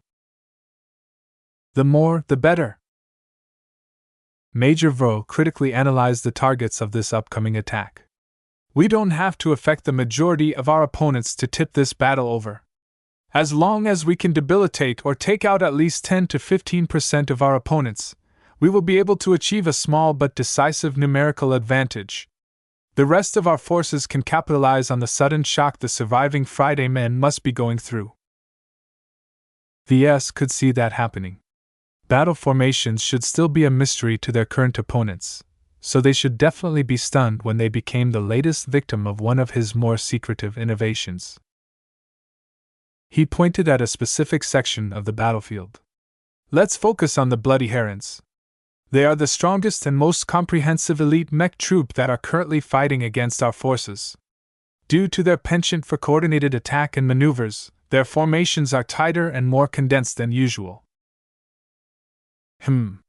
Major Verl evaluated the proposed target. It's a good target. If we can manage to take them out at once, the center of the enemy line will be blown wide open. However, are you sure your trick can work? As far as I know, our upcoming move directly attacks the mind of mech pilots. This is good against normal opponents, but how will it fare against the Bloody Herons? I've tracked the performance of the Bloody Herons. Their performance against prime mechs and a couple of other glow mechs has shown me that they are not immune to glows. While their famed neural network connects their minds together in a strange way, Ves did not perceive their mental defenses had become too strong. Sure, the fact that they were able to borrow strength from other mech pilots was fantastic, but all of the mech pilots were mortals at the end of the day. Even 1,000 mortal minds did not come close to matching the mental strength of a single expert pilot. After Ves made his decision, the Larkinsons and the other friendly forces quietly made their preparations. The mechs clashing against the Bloody Herons did their best to compress their neural networked opponents in a smaller space. This was difficult to accomplish because the Bloody Herons refused to back down. Fortunately, the Friday men didn't seem to have caught on to what was happening. In fact, not even the Glory Seekers and the Cross clan knew what the Larkinson clan had in mind. The Glory Seeker and Crosser mech still fought the Friday men as usual, which helped a lot in keeping their opponents from noticing that a plot was boiling. When Venerable Joshua and the Penitent Sisters received the orders they were waiting for, they all became stoked. Of all of the Valkyrie mechs on the battlefield, only the ones piloted by the Glory Seekers freely entered the fray. They hovered around the flanks while harassing their enemies with their pulse submachine guns. When they spotted an opportunity, they performed a high-risk charge that always set the Friday Man elites back, but not without suffering plenty of damage in return. After performing several charges, of which the last ended in a near disaster due to falling in a silent sword ambush, the Glory Seekers lost more than half of their Valkyrie interceptors and hurricanes. They only retained a bit over 200 of their Valkyrie mechs. While that was still a force to be reckoned with after the Friday Man suffered a lot of losses, many of the surviving mechs sustained considerable damage as well, so they were far from their prime. They had served their purpose. Without the disruption caused by their charging attacks, the elite Friday Man mech units would have been able to accumulate enough momentum to push through their opposition. The Valkyrie Prime and the Valkyrie Redeemers piloted by the Penitent Sisters had not followed suit. From the beginning, they always hovered close but never fully committed to the battle. They were ordered to preserve their strength until they were finally asked to employ their full strength. Up until then, their unit mostly contributed to the battle by allowing the Valkyrie Prime to come within several kilometers of the entire enemy lineup. Unknown to any Friday Man mech, the pupil of the third eye installed on the Valkyrie Prime's forehead quietly observed several layers deep into their mechs. The closer the mech, the more structural faults and other vulnerabilities the Odini captured. While Venerable Joshua felt very gratified to be able to give his comrades an edge against their opponents in this way, he was an expert pilot. He should be giving his all in this battle. "I've been waiting for this moment for many minutes," he grinned. The Valkyrie mechs had already started to circle around in order to build up speed. They had already learned that their attack traversed faster as long as their mechs moved faster relative to their opponents. "Don't give the bloody herons to evade our attack. We must catch as many of them as possible in a single blow." "Yes, sir." The Valkyrie Prime and its follower mechs followed a specific route that had been prepared for them by the tacticians stationed in the fleet. It was a rather clever route that kept the Valkyrie mechs behind friendly lines up until the final moments. In fact, Joshua was briefly surprised at what he saw. "This is ingenious. It's dangerous as well." He didn't care too much about the latter. Battle was fraught with risk, and mech pilots like him were always trained to fulfill their mission regardless of the danger. Time passed as the battle became more and more heated. Perhaps the Bloody Herons sensed something unusual from their opponents, but it was impossible for them to back off at this point. Their heated offensive was much of the reason why the elite Friday Men mechs fought so well against their current opponents. Their crucial position at the center was like an immovable rock that supported the Halvian Grenadiers, the Silent Swords, as well as the Corundian Giants that had slowly merged into the body. At this time, the Valkyrie mechs had built up sufficient speed. They didn't necessarily have to reach blazing speeds. They also couldn't afford to spend too much time on accelerating their mechs forward because VS wanted to make their move quickly. When the Valkyrie Prime slowly curved the entire unit of around 180 surviving Valkyrie Redeemers onto the final approach, they were well behind friendly lines at this point. The Valkyrie Prime glowed bright green as Venerable Joshua prayed as sincerely as possible to the Superior Mother. The Penitent Sisters also gave their all to connect to the Superior Mother. Due to their rear position, they received few distractions, allowing them to connect to the Superior Mother's battle network without interruption. As soon as they formed their desired connections, the Valkyrie mechs all changed their positions until they adopted a mysterious V formation with the Prime mech at the very center. The collective efforts of the mech pilots not only caused them to find their place in the new formation, but also called up a giant energy silhouette. The Superior Mother had been waiting. The moment a giant apparition of the ancestral spirit manifested over the formation, not a lot of enemies captured it yet. The illusionary figure of the Supreme had shown up in the rear where it was only observable by the Friday Man staff officers who were on the lookout for anything strange. It took time for these observers to relay their findings to their superiors and others. While this was taking place, the projectors built into the Valkyrie mechs were already activated to fill in the details of the energy silhouette. The Superior Mother seemed to have truly descended at this moment. This time, it attracted a lot more attention from the enemy, but it was already too late. "Unleash death and give them the fate that they deserve!" Venerable Joshua roared as the prime resonance of his mech activately fed the energy silhouette.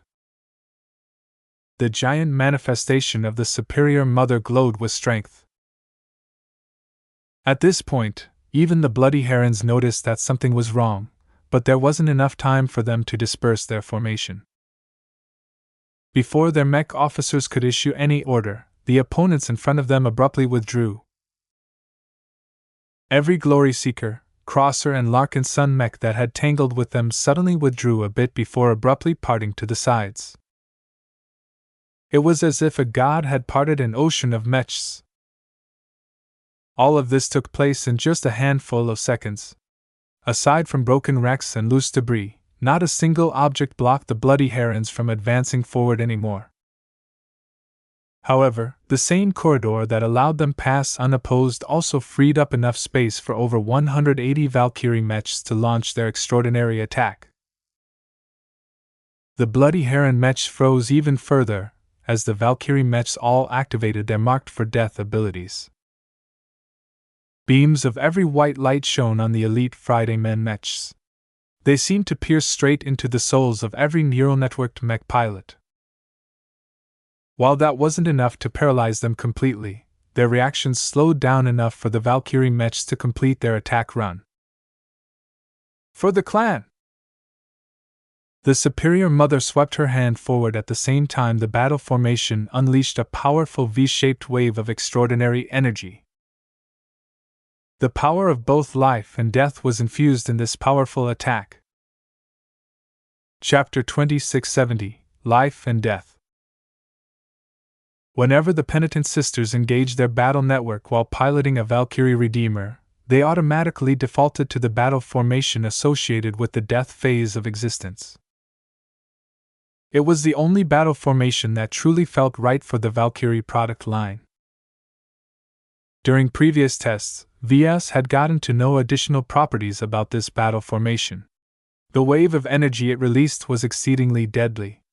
While Ves had not dared to test it on any living humans, it was not that big of a deal to float some containers in space and fill them up with some inconsequential animals.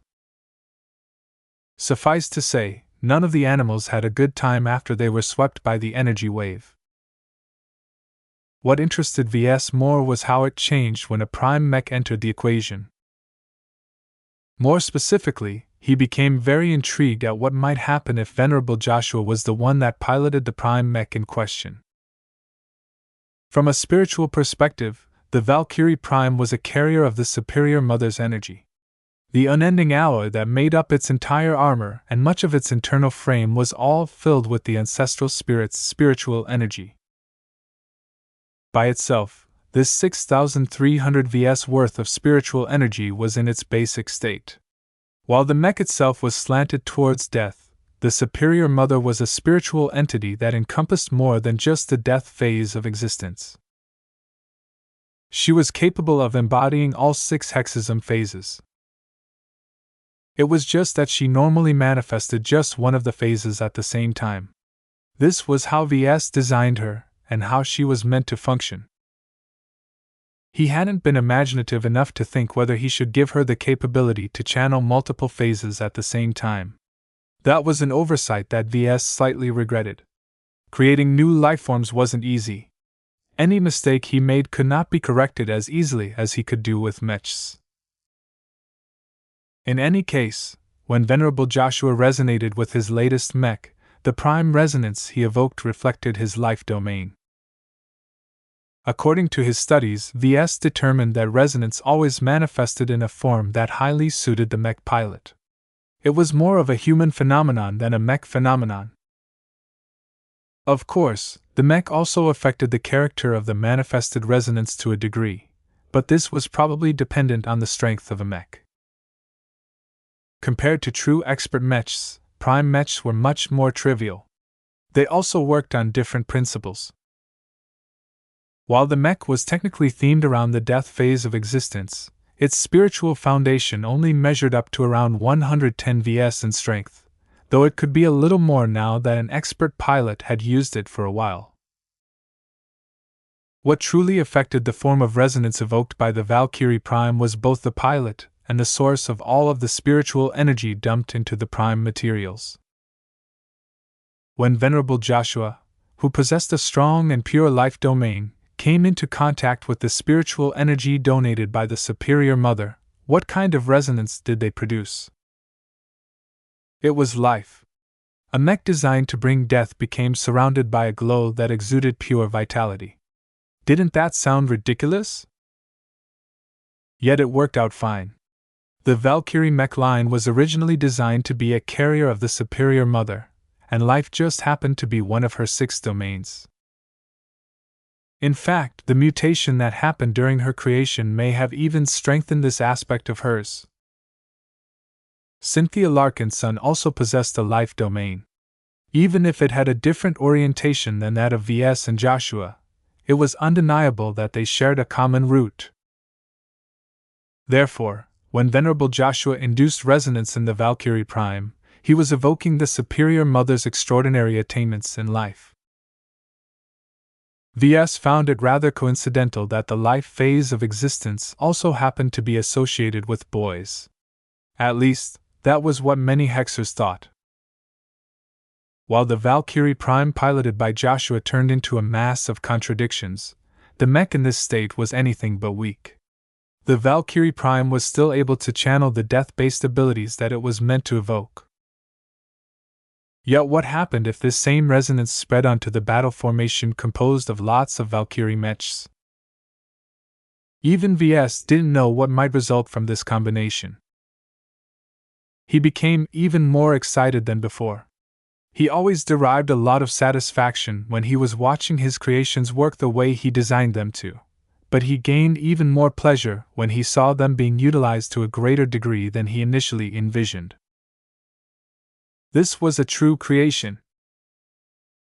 This was what a true maker pursued. An invention that only performed to their creator's expectations was a boring and predictable product. The lack of subsequent evolution, improvement, or evolution signified that the creation was essentially dead and static. Only an invention that could endlessly be improved after it was made was truly worthy to be called a living product. All of these sudden realizations stimulated his design seed to an even higher state than before. The insights he derived from this battle would definitely benefit his work as long as he survived. It's time. Ves and several other observers watched carefully as the sea of mechs parted aside in order to give the penitent sister battle formation an ample corridor to their intended targets. The approaching mechs flew down the corridor as if they were akin to a kinetic shell being propelled forward by a railgun. The only difference was that the mechs all activated their marked for death ability when they came close, ensuring that the bloody herons would not be able to escape the doom that was coming for them in the form of an extraordinary wave of energy. To be honest, Ves had no idea what kind of energy the battle formation produced. The core of it seemed to be associated with death. This pure and intense death energy largely came from the superior mother, but was able to manifest into a coherent attack through the medium of a battle formation. Yet what made this attack more remarkable than unusual was that it was surrounded by a glow of resonance that originated from the Valkyrie Prime. It was as if a shell made of life enveloped a huge quantity of pure death energy. What amazed Ves was that the opposing energies didn't conflict or react adversely with each other. Instead, they existed side by side, reflecting the fact that most of the energies came from the superior mother in the first place.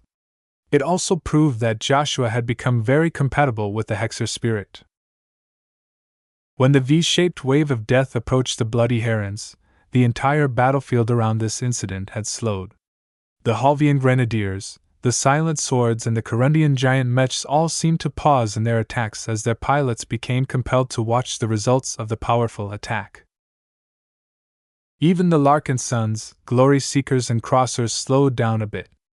The Larkinson mech pilots knew a bit more than most, but none of them aside from the veterans of the Battle of the Abyss knew what they were about to witness. The shape and size of the energy attack was proportionate to the dimensions of the battle formation that originally launched it. The larger the battle formation, the more space it covered. With around 180 mechs, the wave of energy just happened to encompass more than half of the bloody heron mechs that remained functional. This was enough.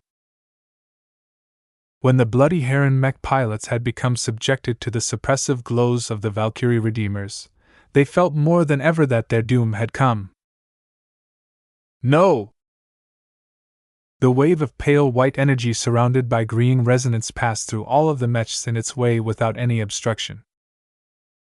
It was as if some sort of ghost was merely passing through without taking the time to make any detours.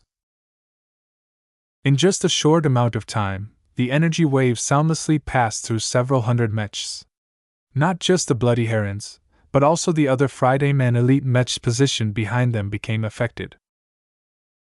Unfortunately, due to the dispersed formation adopted by the Friday Men, only several mechs were affected in total. The only consolation to VS was that the previous losses sustained by the elite mechs meant that this was definitely a high proportion. The energy wave continued to fly forward past the formations of elite Friday Men mechs, but no one was paying attention to it anymore. Instead, every observer that was free enough to look was intently observing the mechs affected by the attack.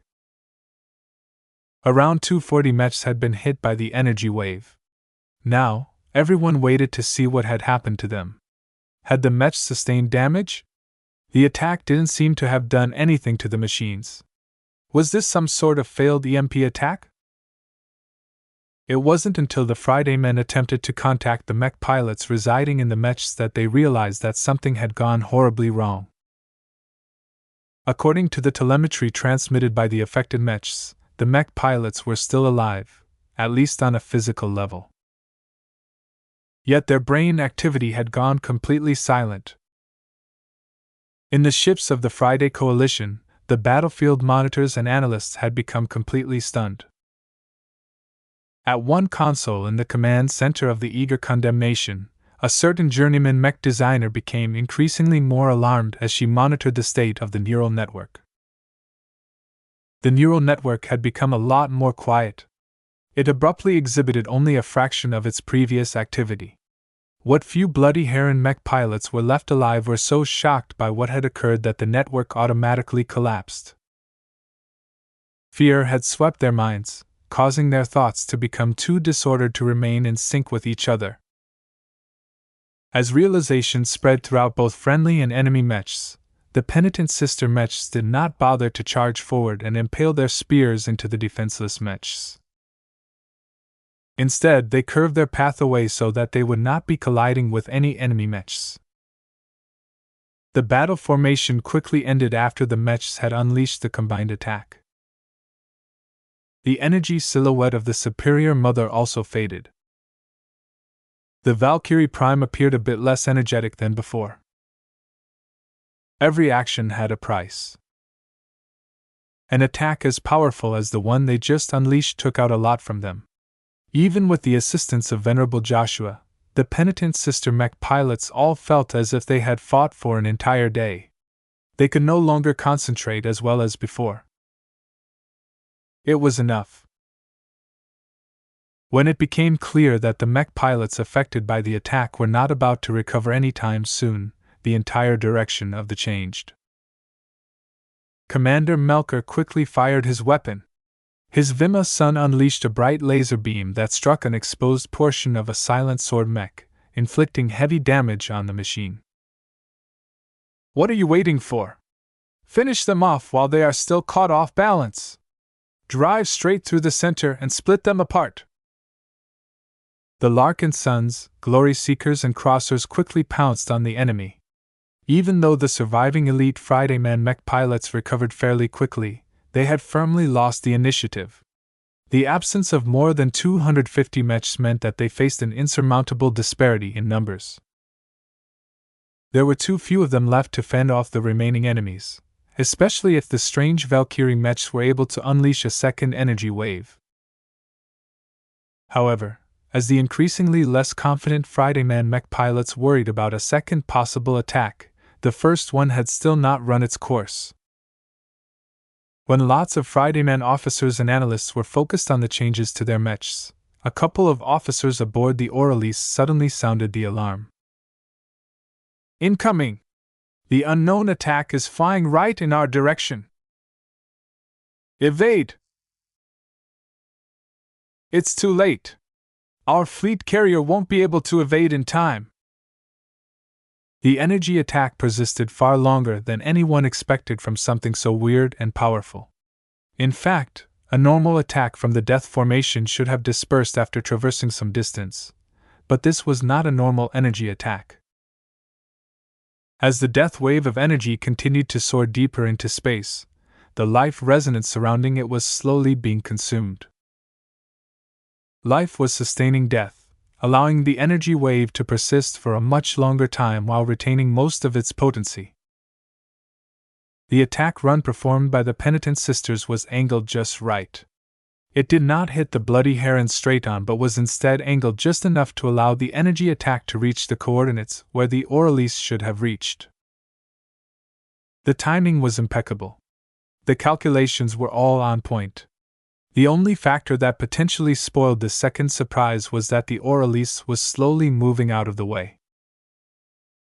However, the Larkinsons deliberately targeted this fleet carrier in particular. It was the largest, heaviest, and least maneuverable deep strike fleet carrier out of the 5 that the Friday Coalition had sent. Even though a portion of the vessel had succeeded in moving out of the way of the impending wave of death, something else happened that confounded everyone. The energy wave seemed to have gained some life of its own. Directed by a consciousness, the pale white wave surrounded by a dwindling corona of green resonance passed right through the length of the fleet carrier of the Gage dynasty. Everyone had become speechless yet again. Chapter 2671, Aurelice. The wave of energy seemed to travel a bit slow on the map, but in reality it moved incredibly swiftly for how much devastation it was able to wreak. It was already absurd for a strange energy wave to knock out and possibly kill the minds of so many bloody herons and other elite mech pilots. No one expected the reality-defying attack would go on to slaughter the entire crew of the Aurelice. This was one of the Gage dynasty's proudest fleet carriers. While she was certainly not the largest capital ship from the Friday Coalition, she possessed a rare deep strike configuration which allowed her to traverse much more distant stars at good speeds. Unlike some of the other deep strike fleet carriers in Task Force Umbra, the Aurelice was not a minimal effort. The cheaper fleet carriers such as the Vanguard Group's Forward Momentum and the Puffer Clan's Orca Tyrant only carried the basics. They were thinner, lighter, and offered less room for mechs. While that made them fairly maneuverable compared to other capital ships, this was hardly what military leaders sought in a vessel that was supposed to undertake dangerous missions behind enemy lines. The Aurelice was a true deep strike fleet carrier as far as everyone was concerned. She was clad in thick, premium starship hull plating that could take a heavy beating for a time. As long as the vessel rotated along her axis, she could absorb a huge amount of punishment as long as none of the incoming damage wasn't concentrated. The Aurelice was definitely the most expensive and impressive fleet carrier out of the 5 she traveled with. Not even the Conseclan's Amagi or the CRC's Eager Condemnation matched the luxuries that the Gage dynasty had foisted on the starship. It was actually quite noteworthy that the Gage dynasty was even willing to supply such a valuable fleet carrier for this operation in the first place. But then again, it had many more capital ships to spare.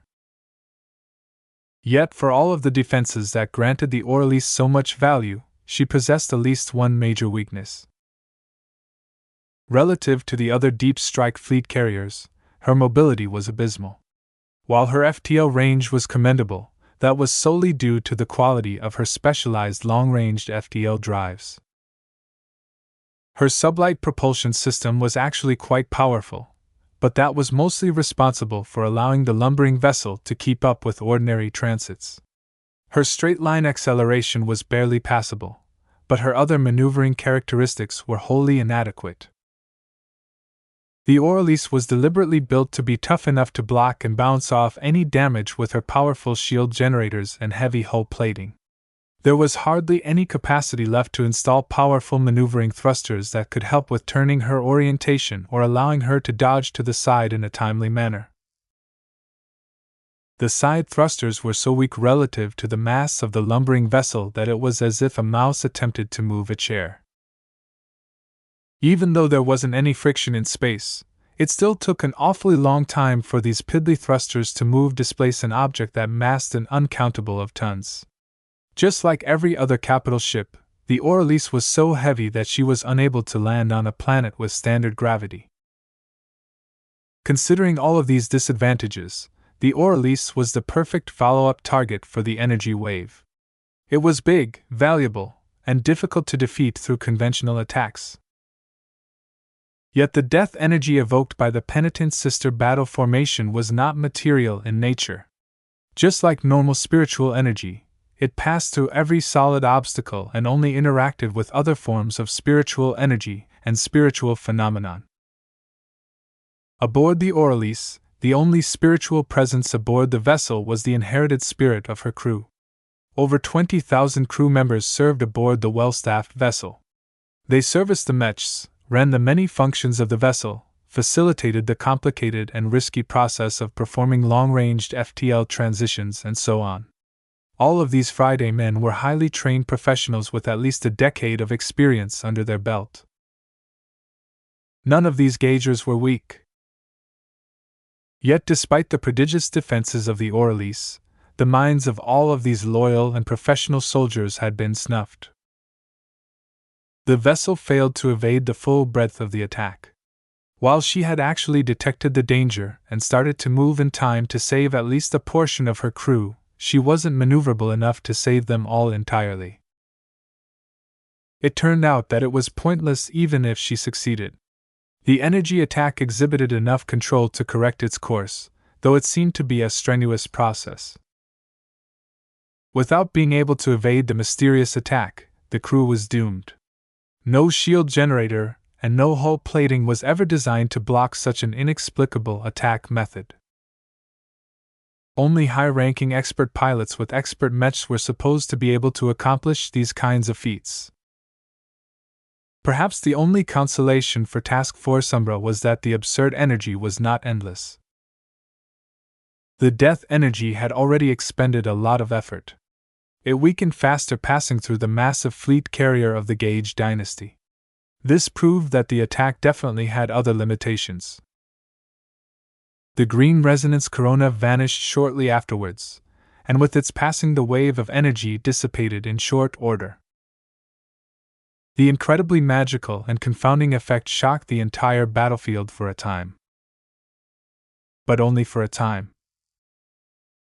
Finish off your opponent first. Leave the rest to the eggheads. Let the nerds puzzle it all out. The fight soon resumed as if nothing had happened. No matter how much everyone wanted to learn about how less than 200 mechs led by a fake expert mech managed to accomplish such a feat, and whether it was repeatable, they still had a battle to fight.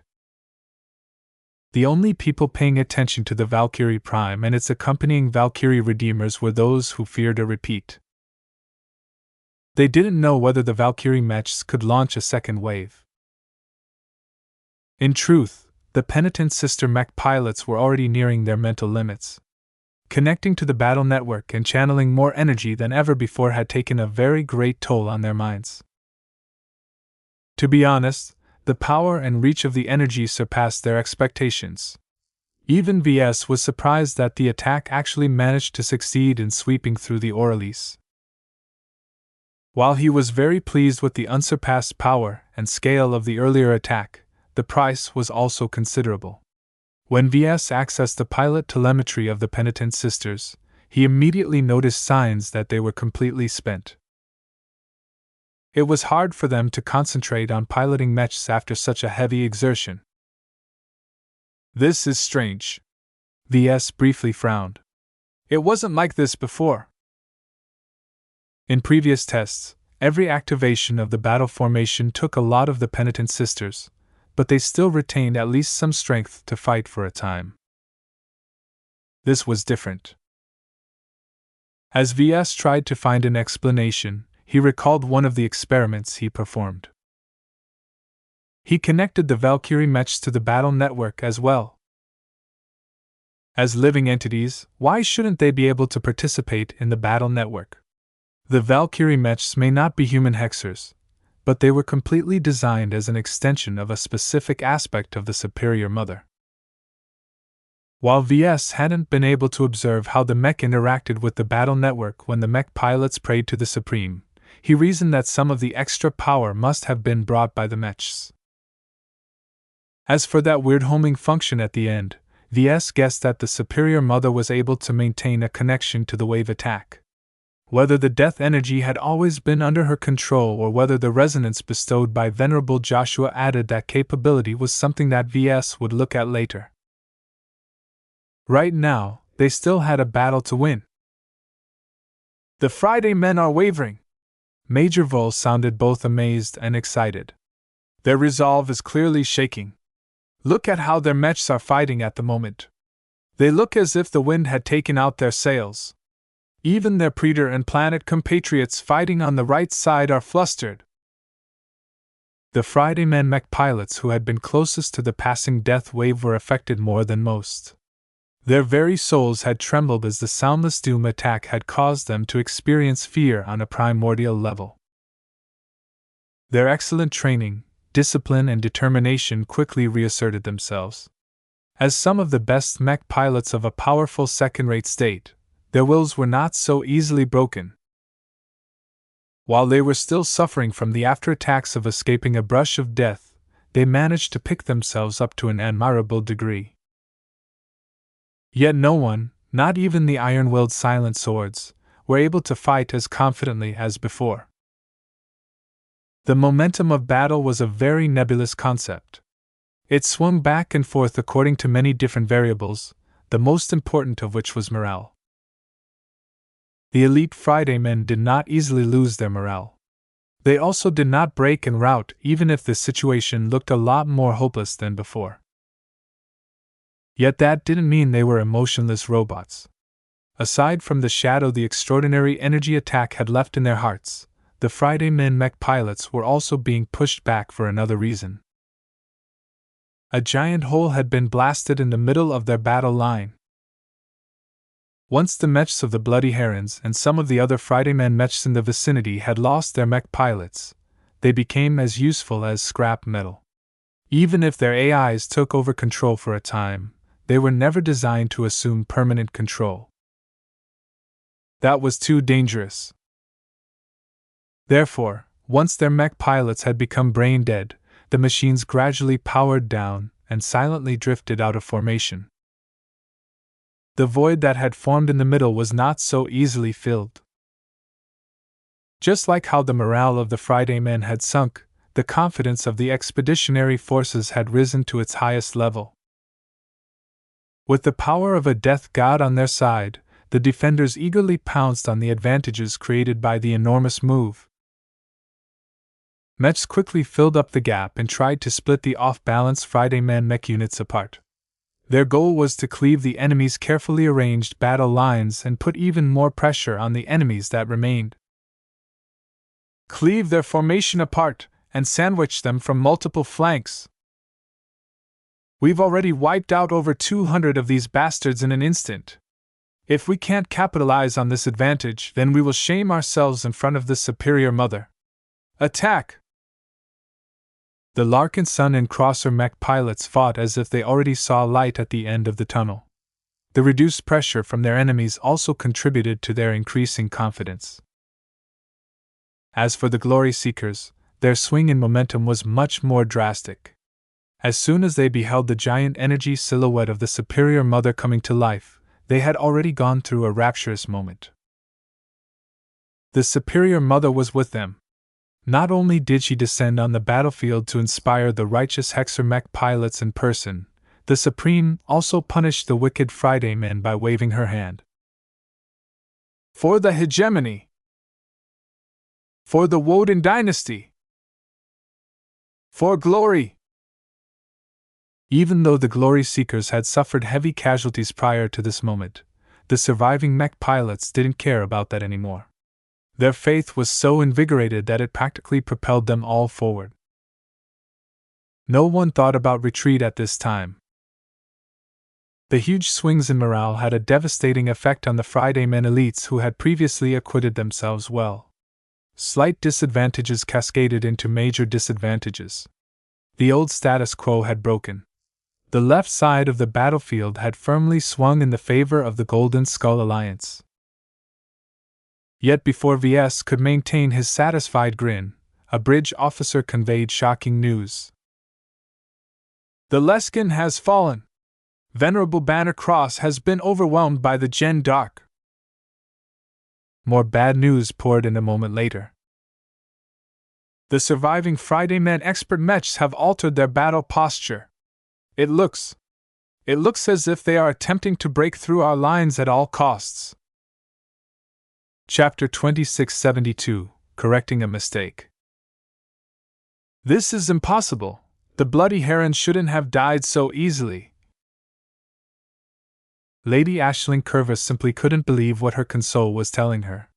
The bloody heron mechs had become completely unresponsive. She patched into the cockpit feeds and looked at the bodies of the pilots. Not a single one of them moved. Aside from performing unconscious body functions such as breathing, the pilots seemed to have gone completely still. According to the brain monitoring systems, the mech pilots were no longer alive according to the Friday Coalition's interpretation of what constituted a living being. It was as if the bodies had turned into clones. Aside from containing a self-maintaining system of blood, flesh, and bone, the collection of organic tissue was no longer alive in the truest sense of the word. This was impossible. No attack should have been able to bypass every defensive barrier and strike straight at the minds of the bloody heron mech pilots. Even if such an odd attack was able to affect normal mech pilots, the proud elites handpicked and nurtured by the great Master Huron himself shouldn't have perished so easily. They were some of the most excellent mech pilots of the Gage dynasty, and by extension the Friday Coalition. Even if they weren't expert pilots themselves, they were the very best among the standard mech pilots that served in the Sundered Phalanx. For them to fall over like this en masse was a huge injustice. Aisling simply couldn't comprehend how the Larkinson clan was able to kill them all in an instant. It was one thing to defeat the bloody herons through ordinary combat. No matter how well they fought, they were still mortals who piloted mechs that were significantly worse than expert mechs. It was normal for the bloody herons to sustain casualties, especially against opponents who were close to them in strength, such as the Glory Seekers and the Cross clan. Yet the mechs responsible for triggering the devastating losses did not belong to the Hexers, but the mech designer who created them in the first place. The Valkyrie Redeemers, led by a strange variant, had displayed a power that was completely unprecedented in the history of this mech line. Was every Valkyrie mech capable of evoking this mysterious power? Why were the Valkyrie mechs in the hands of the Larkinsons much more special than the ones in the hands of the Hex army? What role did the custom Valkyrie mech in the lead assume in their odd formation? So many questions whirled in Aisling's mind that she had completely forgotten about her earlier responsibilities. While there weren't many living bloody herons that needed her monitoring and support, Venerable Ganso Larkinson clearly noticed the lack of attention. Whenever he fought in a serious battle, he frequently received support from the rear. As the mech designer responsible for maintaining the Charlemagne and the Skara mechs, Aisling provided considerable technical support to him in many different ways. Whether it was unlocking some of the limiters of his expert mech to advising him how to best dismantle an enemy expert mech, Venerable Ganso could not have achieved as much success as he did without the support of an excellent journeyman mech designer. "Aisling!" Ganso gritted his teeth as his Skara mechs kept getting picked off by his invigorated opponents. "Get your head back together! We're switching to Plan F." "Wait, what?" Aisling suddenly shook.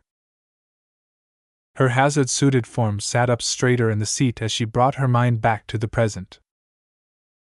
This was no time for her to wonder how in the hell her beloved Ves had managed to turn his Valkyrie design into literal engines of death. They still had a mission to perform. General Pierce has just relayed the order. Ganso quickly continued as he fended off a squad of rabidly fanatical glory seekers. The crazy women willingly launched suicide attacks under the belief that the superior mother was watching their performance. We're unlikely to achieve a conventional victory at this rate. The best-case scenario is no longer attainable. We've all agreed to switch straight to our most desperate plan. Only this way will we be able to maximize our remaining chances. The mech designer couldn't keep up with the changes. So much had already happened that she was barely able to wrap her mind around the decision to switch over their last, most desperate plan. That will mean... Venerable Ganso did not hide his ferocity and desperation. We have no other choice. In order to take down Ves, we must be willing to sacrifice everything. None of us joined this operation expecting to make it back alive, remember? We have made a vow to complete our mission to the best of our ability, or die trying, and I am not about to go back on our word. Are you with me or not, Aisling? Her body shook again.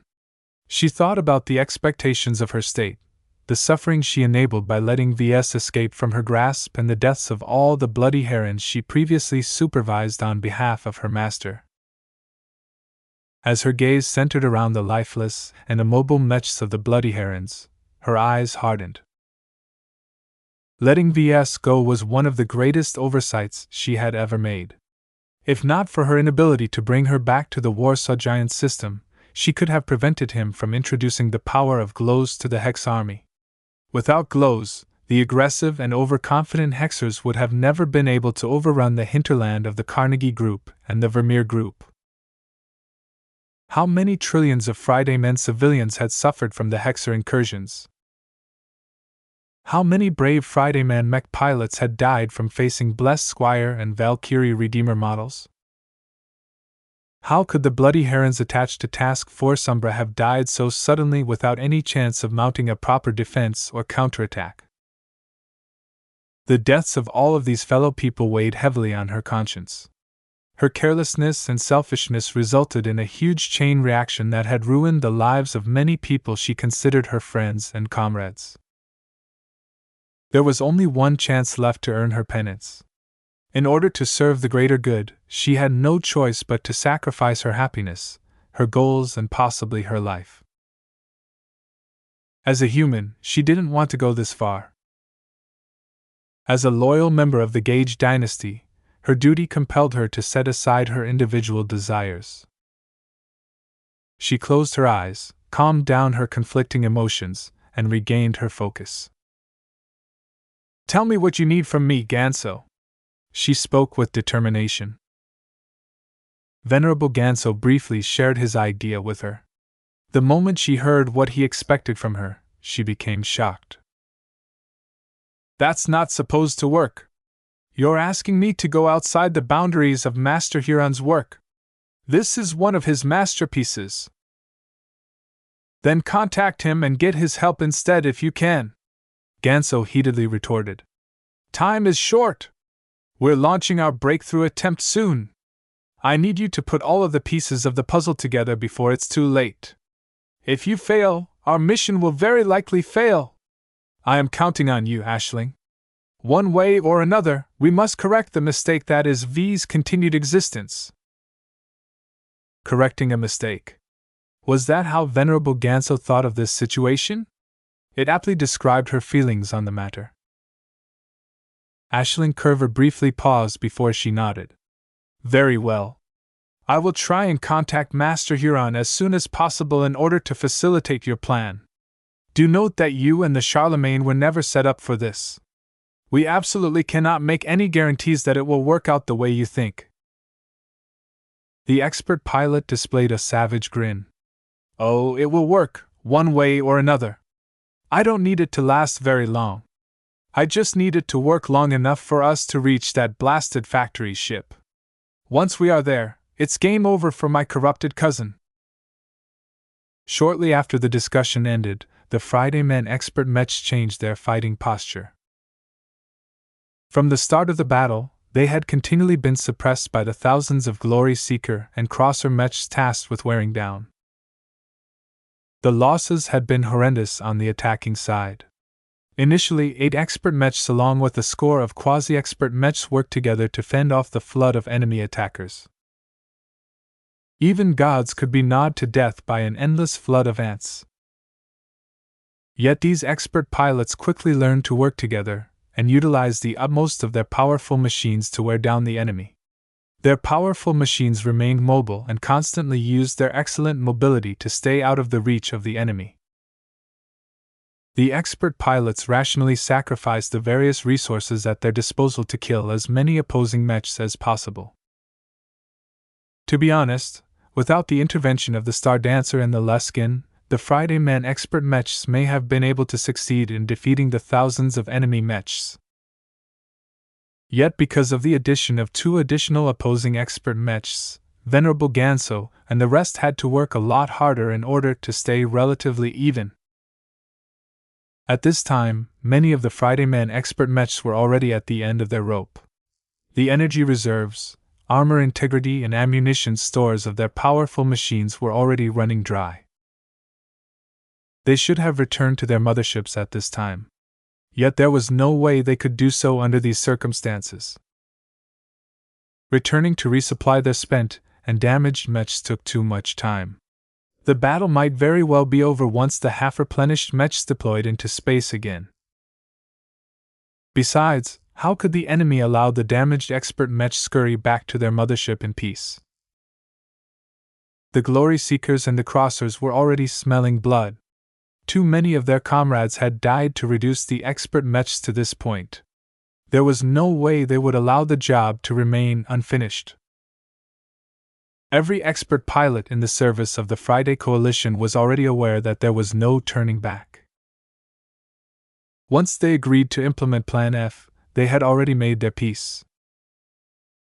"We must break through all of our opposition no matter the cost," one foreign expert pilot stated in a fatalistic tone. "The hexadric hegemony must not be allowed to take over our star sector." He reminded everyone what they were fighting for. They held no intrinsic loyalty to the Friday Coalition. Each of them agreed to fight to this extent to save their home states. "Break out!" Ganso shouted as he commanded the 10 remaining Skara mechs forward. "We must last as long as possible, but don't hesitate to give something up as long as we can advance forward. The Larkinsons may have slaughtered our comrades aboard the Orleans, but we shall do the same to their fancy factory ship." When the surviving 6 expert mechs no longer tried to preserve themselves as best as possible, they could unleash surprising power. Even though the expert mechs incurred significantly greater damage than before, they easily managed to bull through the mechs blockading their way forward and soar straight at the Spirit of Bentheim in the rear of the enemy formation. Victory or death!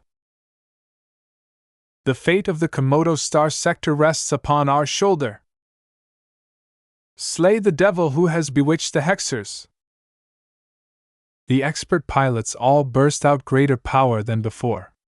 Their mechs glowed bright as their exhausted resonance shields seemed to be revived all of a sudden. The desperation in their hearts had fostered their willpower and boosted the strength of the force of will beyond their previous levels. Expert pilots never accepted defeat. Expert pilots never gave in to despair.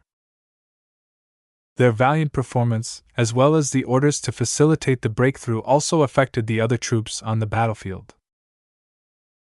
The surviving Friday Men elites seemed to find new strength in desperation. They could not allow themselves to be slain without accomplishing their mission. They were better at this. Rather than allow themselves to get butchered like helpless lambs, they would rather go down in one final blaze of glory.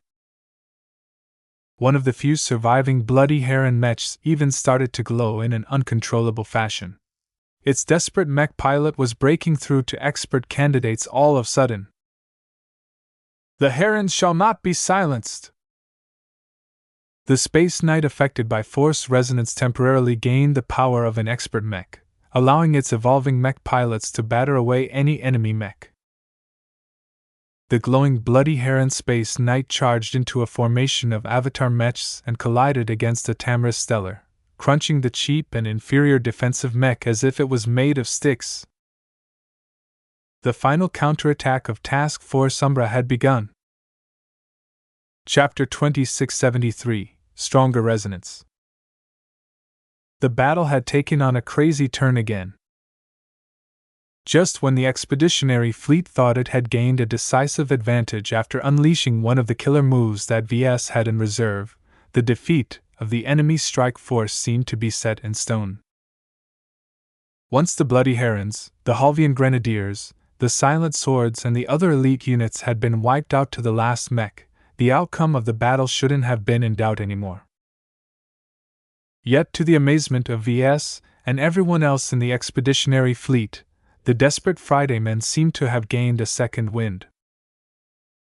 After shaking off every inhibition, the liberated mech pilots fought without regard of their lives or any other irrelevant concerns.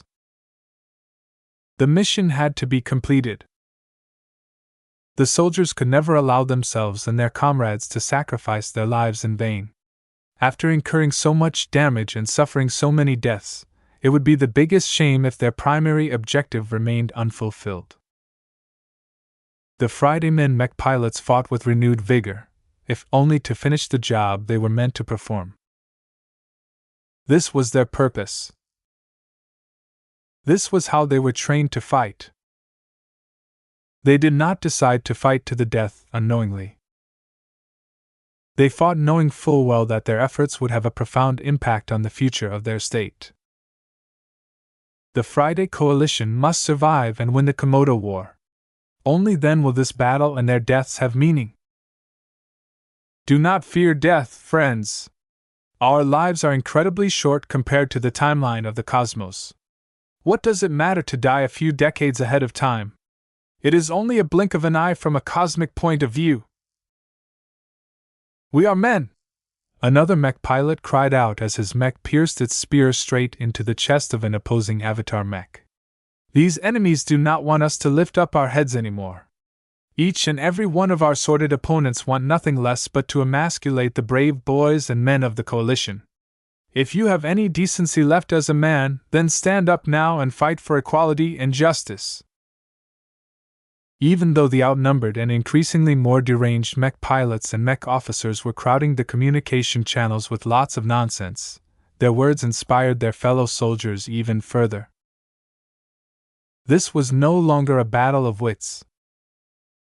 What tactics? What formations? What maneuvers? They already tried all of that, and failed to gain the upper hand. The enemy may be inferior in terms of mechs and mech pilots, but the trump card unleashed by the Larkinson clan had changed everything. Against such an illogical and unreasonable attack, no amount of calculated tactics and strategies availed the Friday men anymore. Only grit and determination availed them now, and it worked. The sudden burst of ferocity took all of their opponents aback. The remnants of the Halvian Grenadiers, the Silent Swords, and even the Corundian Giants took the lead and physically collided against the opposing mechs to forcibly swing the momentum back in their favor. We can't back off any longer. As long as we keep giving ground, they'll keep suppressing us with their numbers even further. Let us push into their lines and turn their own mechs into obstructions. The Halvian Grenadiers simultaneously threw their last grenades forward. They even gave up their final grenades, which they usually reserved for their final moments. The thunderous explosions blasted many of enemy mechs barring their way. It did not matter if the expeditionary forces had pushed a wedge in the Friday man formation. It didn't matter if the survivors were getting increasingly more outnumbered. As long as the elites left standing occupied the opponents all around them long enough, they wouldn't have the opportunity to reinforce the depleted mech units that had been assigned to stop the Friday men expert mechs in their tracks. This meant that the breakthrough attempt by the expert mechs had a much higher chance of succeeding. Come on, Grenadiers! Come on, Silent Swords! Come on, Corundian Giants! Will you shame our mech regiments like this? Advance forward with me and avenge our fallen comrades! The battle spirits of the surviving Friday Men elites had spiked so suddenly that they had forcibly taken back the initiative they had lost. One of the stars of the show was the Bloody Heron Space Knight that was undergoing forced resonance. Although the surviving mech pilot wasn't abnormal enough to evoke complete resonance, the forced resonance enveloping the mech was so strong that it functionally became as strong as an expert mech, at least for the moment. Even though defensive mechs such as Space Knights were famed for their lack of killing efficiency, once they reached the expert level, all of that changed. Against a large quantity of normal mechs, the temporarily empowered Space Knight fought as if it was a god that had descended onto the mortal plane. When it swung its sword, a large resonance blade extended many meters beyond the tip, allowing it to slice apart weaker mechs that thought they were firmly out of reach. When the Space Knight moved, it accelerated considerably faster than what its design should be capable of. The abundant power of forced resonance granted the recently advanced expert candidate the power to warp reality in his favor. This was one of the most powerful and most sacred moments that mech pilots could ever enjoy in their lives. There was no explanation of how force resonance was able to channel so much power in a manner that comprehensively boosted the performance of regular mechs. Uncontrolled energy was very destructive, yet this strange phenomenon was capable of directing all of that power in an intelligent way that just so happened to turn a normal Space Knight into an unstoppable engine. It was as if the resentful dead of the Bloody Herons had attached themselves to the mech in order to help their surviving comrade exact as much payback as possible. Of course, all of this power was not limitless. Forced resonance only lasted for a varying amount of time depending on the accumulation of strength, so the Space Knight pilot who had turned into an expert candidate knew he needed to make the most of this precious moment. The more he kept his surrounding opponents busy, the more his efforts contributed to the completion of the mission. I have to last. The expert candidate gritted his teeth. My mech won't be able to make it much longer. The Bloody Herons were equipped with excellent and highly robust mechs. Their Space Knights were tougher and could take a lot more punishment than other mech types. Yet the mech that was currently glowing according to the will of the surviving Bloody Heron had already been through an arduous battle beforehand. Its frame was already damaged in some portions, and the incredible stresses that it was currently going through to maintain the forced resonance state wasn't making matters any better. The expert candidate's wondrous connection to his mech already allowed him to know that his overburdened Space Knight was destined to collapse once the after effects of his breakthrough ran their course. Once that happened, his defenseless mech would definitely be subject to lethal retaliation. It didn't even matter whether the expert candidate was able to eject from his cockpit beforehand.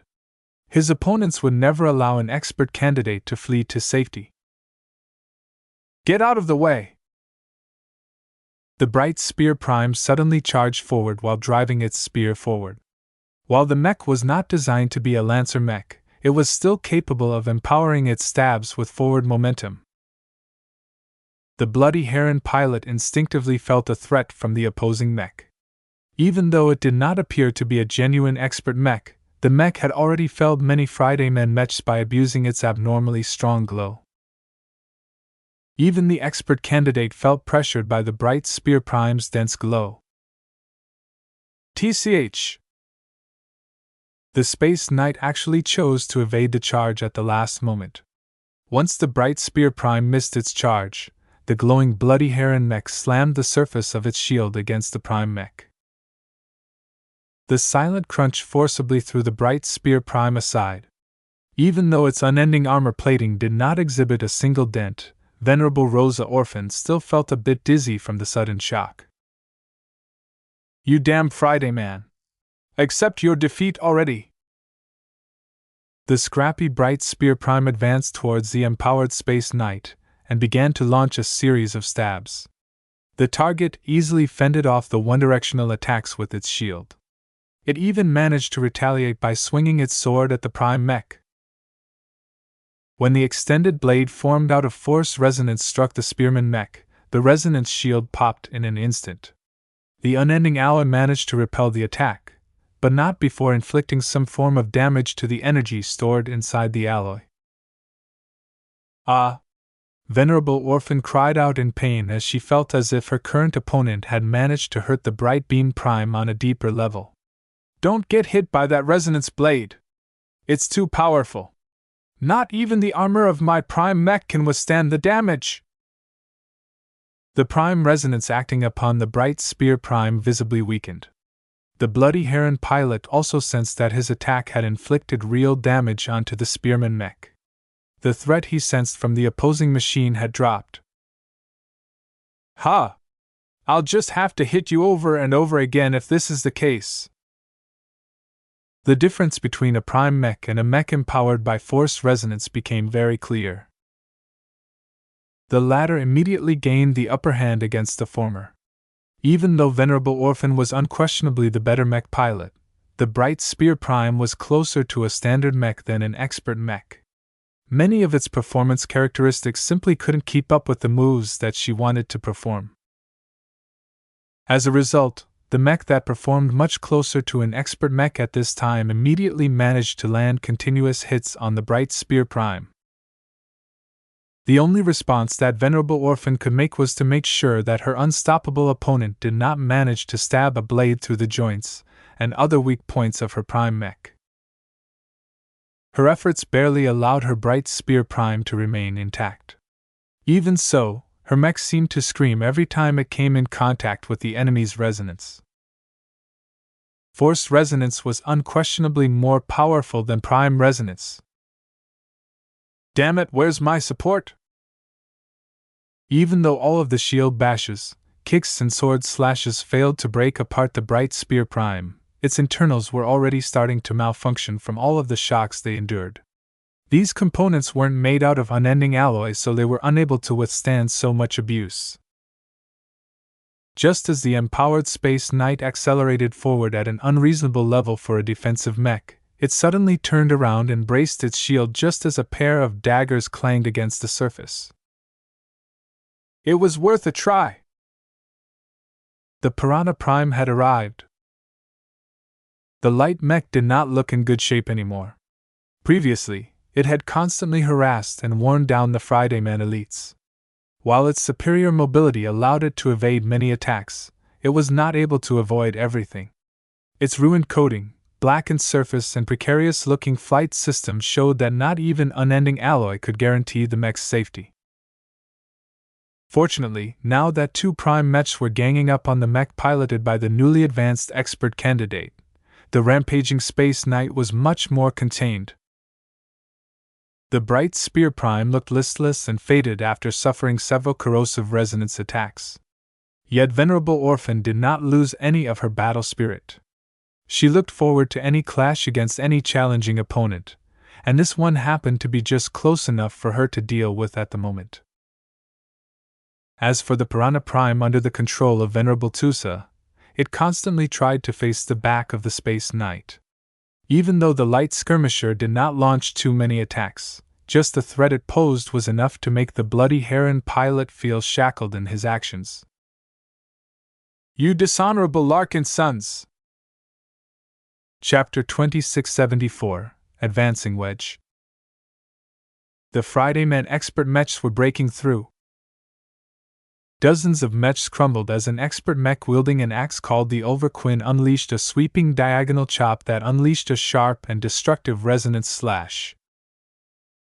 The expert axeman mech hailed from the Orleans. Its expert pilot was besotted by grief at the realization that the entire crew of the ship he had been traveling abroad for months had perished at once. I will carve out a path with my own body if need be, the raging expert pilot roared as he summoned up greater strength from his mind and will than ever before. Let justice fall upon these forsaken Larkinson! The mech pilot of the Overquinn should have been exhausted after fighting so much. The frame of the mech had incurred numerous scars and even holes due to all of the punishment it endured. Yet the valiant axeman mech exhibited none of the weaknesses of before. An expert hybrid mech called the Prava Lone Star arrived just behind the Overquinn and began to raise its wrists before firing an array of piercing laser beams that tore through some crosser rifleman mechs that had been putting them under pressure. "Let me advance with you as well, my friend. We shall sing our final song today before we accompany our comrades in the afterlife. Your mech is already depleted of energy and ammunition," the expert pilot of the Overquinn protested. "You're little use to us anymore at this point." "I can still fight with my limbs, my friend. While melee combat is not my forte, it is more than enough to help you carve a path forward." The expert hybrid mech pulled out a thick rod from the back of its frame. The rod telescoped in both directions to form a thick but hollow staff that glowed with the resonating will of the vengeful expert pilot. The hybrid mech extended one of the ends of its new staff towards the surviving glory seeker and crosser mechs that stood in its way. Its resonance shield continually blocked every attack that was fired in its direction. "Murderers! You shall pay for slaughtering the crew of the Orelise. We shall not stop until your precious patriarch has met his end at our hands." The two expert pilots didn't actually know each other well before this battle. They were both third-raters who were originally persuaded to fight on behalf of the Friday Coalition. Yet as humans, they spent months befriending and getting familiar with the Friday men who served alongside them aboard the Orelise. The realization that tens of thousands of earnest, loyal Friday men had been wiped out to the last man was too much for them to bear. Their despair darkened their emotions but also stimulated their wills. Their inability to pass through the quagmire that the enemy had formed around them was the reason why the battle had remained static for so long. They could have prevented the tragedy from happening if they fought harder and got rid of their opponents faster. There was no medicine for regret. Only vengeance was able to soothe their guilt. The Axeman mech and the hybrid mech wielding a staff both stormed forward, using their ferocity to blow open a hole through the enemy ranks. Even though they fought admirably, their valiant performance also attracted a lot of enemy fire. The Transcendent Punishers trained their fire onto the two Friday Man expert mechs. The constant barrage of Gauss rounds and positron beams took a great toll on the resonance shields. The confrontation directly pitted the willpower of the vengeful of the expert pilots against the indomitable firepower of the surviving artillery mechs of the Larkinson clan. More artillery fire rippled onto the other expert mechs as well. The Charlemagne, the Skara, and most notably the Jeanne d'Arc came under heavy fire. The expeditionary forces wanted to stop the enemy expert mechs from advancing at all costs. At this point in the battle, the efficiency of the Transcendent Punishers had declined. Their weapons had fired hundreds of times in a very short period of time. This generated a lot of heat that turned the entire bunker into an oven. The weapon systems had endured continuous stresses, causing them to reach their breakdown thresholds. Without immediate servicing and cooling, the Ilvanan mech pilots did not dare to fire their weapons too frequently. Even so, well over 250 Transcendent Punishers still remained active. The other Larkinson heavy artillery mechs had either been smashed by counter-battery fire, suffered retaliation from the surviving ranged mechs of Destiny Hammers and Witch Slayers, or had become crippled as their weapon systems failed. The continuous bombardment soon resulted in the demolition of another Skara mech. Only 9 of them were left. "I have had it with you long enough," Venerable Ganso roared, his rage and will echoing throughout the battlefield. Seeing that opposition closer to the expert mechs were being handled by his fellow battle partners, Ganso directed the rifles of his Charlemagne and all of his surviving Skara towards the red-coated starships in the distance. Bright white positron beams surrounded by a pale yellow glow precisely struck 10 different bunkers at the same time. The resonance-empowered attacks drilled straight through the tough roofs of the bunkers and retained enough power to inflict heavy blows on the heavy artillery mechs taking shelter inside. Even if the attack hadn't destroyed the sturdy Transcendent Punishers, the attacks definitely took them out of the fight due to the excess heat and energy that overwhelmed their frames. Venerable Ganso did not waste his time and energy on finishing the job. The still active Transcendent Punishers had become incredibly riled up. They struck the Skara Mechs with a vengeance, demolishing one after the other with concentrated fury. The exchange of fire turned all of the space between the two sides into a no-go zone. The Overquinn, the Prava Lone Star, the Jeanne d'Arc, as well as the other two surviving expert mechs all formed a protective circle around Venerable Ganso's mech.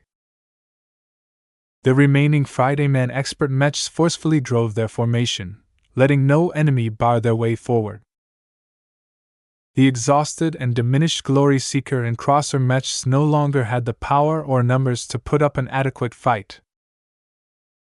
The entire will of the Friday Coalition and the states who opposed the hegemony of the Hexers had gathered around the expert mechs. As this dangerous group advanced, the expeditionary forces incurred great casualties, yet managed to get their hits in as well. The Overquinn and the Prava Lone Star served as the vanguard and suffered the brunt of all of the frontal attacks. The exchange of fire between the Transcendent Punishers and the Skara mechs went unabated. Despite Venerable Ganso's best efforts, his final Skara mech eventually collapsed. In contrast, over 180 Transcendent Punishers still remained battle-effective, if only barely. The aberrant Larkinson did not seem too saddened by the loss. The Skara were expendable mechs from the start. It was not a waste to trade them away for an opportunity to advance forward. Besides, the pseudo-expert mechs had almost run out of energy. Their energy reserves were considerably less extensive than the Charlemagne, which still had plenty of power left to support this final attack run. Venerable Ganso felt incredibly liberated at this moment. His connection with the Charlemagne soared as his mind no longer became burdened by any additional connections. Unfortunately, the artillery attacks that slammed against his expert mech's resonance shield ruined this pleasurable moment. Without any vulnerable targets left, the Transcendent Punishers directed their fire on the Charlemagne. With the other expert mechs, including the powerful Jeanne d'Arc, occupied with fending off the enemies that sought to stop them in their tracks, the Charlemagne would soon exhaust all of its defenses. No matter how much firepower the Charlemagne possessed, it was impossible for it to eliminate all of the artillery mechs by itself. It had to expend too much energy to drill through all of the bunkers and inflict enough damage to take down an undamaged heavy mech. "We need more mechs!" The Friday Man expert mechs managed to advance both forward and downwards until they reached the edge of the battlefield, where the remnants of the Hulvian Grenadiers, the Bloody Herons, the Silent Swords, and the Corundian Giants were putting up a valiant fight. Despite their final outburst of power, there were too many Larkinson, Glory Seeker, and Crosser mechs preventing them from linking up with their expert mechs. The 180 Valkyrie Redeemers that previously unleashed the death attack that changed everything were also putting up a fight. While the mentally exhausted penitent sisters no longer had the strength to fight an intensive battle, they forced themselves to stay. With permission from Major Verl, their piloting suits injected a potent stimulant in their bloodstream that forcibly stimulated their brains and temporarily shook away some of their fatigue. While this drug would definitely cause the female mech pilots to crash after a short time, this was but a small price to pay for continuing to contribute to the battlefield. Their Valkyrie Redeemers fired their pulse submachine guns in the direction of any enemy within reach. This was the most they were able to accomplish. Even though their firepower was weak and scattered, every attack counted. Not even the Space Knight empowered by Force Resonance was able to change the result. The recently advanced Bloody Heron expert candidate still possessed a lot of power, but 3 prime mechs had come together to stifle his options. "Too much power, not enough skill!" Venerable Orphan taunted as her dimly glowing bright spear prime pressured the Space Knight from the front. After several costly exchanges of blows, the former Vandal commander finally figured out her opponent's fighting style. She no longer allowed her prime mech to get hit by the resonance blade. Even though her cautious approach lessened the pressure onto the glowing space knight, the Valkyrie Prime had come to lend a hand. Throughout the entire clash, the Valkyrie Prime's pupil precisely analyzed the entire frame of the rampaging space knight. Force resonance was a violent process. The mech that became empowered by it always strained their physical components beyond their limits, thereby introducing hundreds of hidden dangers. While it wasn't easy to identify the majority of them, the Odini continually relayed a lot of information back to the analysts on the fleet. A vengeful Gloriana personally analyzed the data and quickly marked out all of the weak points. The Bloody Heron mech's resonance shield finally broke after blocking another attack from the Bright Spear Prime. A chance! Venerable Joshua moved into action as the Space Knight was just recovering from another attack. The Valkyrie Prime soared forward and jabbed its spear through the shield arm of the Space Knight. A second later, the Bright Spear Prime stabbed the partially crippled Space Knight through a weak point on its abdomen, causing it to freeze. Tusa! I'm already on my way! The Piranha Prime stabbed its daggers through the upper back of the Space Knight. According to the fleet network, Venerable Tusa had managed to pierce through a pair of crucial power lines that were each responsible for keeping the flight system fed with energy. Now that those lines were cut, the backup lines no longer supplied enough juice for the mech to fly and maneuver at its fullest extent. The touch and heavy Space Knight instantly slowed down. No amount of force resonance amplification was enough to turn the thick and sluggish mech into a ballerina. Subsequent attacks completely disabled the exposed flight system, causing the mech to lose almost all of its mobility in space. It had turned into a useless mech. No! Without the obstruction of this anomalous machine, the fate of the remaining elite Fridayman mechs was sealed. However, the enemy expert mechs had something different in mind. The Overquinn raised its axe in a heroic fashion before chopping it down, unleashing a vertical resonance wave that slammed into the Bright Spear Prime and caused it to crumble away. Ah! Venerable Orphan cried. Even though its unending alloy exterior remained intact, its prime resonance state had completely collapsed as all of the spare spiritual energy inside had been depleted. The Piranha Prime and the Valkyrie Prime barely evaded the other attacks. Chapter 2675 Final Wish. Ganso Larkinson! Venerable Joshua transmitted on an open communication channel. What are you doing? You are already responsible for the deaths of hundreds if not thousands of Larkinsons. Will you persist in your madness and slay even more relatives? Shut up! The Charlemagne unleashed a powerful beam at the Valkyrie Prime. Fortunately, Joshua had anticipated the attack and already moved his mech aside, evading the dangerous attack. You are no Larkinson! Ganso scowled as he saw his attack had missed. Just because VS is selling out our family name like cheap garbage doesn't mean you deserve to carry our heritage forward. You and the rest of your so-called adopted Larkinsons are a mockery of everything that true Larkinsons stand for. Now get out of my way! The Charlemagne kept putting pressure on the Valkyrie Prime, but none of its attacks connected. The Prime mech was constantly backing off while focusing its utmost on evasion. Venerable Joshua did not dare to get hit by a direct attack from an expert mech. He had already seen the consequences of letting this happen. Eventually, Ganso gave up on trying to kill the annoying Valkyrie mech and proceeded to attack the mechs that belonged to the avatars of myth. The reflexes and intuition of an expert pilot was too sharp. Even though the odd Valkyrie mech did not appear to be a true expert mech in his eyes, an expert pilot could still perform some small miracles with a good machine. It would have been a lot easier for Venerable Ganso to take down these annoying opponents if he still had his Skara at his beck and call. His eyes narrowed as he was about to implement the most crucial part of his own plan. While Plan F never accounted for this specific situation, an opportunity had opened up to increase its chance of success. Foster, I don't care what you are doing, but cover me while I focus. I can't afford to get distracted at this point. Got it, she replied.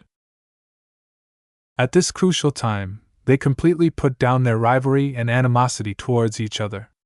The ideals they were fighting for trumped every other consideration.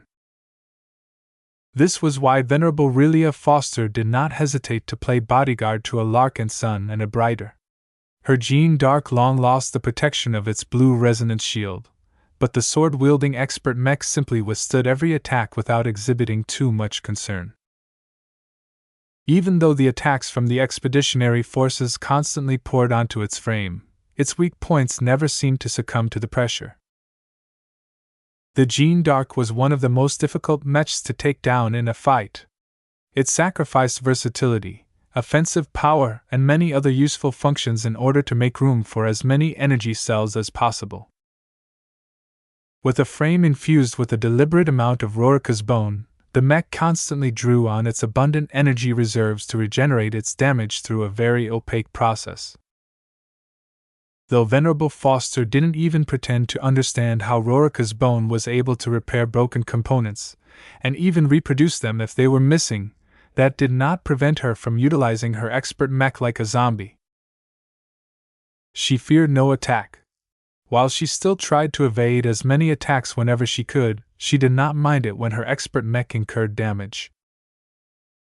It would all regenerate back to normal anyway. She only needed to take care not to deplete the Jeanne d'Arc's energy reserve too quickly. With the undying swordsman mech covering for the Charlemagne, Venerable Ganso closed his eyes and connected deeply to the systems of his expert mech. He had piloted Charlemagne for many months. He used it to take part in dozens of large-scale battles in the Komodo War. He had grown extensively familiar with all of its core systems. One of the most dangerous but innovative among them was the heavily customized neural interface. The Charlemagne was the central node of the asymmetrical neural network. In order to assist Ganso in the difficult process of controlling several dozen pseudo-expert mechs at once, the expert mech possessed a lot of processing power as well as other related systems. Now, all of this power was coming to life yet again. Venerable Ganso opened his mind and reached out his will through the neural network that had put such a heavy burden on his head. His actions made no sense. While he entered the battle with 44 Skara mechs, the expeditionary forces had taken out each and every one of them. The final one had succumbed not too long ago after getting bombarded by over 100 transcendent punishers. Yet despite the lack of Skara mechs, Venerable Ganso reigned in his impatience and kept extending his mind. Soon, his patience was rewarded. Twinkling lights appeared in the fog. The new presences felt dim at first, but soon they grew strong enough for Ganso to establish a connection with the new nodes. Not too far away, around 100 drifting mechs came to life. The Bloody Heron mechs were surprisingly intact. After Aisling Curver contacted Master Huron, she received special permissions that allowed her to gain limited control over some of the systems of the silent machines that carried the brain-dead bodies of their mech pilots. The control she gained was very limited. Rather than controlling the mechs themselves, Aisling's elevated permissions actually allowed her to exert control over their exclusive neural interfaces. Normally, hijacking the controls of the mechs was impossible, but for safety reasons, Master Huron implemented a limited remote control function in case that any of his neural network mechs went haywire.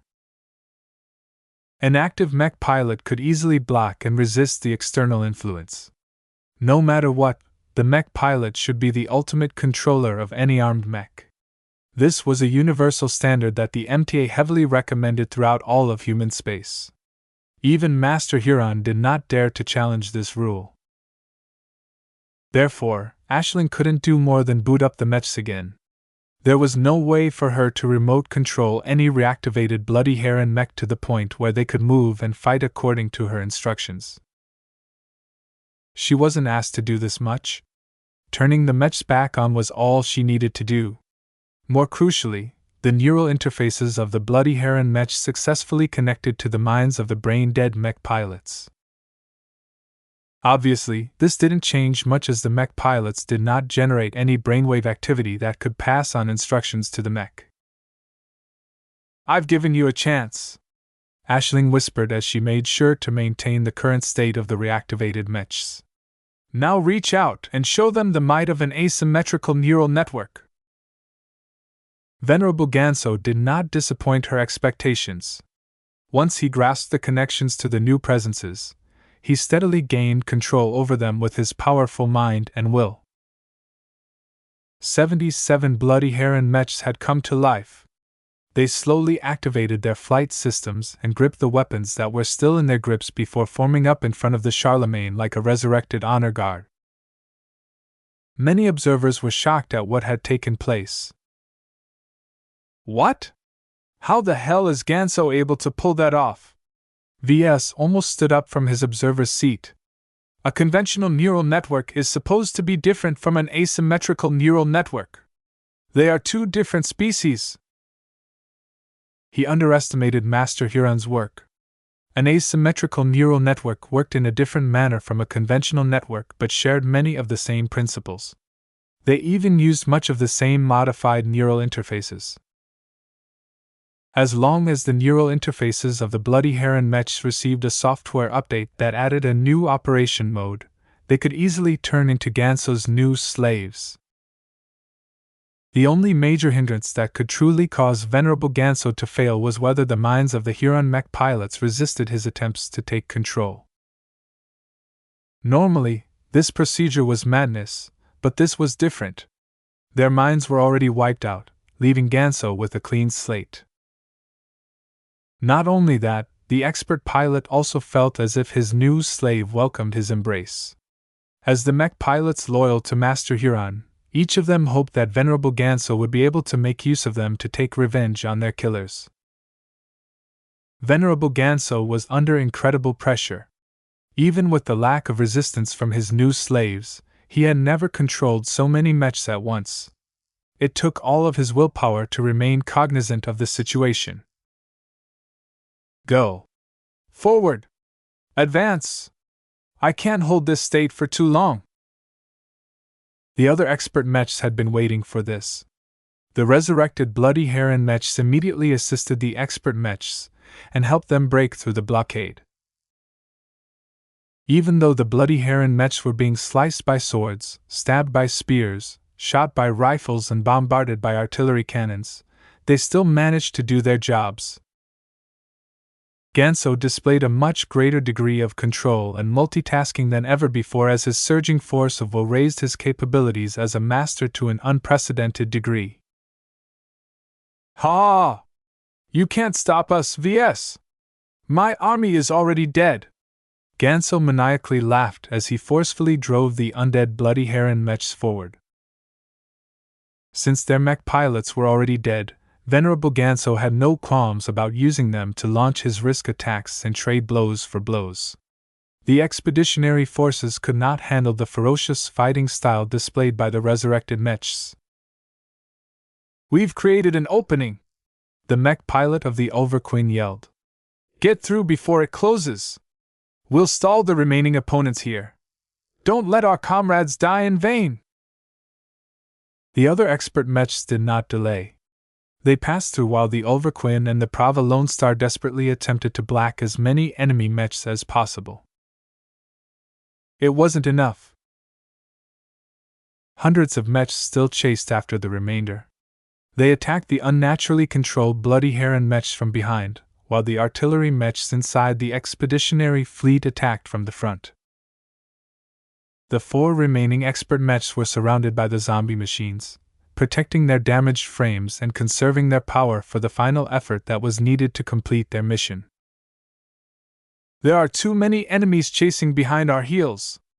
We'll go and help out the other two. Take care and finish the job. The two additional Friday Man mechs purposefully moved out of the protective envelope and began their epic struggle to hold back the enemies that were trying to stop the final attack run. One expert mech crashed into the formation of Valkyrie Redeemers.